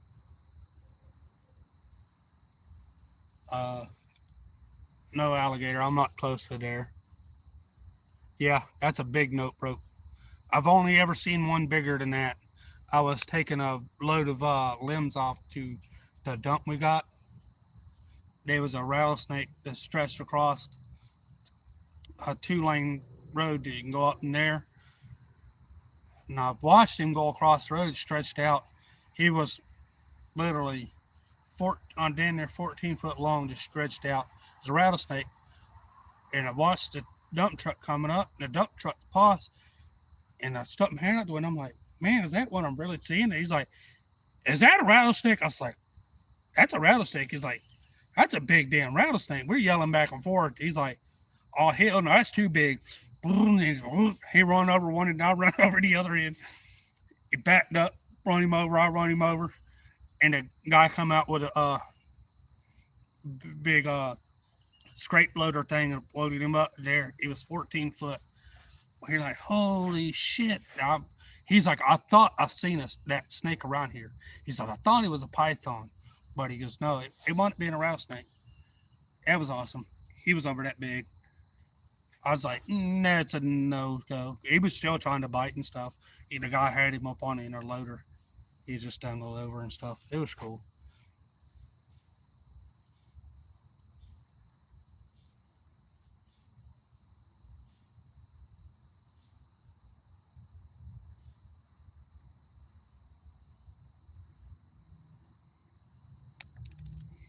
Yeah. No, I haven't fished today. No, I've only I got some new ducklings and some turkeys today. Yeah. I got another rattlesnake story. If anybody's got a snake phobia, I'm sorry. But I brought over one 4 foot long while my wife was driving we were driving a Kia Forte, little white one. My son and my brother, we, she was riding, we were riding through the woods, coming back from fishing. I said, man, look at that log of the road. By the time the head lifted up and the tail raised up, I said, that's a damn rattlesnake. I said, that's a pretty nice sized rattlesnake. I'll run it over. Because they had I run it over for two reasons: to get it taxidermy, one, but the real reason was there was some kids riding on two horses coming up behind us. We bloop bloop, bloop bloop, and run him over, bloop bloop, back over him. Well, I got out and looked for him. We were collecting some driftwood and fishing and stuff. And my brother gets out. He's like, I'll take care of him. I'm like, no, don't cut his head off with a machete. He's like, all right. So he turned the machete on the side. He slapped this damn thing. 4 foot long rattlesnake. He reached it out, slapped him, blam. Slapped him again, bam. He's like, I killed him. I was like, no, I don't think he's dead. I was reaching in the back. I had a piece of 4 foot long solid piece of driftwood. And my brother, he slithered up in the bushes. My brother went after him and slapped him again. About the time I seen his tail start shaking and stuff real bad. And I reached over to my brother and said, he's fixed to bite you. I grabbed him by the shoulder and snatched him back about the time the snake and all like that. He's like, whoa, I'm glad you grabbed me. I say, I picked up the 4 foot piece of water stick and I said, nah, you're dead. And he slapped him with it. I reached down there, grabbed him by his tail. I stuck him in a pillowcase, wrapped him in ice, and I called the guy. I said, I got a 4 foot rattlesnake. You want him? Okay. Are you sure? Yeah, I'm sure. He goes, he taxidermied him too. He taxidermied him too. He's like, man, that's a big rattlesnake. It wound up being like that, almost 4 inches around. He's, well, okay, well, he's damn, he got him on ice. He goes, hell, I ain't eating it. You didn't have to put him on ice. Okay. Well, the neighbor that lives over there come down there with my mom. She's like, what do you got there? I said, a 4 foot rattlesnake. I reached down to the thing, and like that, shook his tail. And by the time I pulled him out, shit, she was gone. That lady didn't give a shit. She was gone. She liked to run out in traffic and everything. She run and lock the door. I ain't coming out till it's gone. He's like, But I done his yard out there for him one time, and he deals with rattlesnakes. He's always dealt with them. And his brother was riding with him, y'all. He said, man, I was driving down Munson, was out there in Melton, that's another part. He said, man, I seen a 4 foot rattlesnake. He just grabbed the wheel, opened the door, reaches out, grabs the snake, and throws him in the passenger seat in the floorboard. His brother's sitting in there. He had the window down. He said his brother wasn't in the truck no more. It's almost 30 miles an hour. He was leaning out the door, grabbed him about 5. He threw him in. He said, just step on it. By the time he was out the window. He said he was a hefty dude too. I met the guy. He's like, out the window. I was like, yep. I was like, I don't blame you. And he goes, if he took him there, he's dealt with them all. He said, I've taxidermied them forever, you know. He goes, I just take them alive. Just, stick them down in a pillowcase, put them in the freezer. He pulled one out. He didn't know his freezer wasn't plugged in one day. And it was cool, but they was still cold. He got unplugged, and he went in there, and he's seen the pillowcase shake. He's like, ah, and he slapped. He's like, oh, it's just stopping. It's just his nerves. Well, I seen the pillowcase raise up a little bit. Ah, you're good. He slaps it back down. He raises it back up. The rattlesnake climbs out. He goes, ah, you're dead. And it wasn't, y'all. It was still alive. He describes it. He goes, ah, it'll be all right. He reaches over, just taps it on the head. He goes, ah, sit down on the table. You'll be okay. You know that snake never raised his head back up? I was like, how in the hell did you do that? I'm like, he films it, what he there. He's like, nah, it's okay. And the snake's like, and it's like, hey, you're okay. He said, I've only ever been bit twice. And I was like, what'd you do? He goes, and started taxidermying it. I'm like, he said, he's got 2 bite marks there, and he's got 2 of them over there. Just bit him on the arm, just stretched him out and flogged him in the head or whatever he does, and just went back. He got to show me some videos. I'm like, no.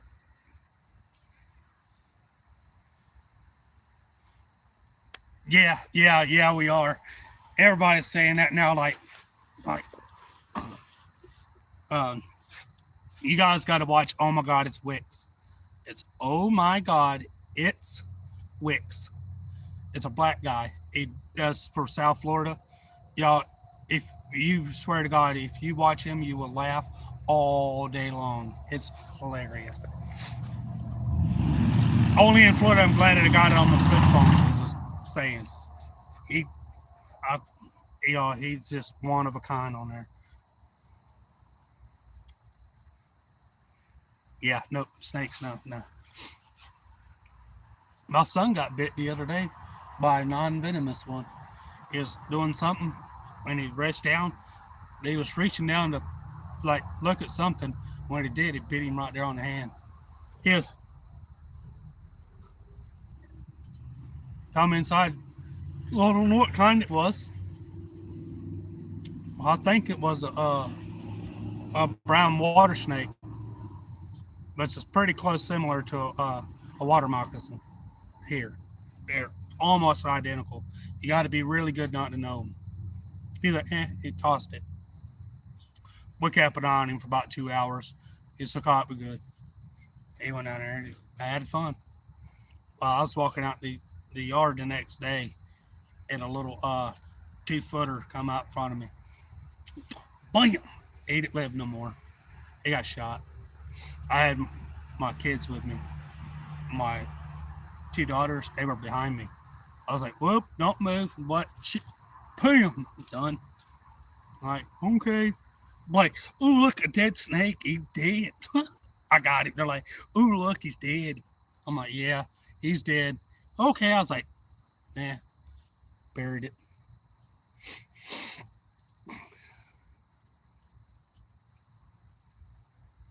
Yeah, Sandy, check out Fish Stuff. I know you probably watched it, but yeah. I ain't reaching out and grabbing no snake, not no venomous snake. I've saved a cat from one time. Her cat used to have kittens every now and then. Well, she'd had one up at the house. She got out and had it up at the house, and we kept hearing a meowing. We were just hanging out with her mama today. Heard meowing and stuff. I said, I hear a kitten. No.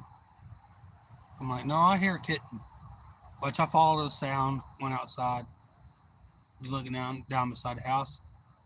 She's like, I was like, I see a kitten. She's like, yeah. I was like, bring me a shovel. She's like, bring me a shovel? I said, yeah. Bring me a shovel. She said, what? I said, just bring me a shovel. Let me get the kitten. Okay, she bring me a shovel, grabbed the shovel, set it down. I was like, this is gonna be quick. She looked at me, I'm like, watch me. I'm like, she's like, where are you? I'm like, no, just keep it on me. I'm like, it's quick, y'all. I'm like floating, I'm like getting warmed up. I'm reaching. She's like, what's going on? I leaned over. I said, I got a 4 foot water moccasin fixing to bite onto this kitten. She's like, nah. I said, yeah. I said, no joke. He's like right behind him. He's starting to raise up, y'all.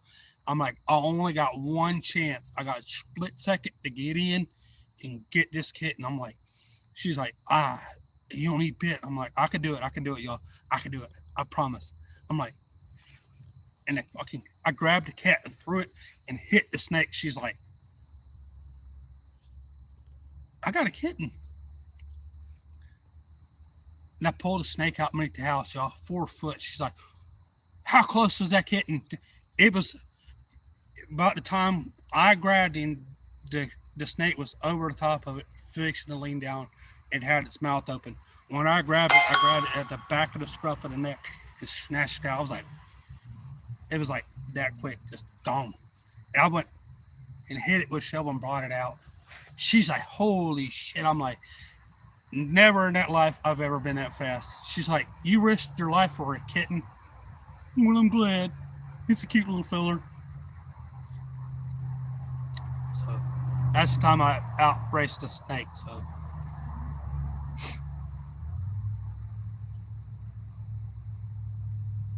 night, Alan. Have a good night. So yeah, that's the time out there.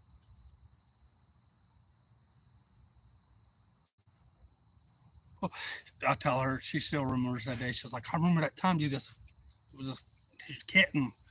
Her mama come out. She's like, did I hear somebody hit a snake? Did I hear somebody just hit a snake? And I was holding this 4 foot water moccasin. He just dangling this with his half mouth open. Huh. I'm like, yeah, this one. I tossed it over the fence. Shit, the damn snake didn't get all the way over. It's gone. She's like, she come back out the door, seeing it was dead. She's like, oh God, I thought you were throwing it at me. I'm like, no. She's like, what happened? I told her what I told y'all. She's like, no, he didn't. She goes, yeah, she's, you know. She's like, that's crazy. She's like, nah. She she was messing around over here trimming some bushes and stuff, and she screams, y'all. I mean, screams. I'm like, what's going on? Come running up. She's like, there's a snake in the bush over there. She's all the way, run all the way up this way. The snake's way down over there. She gone. She's like, well, like, get a look. Well, he might not be there. Well, when she said, oh, I just thought it was on a rope the kids had tied in a tree. And she was over there unwinding it, and she seen the tail go like that. And she's like, oh, it's a snake. I went over there, unwrapped the snake. I went up against the tree and went, that was it. She go, oh, God. I thought it was dead.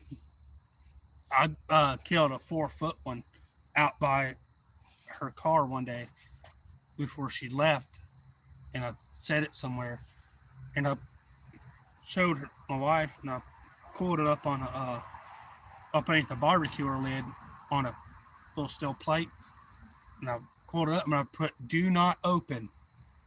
Vivian, her brother, and all of them and stuff. I said, "Do not open, do not open" in big letters. Serious, do not open. Jay. They're like, she opened it, y'all. What the, just, I'm like, what's wrong? What's wrong? Did you put that snake on my porch? I'm like, all in fair game. I wrote a big note. I did, y'all, on a poster size, a half a poster, y'all. It was huge. I wrote, do not open. And I even had a snake drew. I didn't write snake, but I drew it. I had it a headless snake, which it was headless, but it was all there. I was showing her, she wanted to see it. Her mama opened, y'all. She gone. I So after that, I got me a cooler.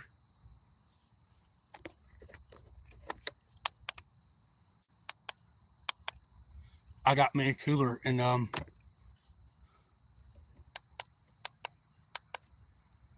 I got out, was hanging out and moving around and stuff, and I took a piece of fishing string. I got a 4 foot long rubber snake over there. It's an old python. It used to be green and black, but it's all black. The greens wore off, and I stuck it down in a cooler and I put drinks on it. She ooh, I want a drink. I'm like, nah. It was supposed to be a practical joke for a brother and stuff. But nah, these are my drinks. You can't have one.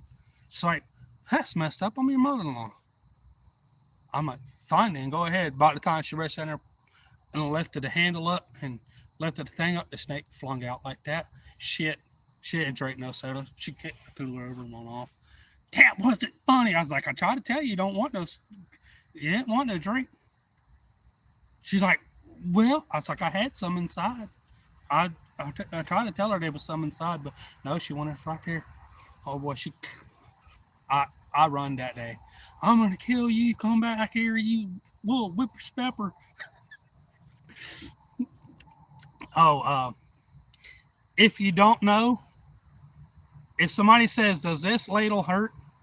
Don't say no. Just say yeah, because my mother-in-law and my wife was sitting over messing around. She's like, "You don't go on." She kept, "Oh, a snake's on your neck," and after seeing that snake stuff. Oh, she's like, I'm gonna get you with this ladle. It's like, no, you won't. It don't hurt. About the time y'all, she turned on and went right on her forehead. She's like, that ladle does hurt. Grabs the ladle from my mom and throws it. She goes, ha ha, can't leave it there. She leans over. She's like, oh shit, not the wooden spoon. She's like, oh, break this one. Oh no, not the metal ladle. I'm like, I'm out. I'm drifting away. I'm gone. Girl, just go away. It's like, where are you going? I'm like, I'm out. Good day.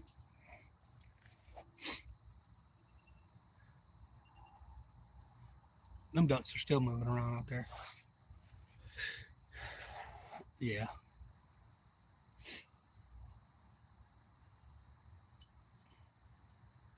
I hear it over there. It quit moving for a minute. Oh, did you hear it holler earlier? About 30 minutes ago or so, when I kind of paused. You guys hear it holler? I've only heard. That's one. She's in the yard. The vrow, kind of. I was like, okay, so she's off over that away. So that's why you see me kind of listening. So I ain't heard her yell no more. So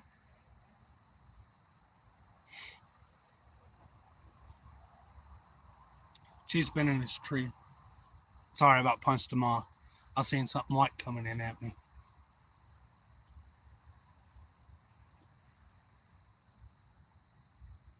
Yeah.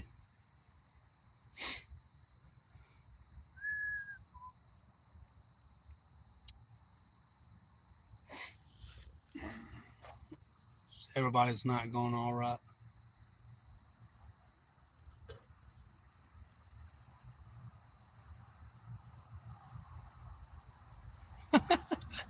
Yeah, it was like right there. I I sent her a video a little while back, and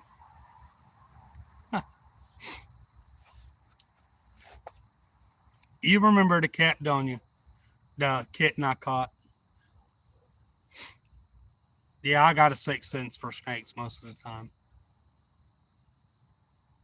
It's like a sixth sense. I'm like, he's around. I used to sit in the house and be like, get up, come outside. I used to have a pond that had a bunch of bullfrogs in it. I'll go out there, plod around the pond. Here, bloop, there went a snake. She's like, we got a snake in the pond again. Okay. The kids were just out there playing in it, of course. Go out there, remove a bunch of leaves and stuff, scare the snake back out, kill the snake, fill it back up some. And it'll bloop. What? Shoot, them it were leopard bullfrogs, not the normal bullfrogs. We still got them around the yard sometimes. They we was walking through the yard and the grass was a little high, and one jumped out of the damn thing. Y'all, I like to broke my damn back. I wasn't used to it because they jumped pretty high, and when I almost stepped on it when it shot out. It was like abnormal, and it was like, oh, I'd like to hurt my damn back, man. Yeah, somewhat.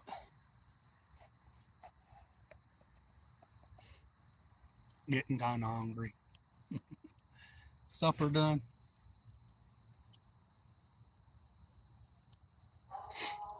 Yeah. I was telling them about some rattlesnakes and stuff. The biggest one I've ever seen and all of that.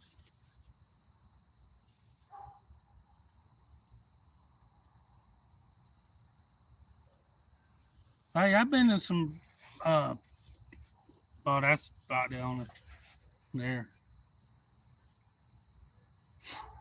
Uh, I've told y'all about the werewolf. No lie, y'all. I've only ever seen one werewolf. And I'm generally not a guy that ever lies. I've only ever seen one. If you guys don't know the movie Harry Potter, the which one was it? Two, three, the one with the werewolf. You know how he's walking through the woods. You can look the scene up on YouTube. I've seen that right up the road, out there at Quintet. We was coming in from hunting. Me and my brother. Told a lot of people about it, but we was headed back out.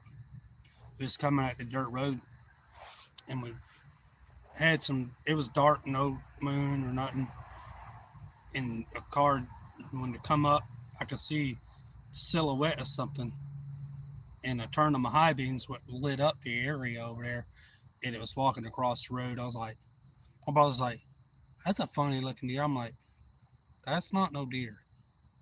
He tried to get a video of it, but it's too dark stuff, and we watched it for about 15 minutes across the road. So about the time it got, see the cars went past, the cars just, oh shit, there's something road, and like went around it, but the lights lit it up. I'm like, I've never seen a bald deer walking the way it walked. I was like, eh. I told her about it. She thought I was kind of half crazy until he came over and they're like, no, this, we could see partial, and then we watched the movie. I'm like, that's, and she's like, yeah.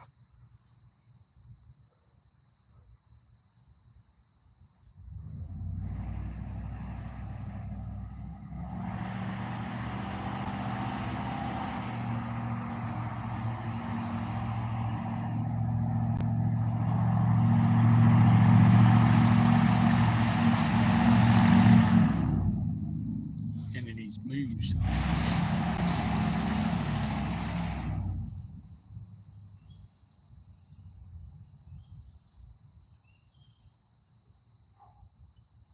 No, I don't know. I don't know. That's, I've only ever seen it once, and the only reason why I know because she got me into watching Harry Potter, and I've seen the movie so many times.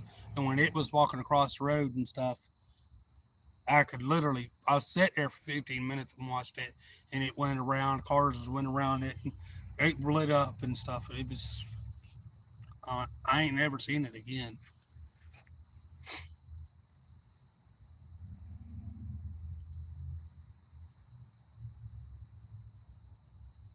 No, no.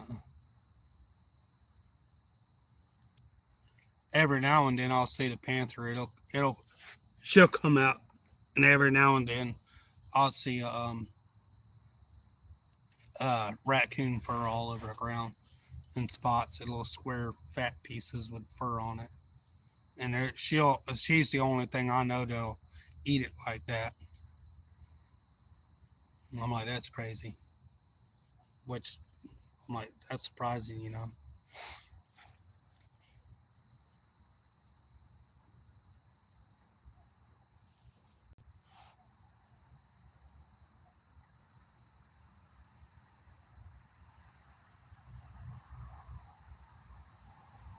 Oh, I'm paying attention.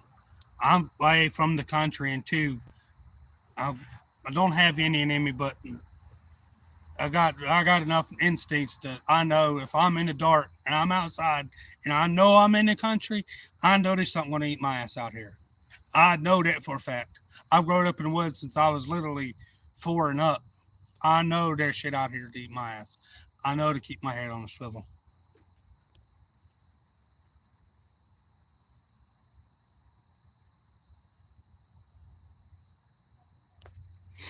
Know how many dinner plates I can fit underneath it. Uh, cool way to know is from the tip of their nose to the front of their eyes. Generally, if you could tell if it's how long from the tip of its nose, the bump parts to the tip of his eyes is generally you can tell the size of it and generally the width of the eyes. I've seen gator heads with heads over almost 2 foot wide. Literally, I can't even. I'm actually going in shorter than that, so I've seen them over that big around in the bellies. Tails all the way down to the end. It was almost like that.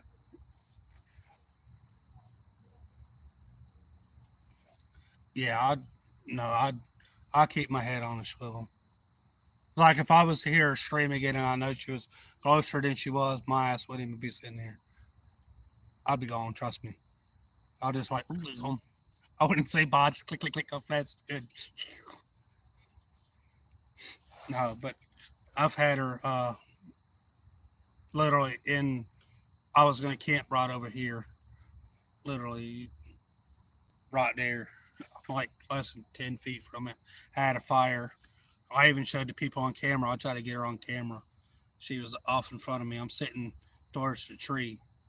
I was sitting that way. I got something kind of behind me as she kind of runs up.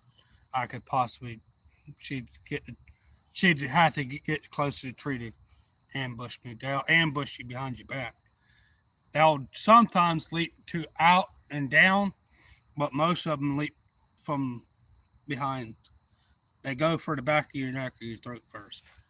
Generally, if they do, they'll tend to maul, but they generally go for the back of the neck or the throat. It's 90% of the time the back of the neck. It's the most vulnerable part. So remember, if something goes to jump or there, just tuck your arms around. Don't worry about fighting back. Protect your head because that's what they're mostly going for. Because they know that's the main parts of the vertebrae in your throat. Because it's your jugglers here. You got your jugglers from here, temple, and your nervous system runs your neck. They know to go for it first and disable it. That's the main source of it. So if something does jump out, just remember put your arms up because generally it's going to have a tough time. Just pray you can hold it. So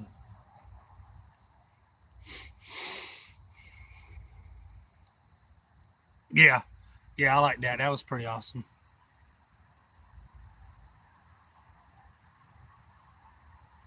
Yeah, fucking. I've seen them in the zoo. I've seen them far off, but I was far off where they look not as big. But I've actually seen two of them in the zoo, close enough because I've seen them pretty far off. I've seen some black ones and I've seen some the tan ones way far off, kind of close, but at a quick glimpse. But the ones I've seen in the zoo in there, I'm familiar with them, but actual seeing the size of them, they're massive. Their feet are that big around at the bottom. Freaking claws are like that. Their teeth are like that long. That's over 2 inches. You gotta see them on camera, but like, oh, or seeing them far off, like, Oh, that's not that big. Yeah.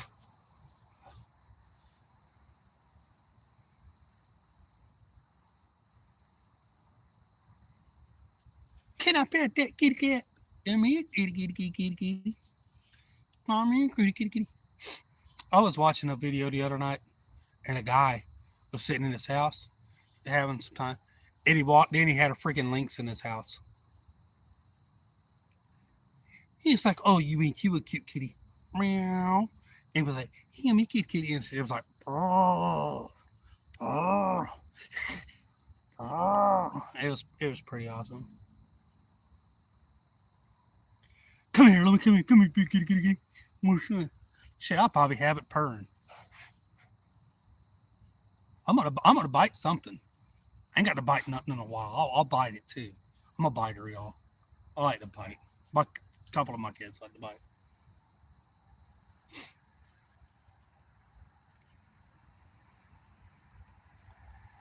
Come here. Anybody ever seen Talladega Nights with Ricky Bobby? Where he goes to get in there, like, oh, and the guy sitting there is like, what? He's like, shut up, Sheila, lay down. I'd like to have me one as a pet, though.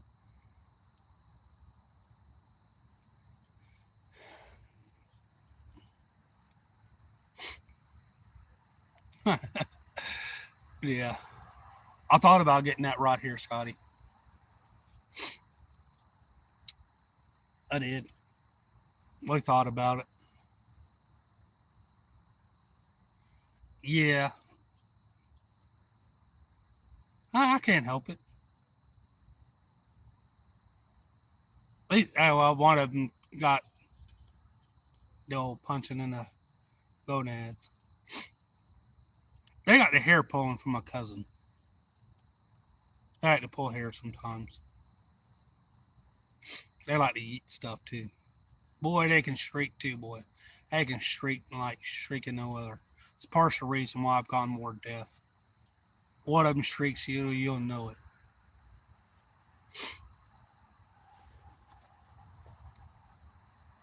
Especially not the little one, but that one, boy, it does too.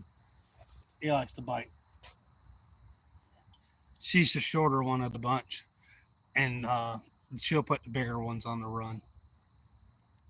They won't do something with her there. They'll pick on her, then they'll turn their back, and she's like, she'll get a toy. She'll usually get a small one first, right? And she'll hit them with it. They'll go on. But if they dodge it, she's getting a bigger object. Like if she throws it, the smaller object, and throws it, and it misses and goes too far, she knows it's too light. She'll look for something a little bigger and throw it, and it does contact. She'll go on. But if it misses and goes too far, she goes for the bigger item. And she knows she's just able to pick it up and eat it just enough to. She ain't caught nobody, but she's came close.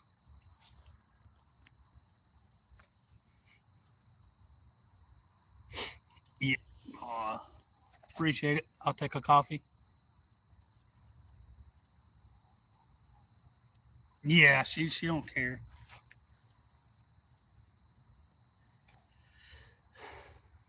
Would you bring me some tea?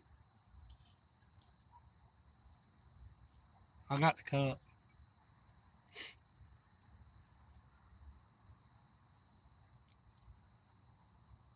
Yeah, I'm getting hungry, y'all. I am.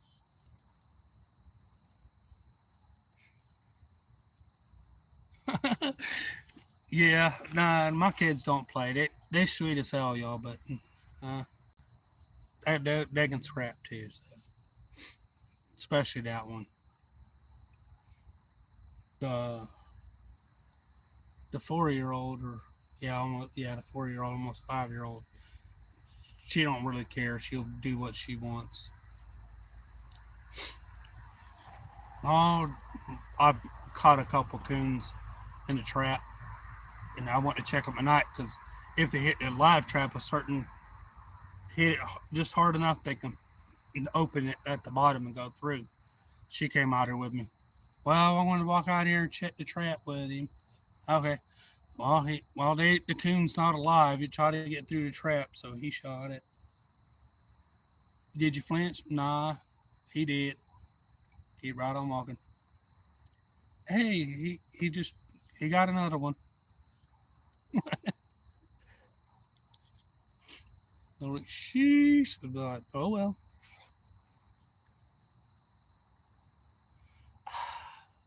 You guys gonna drink on my tea? I guess. Bring me a little bit.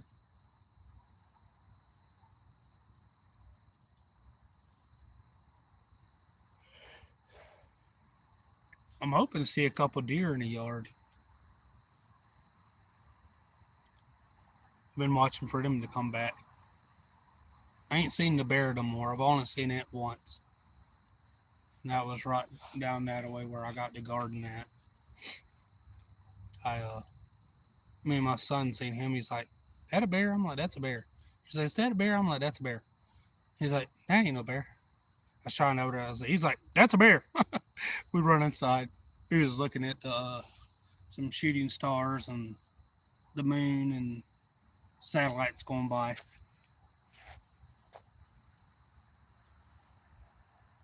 I hear you. And we're like, back and forth, bear, bear, bear. But no, we were up beneath the trees one day. We were right here in this area. We were messing around. We were cracking pecans and eating a few we had before I took out a lot of the squirrels last year. He was cracking some a couple years ago, eating them. I'm cracking some for him. He's cracking some. We're eating them, and I hear a vacuum, y'all. Just but nice, pretty blue skies, real pretty outside. Just flick of a switch, just like that. No joke. I heard a vacuum. I stopped beside him. I said, "You hear a vacuum?" And he's like, "Yeah." I'm like, "Listen," I'm like, "That ain't no vacuum. That's a tornado." I'm like, "Holy shit, that's a tornado." We run up the driveway. Her grandma and them was up there. We run up it, and he got about 10 feet away from the opening to the back. Y'all, I grabbed him by about the bottom of the shirt, the shorts, and I reared back like you do bowling, and just yeeted him. If kid just stayed upright and run, and he got over there and he landed and run inside.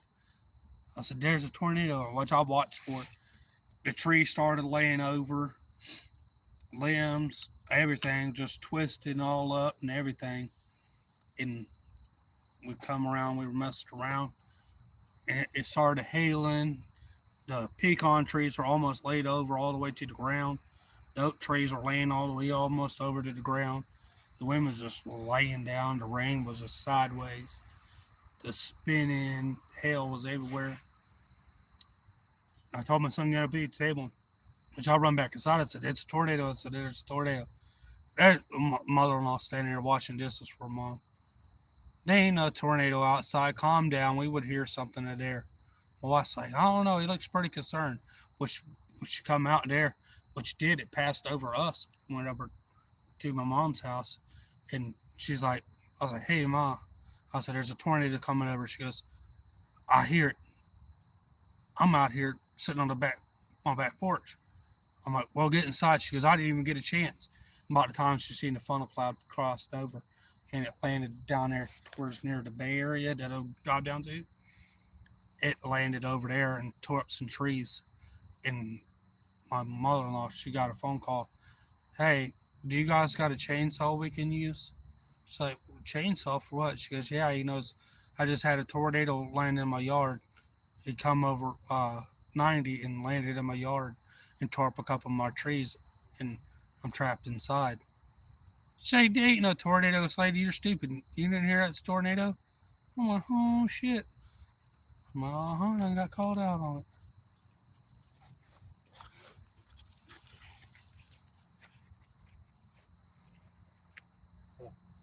Any more tea? No.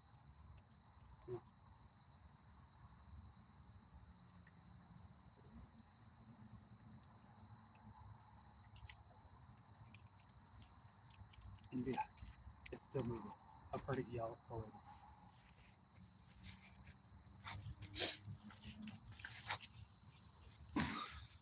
Sorry, I drank some tea.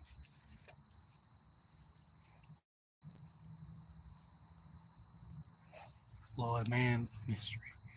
Yeah.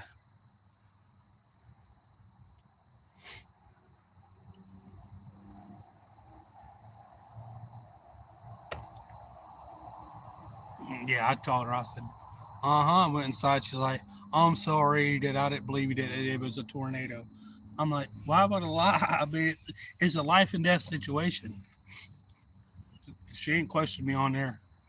I've, the lake I want to fish at with y'all, I was out there. It was raining, y'all. It rained from the store up there, which is a shell station, all the way up about 15 miles away. It rained hard, lightning, thundering. She's like, well, it's on a gravel road and stuff, so we were good. We had like 4 or 5 different cars with us. I'm like, well, we'll fish. We all want to fish. Got out. It started raining again. I was in the car with my mother-in-law, my wife, and a few other kids and stuff. They were yep, just all around. No, I couldn't get a word in edgewise. I'm like, really? I'm like, light bulb came off. Just bling. It slacked off raining a little bit. I'm walking. I got out of the car. She's like, where are you going? I'm going fishing. No, you're not. You're lying. But she didn't see me grab the pole out. I stuck it on the roof and grabbed the worms and got out. Where are you going? I'm going fishing. She's my mother-in-law's terrified of lightning too, and she's like, "No, you're not. You're gonna be in trouble. You get out of this car." Well, I was already out. Oh, I said, "Have a good," and the lightning's like hitting the ground everywhere, all the way. I just little like cannons going off, gunshots, and this big lightning bolt hit the water, off over here near the trees, and my wife's like, "You better really keep walking." I'm like, "I'm going fishing. You're going out there with a lightning rod in your hand. No, we think you're crazy." Oh well, I wasn't listening to them no more, y'all.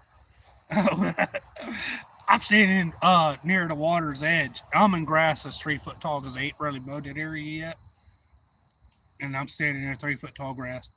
I got a I got a big rod in my hand. I'm like, I bait it up.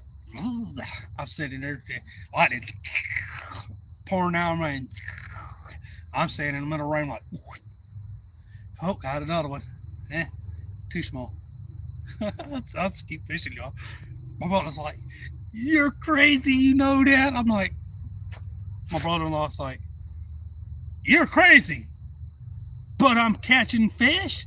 I got a big one. He's like, oh God, that's a bass. He got out of his truck. He goes out. He's like, he's standing there fishing. It's about the time it started raining again. He's like, oh no, no, no, no, no. I'm not standing out here in the rain. He runs back to the truck. Wait, I'm sitting out there. Get in, we're going somewhere else. Which, get in, we're going somewhere else.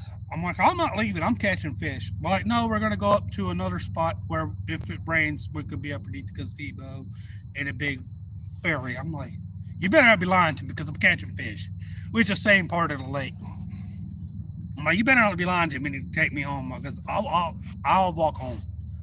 I might have to walk a day home, but like, no, no, no, we're really going.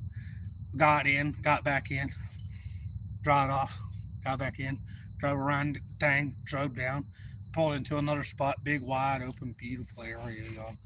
I'm sitting there, I'm like, I'm done out, I'm done gone. The car barely even got stopped. I'm like near them.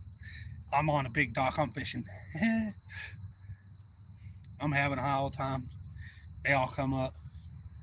I caught some bluegill and all kinds of brim and stuff. Couple decent sized small bass, nothing really to keep. Couple catfish we got there. Like, you want to come back? I'm like, yeah, I'll come back, no problem. My wife caught some fish like that. My mother-in-law caught some fish. My brother-in-law had caught a couple little bass. My other one, he'd seen a snake. He done left.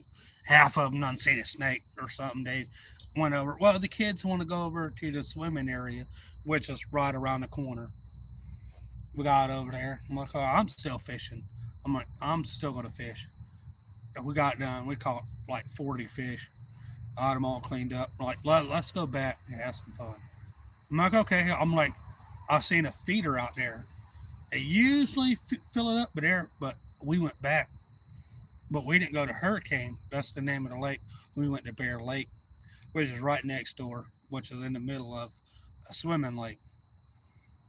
We sitting there, we fishing. I said, I want to throw out there by the feeder. I bought my big white rod like I got in there with a big 808 on it. You know, she goes, you don't look ridiculous fishing with that big rod out here. I'm like, I'm going near that feeder over there. I had 25-pound test with a leader on it. And I hope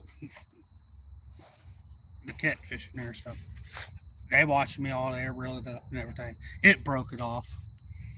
It popped off the hook. Laughed, boy. I wound up stripping. I tried to throw back out to catch it a couple more times, and I wound up not catching it. I wound up stripping that rod. But I fought for 30 minutes, y'all. I'm up on the railing and everything, just cranking, lifting, cranking, lifting, cranking, lifting.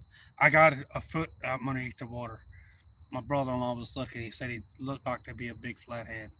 He said every bit of his head was every bit over that wide. I'm like, Jesus. He's like, we're doing. And it's bloop, popped off. So as it got closer in there, it was lifting it up over the dock. The dock was 4 foot. And I happened to step down, and as I was bringing it up, got about the foot. It snapped off. I almost got my picture down there.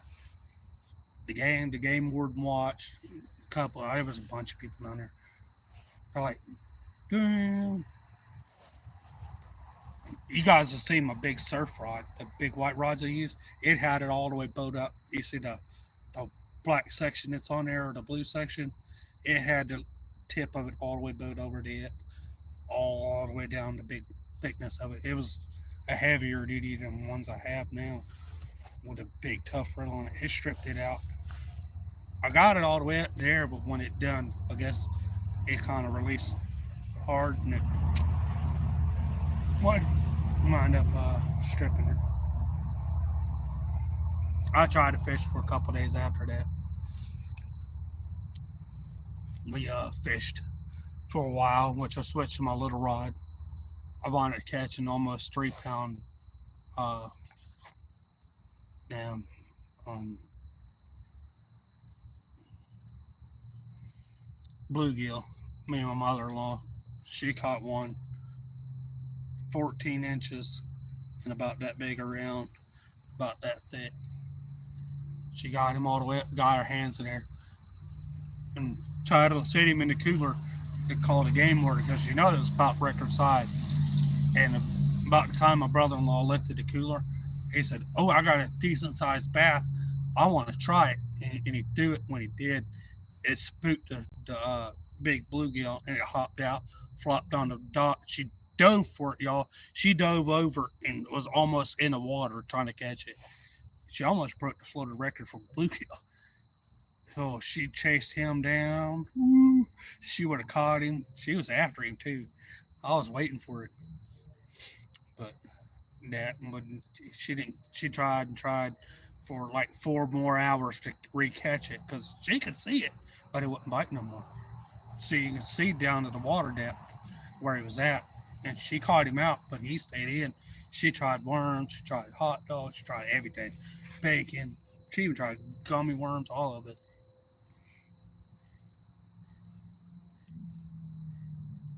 No, I ain't caught no fish yet.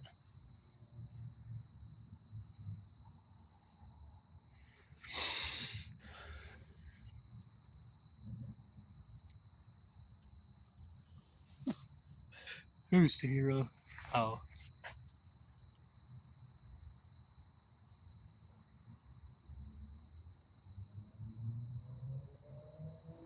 nah. You'll break that.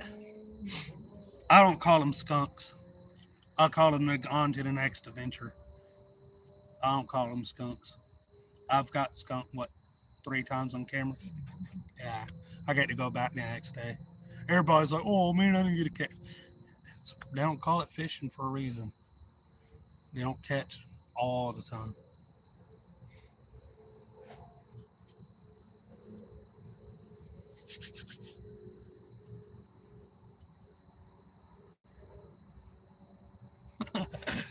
Yeah.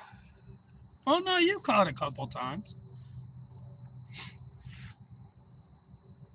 I know. I know River Rat.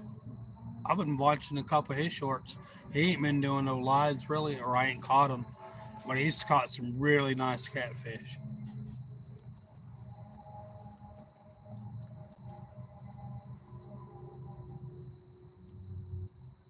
Yeah.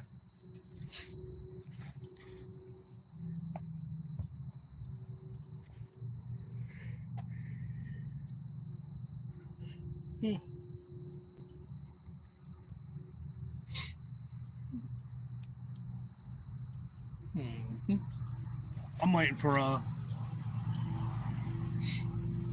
waiting for her to hook up on a nice bowfin around here. I want to catch me a nice another bowfin. You know you can eat bowfin. They taste pretty good. Nice white soft meat. We flayed one there.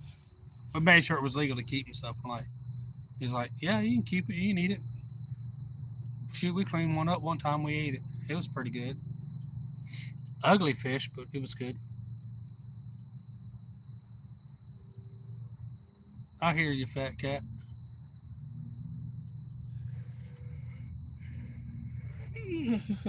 Sorry, y'all. I'm hungry.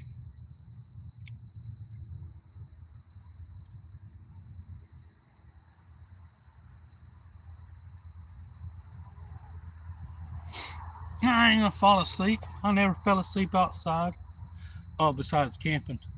I've been hunting since 4 o'clock in the morning, y'all.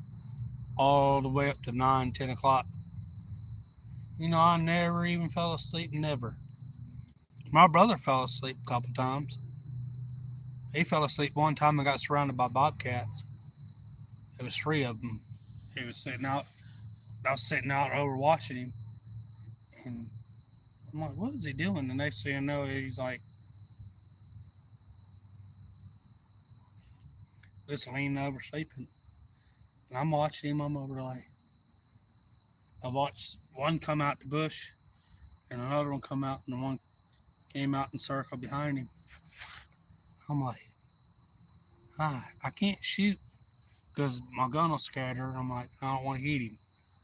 I could have shot the first one, but when I seen him, the other one was closer. I'm like, damn.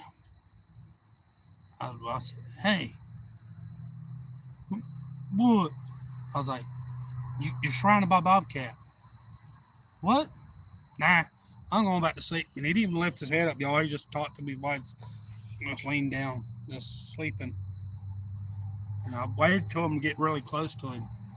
I went, boom, and loaded down my gun and shot twice, back to back, boom, boom. He's like, what, like, what? Did you get him? Did you get him? I'm like, yep, sure did. Scared that fucking bobcat off from getting you, you know. He's like, there was three bobcats. I said, yeah. I said, don't move. I walked over. I said, one was here, one was here, one was here. And I showed him the feet print. I walked, because he was in a kind of a muddy area. He was sitting up in a dry spot, and they come up behind him. He's like, why'd you let him get so close? I said, I tried to tell you. No. Well, we sat down there at another spot for a while. It was my brothers and a friend of ours, my stepdad, and me. I was sitting down of a kind of a gully in a sandy spot, and he was sitting off behind a hill, and he kept sitting up laughing. I'm sitting back. I got my shotgun in my lap. I'm like, "What are you laughing about?" He's like, "I'm laughing at you." I'm like, "Why are you laughing at me?" He's like, kept pointing like, I'm like, and I look back. I'm like, "There's nothing there." He's like, "Ah, ah." He kept laughing. This went on about 30 minutes, and I stood up. I was like, "What the hell is your problem?" He's like, And I sat back down, and I'm moseying around, and not paying attention. About the time I felt a doe blow on the back of my neck, there's four does sneaking up on me. And you could see them off, but where I was sitting, I couldn't quite see them. That damn doe blew on the back of my neck. Y'all spun me a donut. I had my gun. I just, like prone mode. Just, I was like spun around. I was like, what the hell? And I seen the four doe running off. And I didn't see the buck. He was laughing. He was laughing because every time they step, he'd stand up and he'd laugh and they'd stop. And they kept inching ever so closer. And I didn't, I was talking like I am now, just back and forth. I'm like, what are you laughing at? Well, he's like, you. And I'm like, he's like, you. And he wasn't talking, but I was. I was moving, and I'm like, what the hell, I'm like, shh. And by the time that happened, I spun me a donut. I was ready to fire too. I had my almost finger ready to cock and fire. But, no, no. I went out with the guy that was over there. We was hunting. We was kneeled down. We sitting. I was in a area of I had an oak tree here, an oak tree, and an oak tree, and an oak tree, and I was sitting in just a open spot. And he was sitting across the way, about 10 feet away, and kneeled down like I was with some brush against his back, and we used some uh, citrus peelings, the orange peelings. We ate some orange on the way there, but we kept the peelings on us, and I rubbed them on me, and I squeezed it and covered my scent, and I was sitting there kneeling for a while. And I had my 870. I was holding up on it like this, and I wasn't moving, and I heard.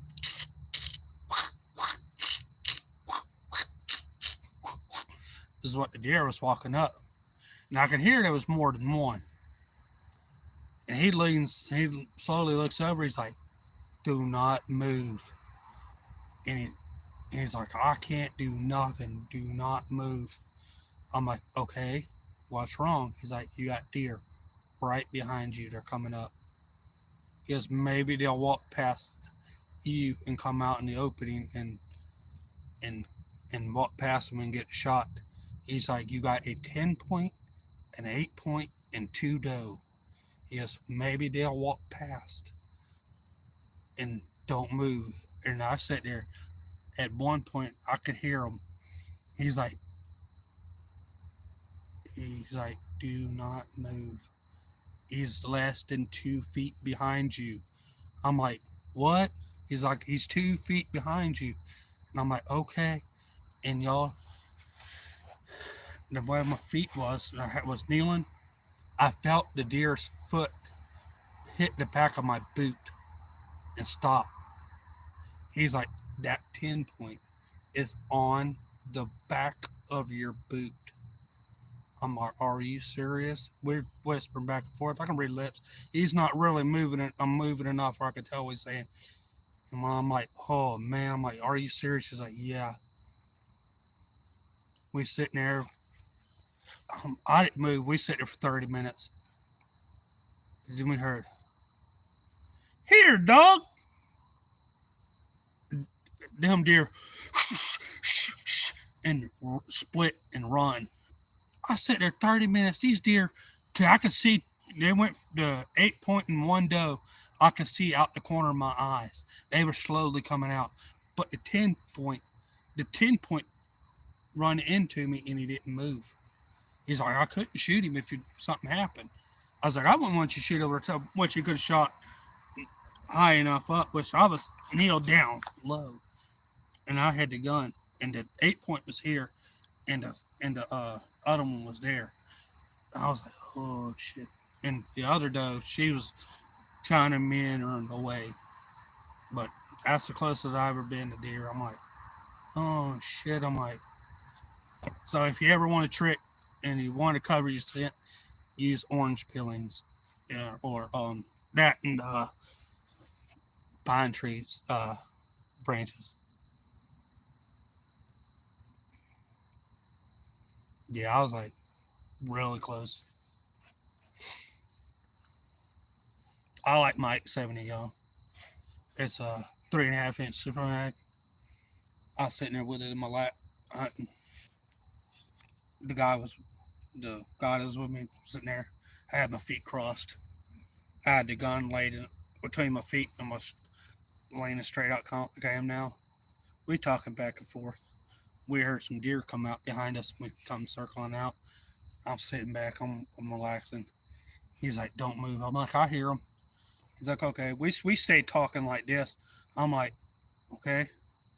He's like, "I'll let you get a shot." I'm like, "Okay, fine." He goes, "I'll shoot one, or if you get one, if I think it's going to run too much, I'll shoot it if it goes too far." The deer come out, roamed around, got out 40 yards exact, or roughly exact, about 40 yards. And I'm sitting there. He's like, "We want to take that big one." I was like, "I want to take the big one." He's all right. Let's let these other ones group. They was in a group. Let's let these other ones move a little bit. One kind of meandered one way. He's like, "You could slow draw your gun." The deer leaned his head up and looked at us. It kind of went a little bit. It kind of twitched. And I was like, "No." I said, "I don't think I got a chance."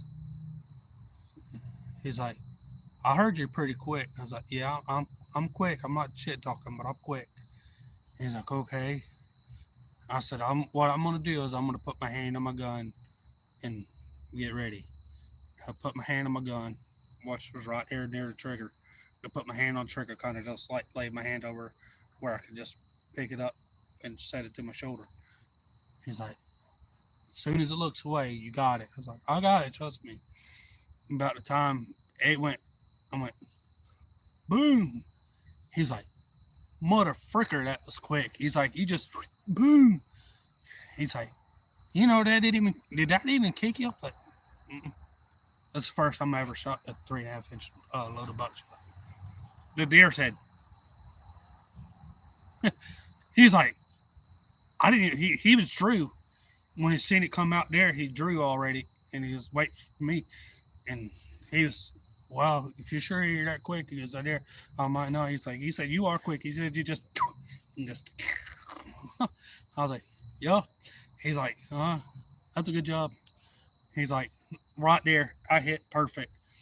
He's like, "Damn." I'm like, "Yeah." It was the deer just fell over on its side, walked over there. It was kicking a little bit. I was like, "It ain't going nowhere." He's like, "I'll tote it out for you." Hell yeah. I ain't even have to waste one of my shells. He unloaded his gun. And I toted his gun out. He threw it over his shoulder, toted it out. He set it down. He's like, "Go pick up your brother." All right. I turned on my light, went back there. I say, "Hey, we got one. Come on." He shot right before I shot. He's holding a freaking 3 foot long possum. Literally shot. He come over to brush at him or something. He said that he shot it. I think he just wanted to shoot something myself, but he he shot it and he was holding it. And somebody had the dog I told you the guy yelled at. He wound up abandoning it, and he was holding the dog and the possum. He and threw the possum in the water, which is a gator-filled lake, so the gators are still out. He threw the thing over there, so the gators got the big possum. He's like, "What are you going to do with the dog?" I said, "Just bring the dog, I guess." We brought the dog. He's like there, and he's like, "I already got it loaded up. Let's go." Well, we drove home, and I cleaned it. I was like, he goes, "You ever cleaned a deer?" I said, "I've helped clean a deer, but I've never cleaned one by myself." An hour. He's like, "Sure." I'm like, "Yeah, sure." You don't even have to tell me. He's like, "Well, I'll stand here and talk to you while you clean it." He's like, "That's the cleanest deer I've ever seen, the fastest I've ever seen clean." He goes, "He just, broke it all the way down to nothing." And he slipped up, y'all. I told him, he's like, "Well, you guys like uh, real gamey meat?" I'm like, "Yeah, it don't bother us." He's like, "Well, I don't." Instead of asking, was I want to share my deer, he goes, "All right." He goes, "I'll be back." He come back, and we were sitting up on the porch. He went over there and dumped sodas in the deer with the ice and the salt that we had in there preparing, the bleeding it. He dumped sodas in there. We didn't see it. And he walked up there and he threw a couple sodas away. I'm like, we didn't drink that many sodas out there. He goes, no. I put him in Jeremy. We didn't understand what he quite said. He kind of said it kind of fast. And when we just kind of brushed it off, we cleaned it out and done there and that. And we started eating it. It tastes funny. I'm like, we wanted giving him some. He's like, I'm like, my deer tastes funny. What the hell? He's like, I put soda in it. I had to take some of the game meat out. The game meat, the game taste out of the meat because I don't like it sometimes, and I wanted to be able to eat more than just a little bit of it. Boy, I like to strangle that man. I'm like, don't you ever put damn soda in my deer meat or my game meat. It's game for a reason. I growed up with the flavor. Don't do that.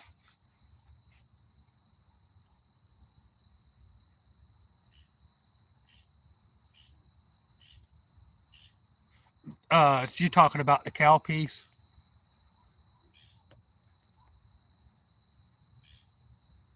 Yeah, Glenn, it's a puzzle piece.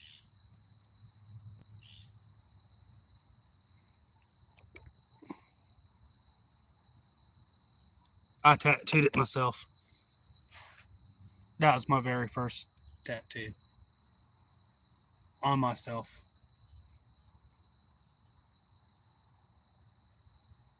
No, they're it's called cow peas, but it's a type of black eyed pea.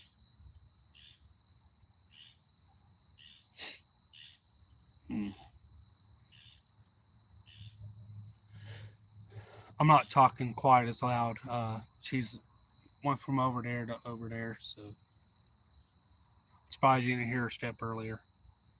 Yeah. How you doing, Glenn?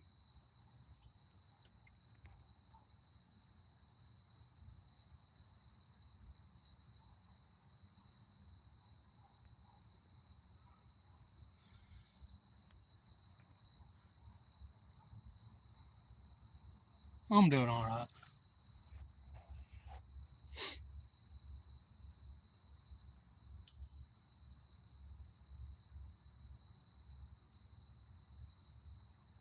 Yeah, they named it cow peas. It's a green black eyed pea. We I'm gonna plant them. I'm not gonna plant as many cucumbers.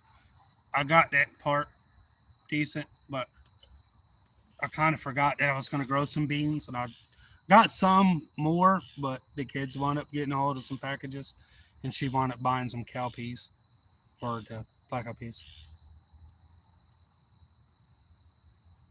and I want to I'll plant those over there on the fence line. Yeah, I think they just call them something else now. Probably mixed them with something.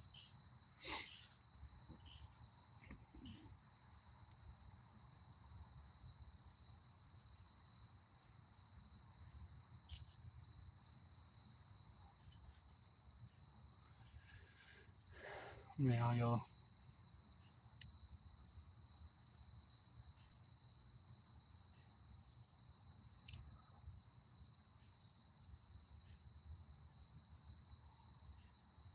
I'm surprised you didn't hear a holler y'all earlier. Nice. My dad done putwood. He cut down trees for paper sawmills and stuff like that. They cleaned out most of the area I'm in.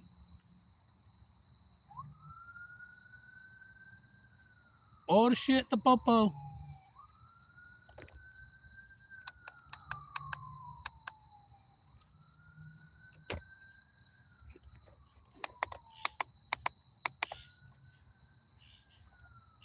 The lights shut off about every hour.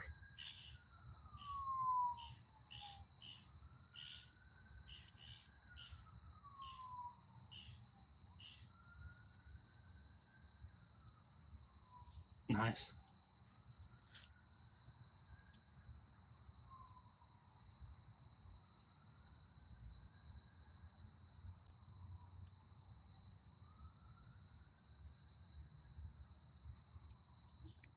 Yeah, no.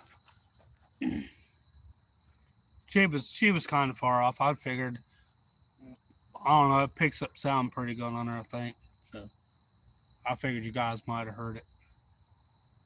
But she's walked over there a couple times.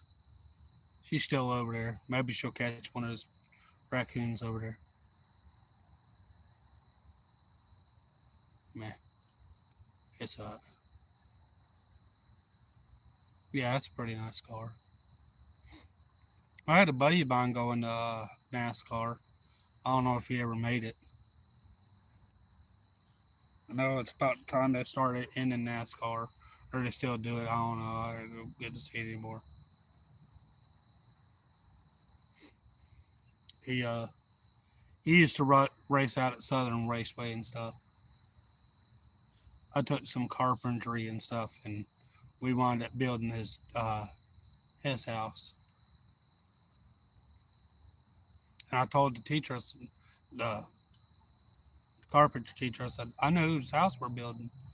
He's a pretty cool guy. I mean, he's like, man, you don't know him. I'm like, no, I know the man. I said, he's a pretty cool guy. I said, I know his son. He wants to do NASCAR. Ah, bullshit and this, that. Yeah, right, whatever, kid. And one day the guy showed up. He's like, hey, I want to check on my house. I said, hey, Mr. Long. So what's going on, Justin? Oh, yeah, we're out here framing on your house. And look back, he's like, how in the fuck do you know him? He's like, he told you fucking knew who I was. And the guy's like, you know what? He goes, I did a fire you. He goes, you know what? If these kids, he goes, these kids look like they're doing a pretty good job without you. I think you get fired. He tried to get him fired too. He's like, why didn't you believe him? He's like, what do you mean?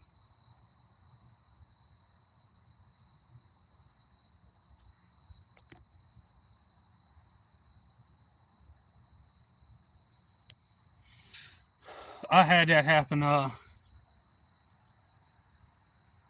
Zero. Yeah, it's not fun. Ain't no use to kill yourself. I mean, it's hard not to say goodbye, not but it ain't no use to kill yourself. You got other people to live for, man.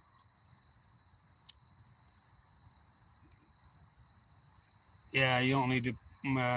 If your mom or your dad or whoever, but yeah, it's not your fault. I mean, I don't know, but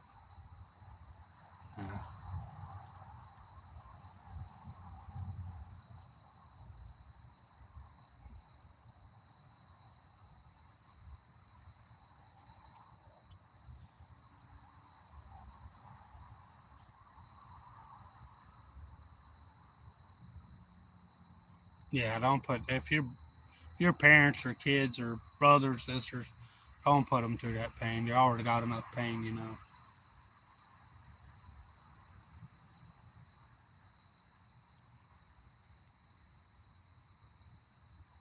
It's hard to deal with, but it don't.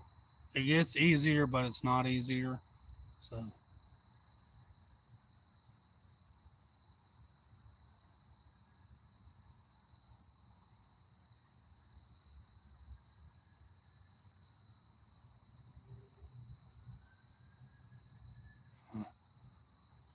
sorry to hear that.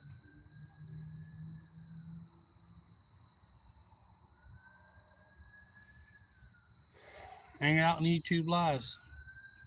Get to know people, man. Think so. Find somebody to talk to, man. You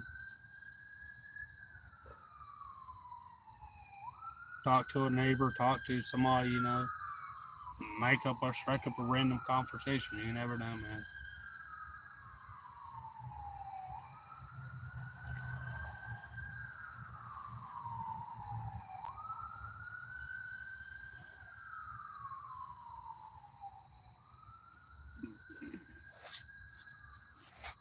Yeah, y'all, I'm getting hungry.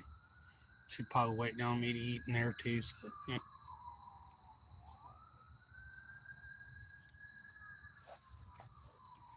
Yeah, that's yeah. Don't do that. You need somebody to talk to, man. You can always just talk to anybody. Uh, I read a story once, y'all. If you guys know Daniel Radcliffe, he's the kid that played Harry Potter. Uh, a guy was wanting to off himself too. Well, not thinking it's funny, but no, I haven't ate yet. I know, but he wound up was gonna kill himself, and he sat down with a pack of cigarettes on the side of the street. He said, "I'm just gonna go jump off the bridge."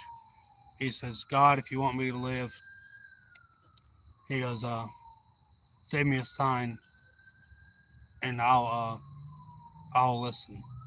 So he sits there, lights him a cigarette, pulls out a cigarette, reaches in his pocket, no lighter, reaches in his pockets, no lighter. He's like, damn, shit. Starts raining a little bit. Guy puts a cigarette back in there. Guy's walking down the road, he sees him sitting over there. He sits down, he goes, "You need a light?" "Yeah, sure." He pulls back out a cigarette. He goes, "Here." Lights a cigarette. He goes, "Don't mind if I smoke a joint." And he goes, "No, I don't mind." The guy looked up and it was Daniel Radcliffe sitting next to him. He lights his smokes at him. He said, "What's going on?" He goes, uh, "All some bad stuff's been happening." He's like, "Man, no matter what, man, don't kill yourself. You know,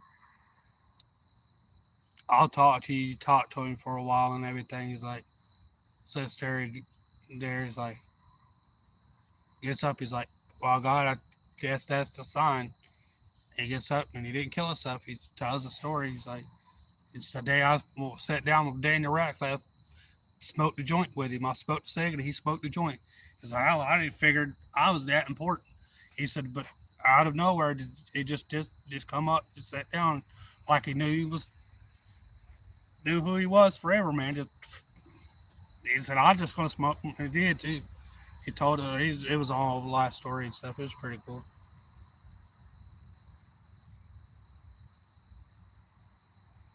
Yeah, he uh he plays in several other movies.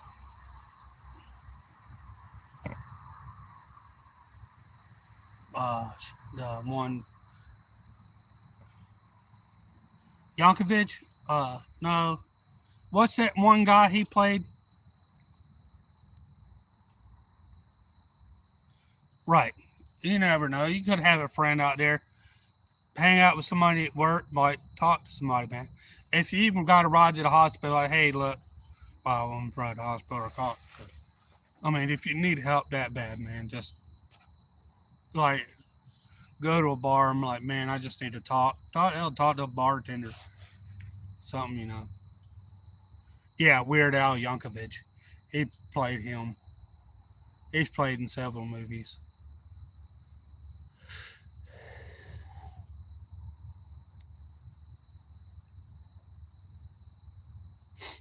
If you don't know who Weird Al is, I can't help you.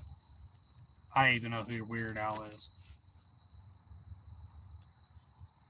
He's like, "I didn't got nobody play me, but as he played me pretty well." I'm like, "Nice."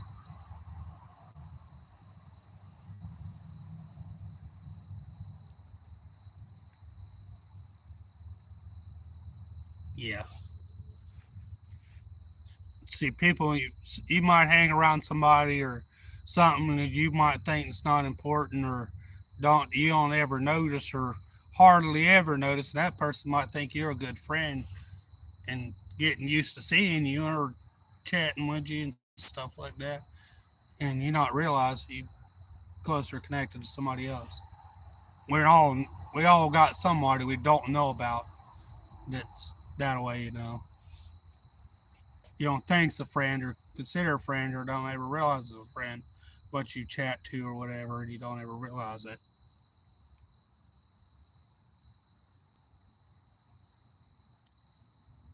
Yeah, he plays in the movie with Weird Al.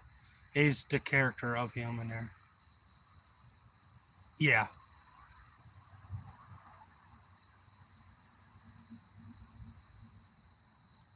Yeah, I know. I'm 36 years old too, man.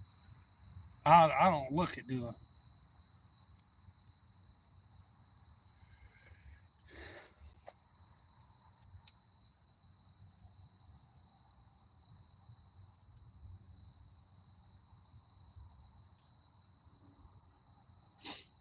Yeah, y'all, I'm gonna have to get me something to eat in here in a minute.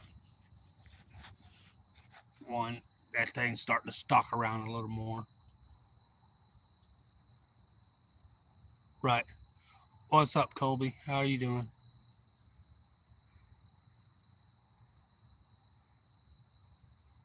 Right.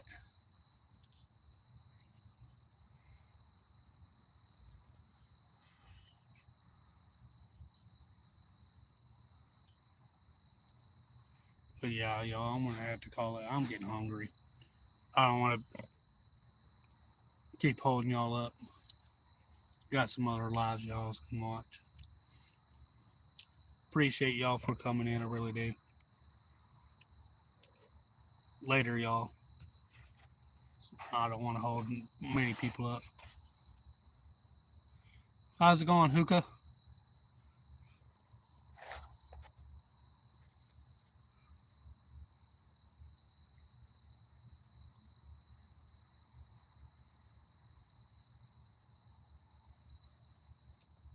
Yeah. Yeah, I like Justin. I, I ain't really chatted in there, but I gave him a like in there. I'll sit there and watch him for a bit. I'm good. I'm unfortunately ending alive. I've getting hungry. It's been a while. Later, Smurfy, Trapper, Hookah, Karen.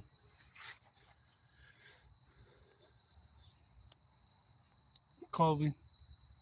Glenn, you have a good night.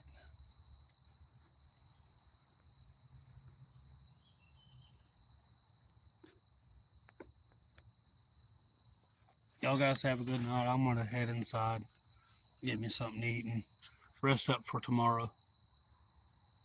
What's up, random dude? Appreciate you for coming in. Oh, you're welcome. Yeah. I hope you guys enjoyed it. Later, Fish Tough. I should be fishing Saturday and Sunday. I don't know dare today or tonight. I'll let you guys know. Appreciate everyone for coming in.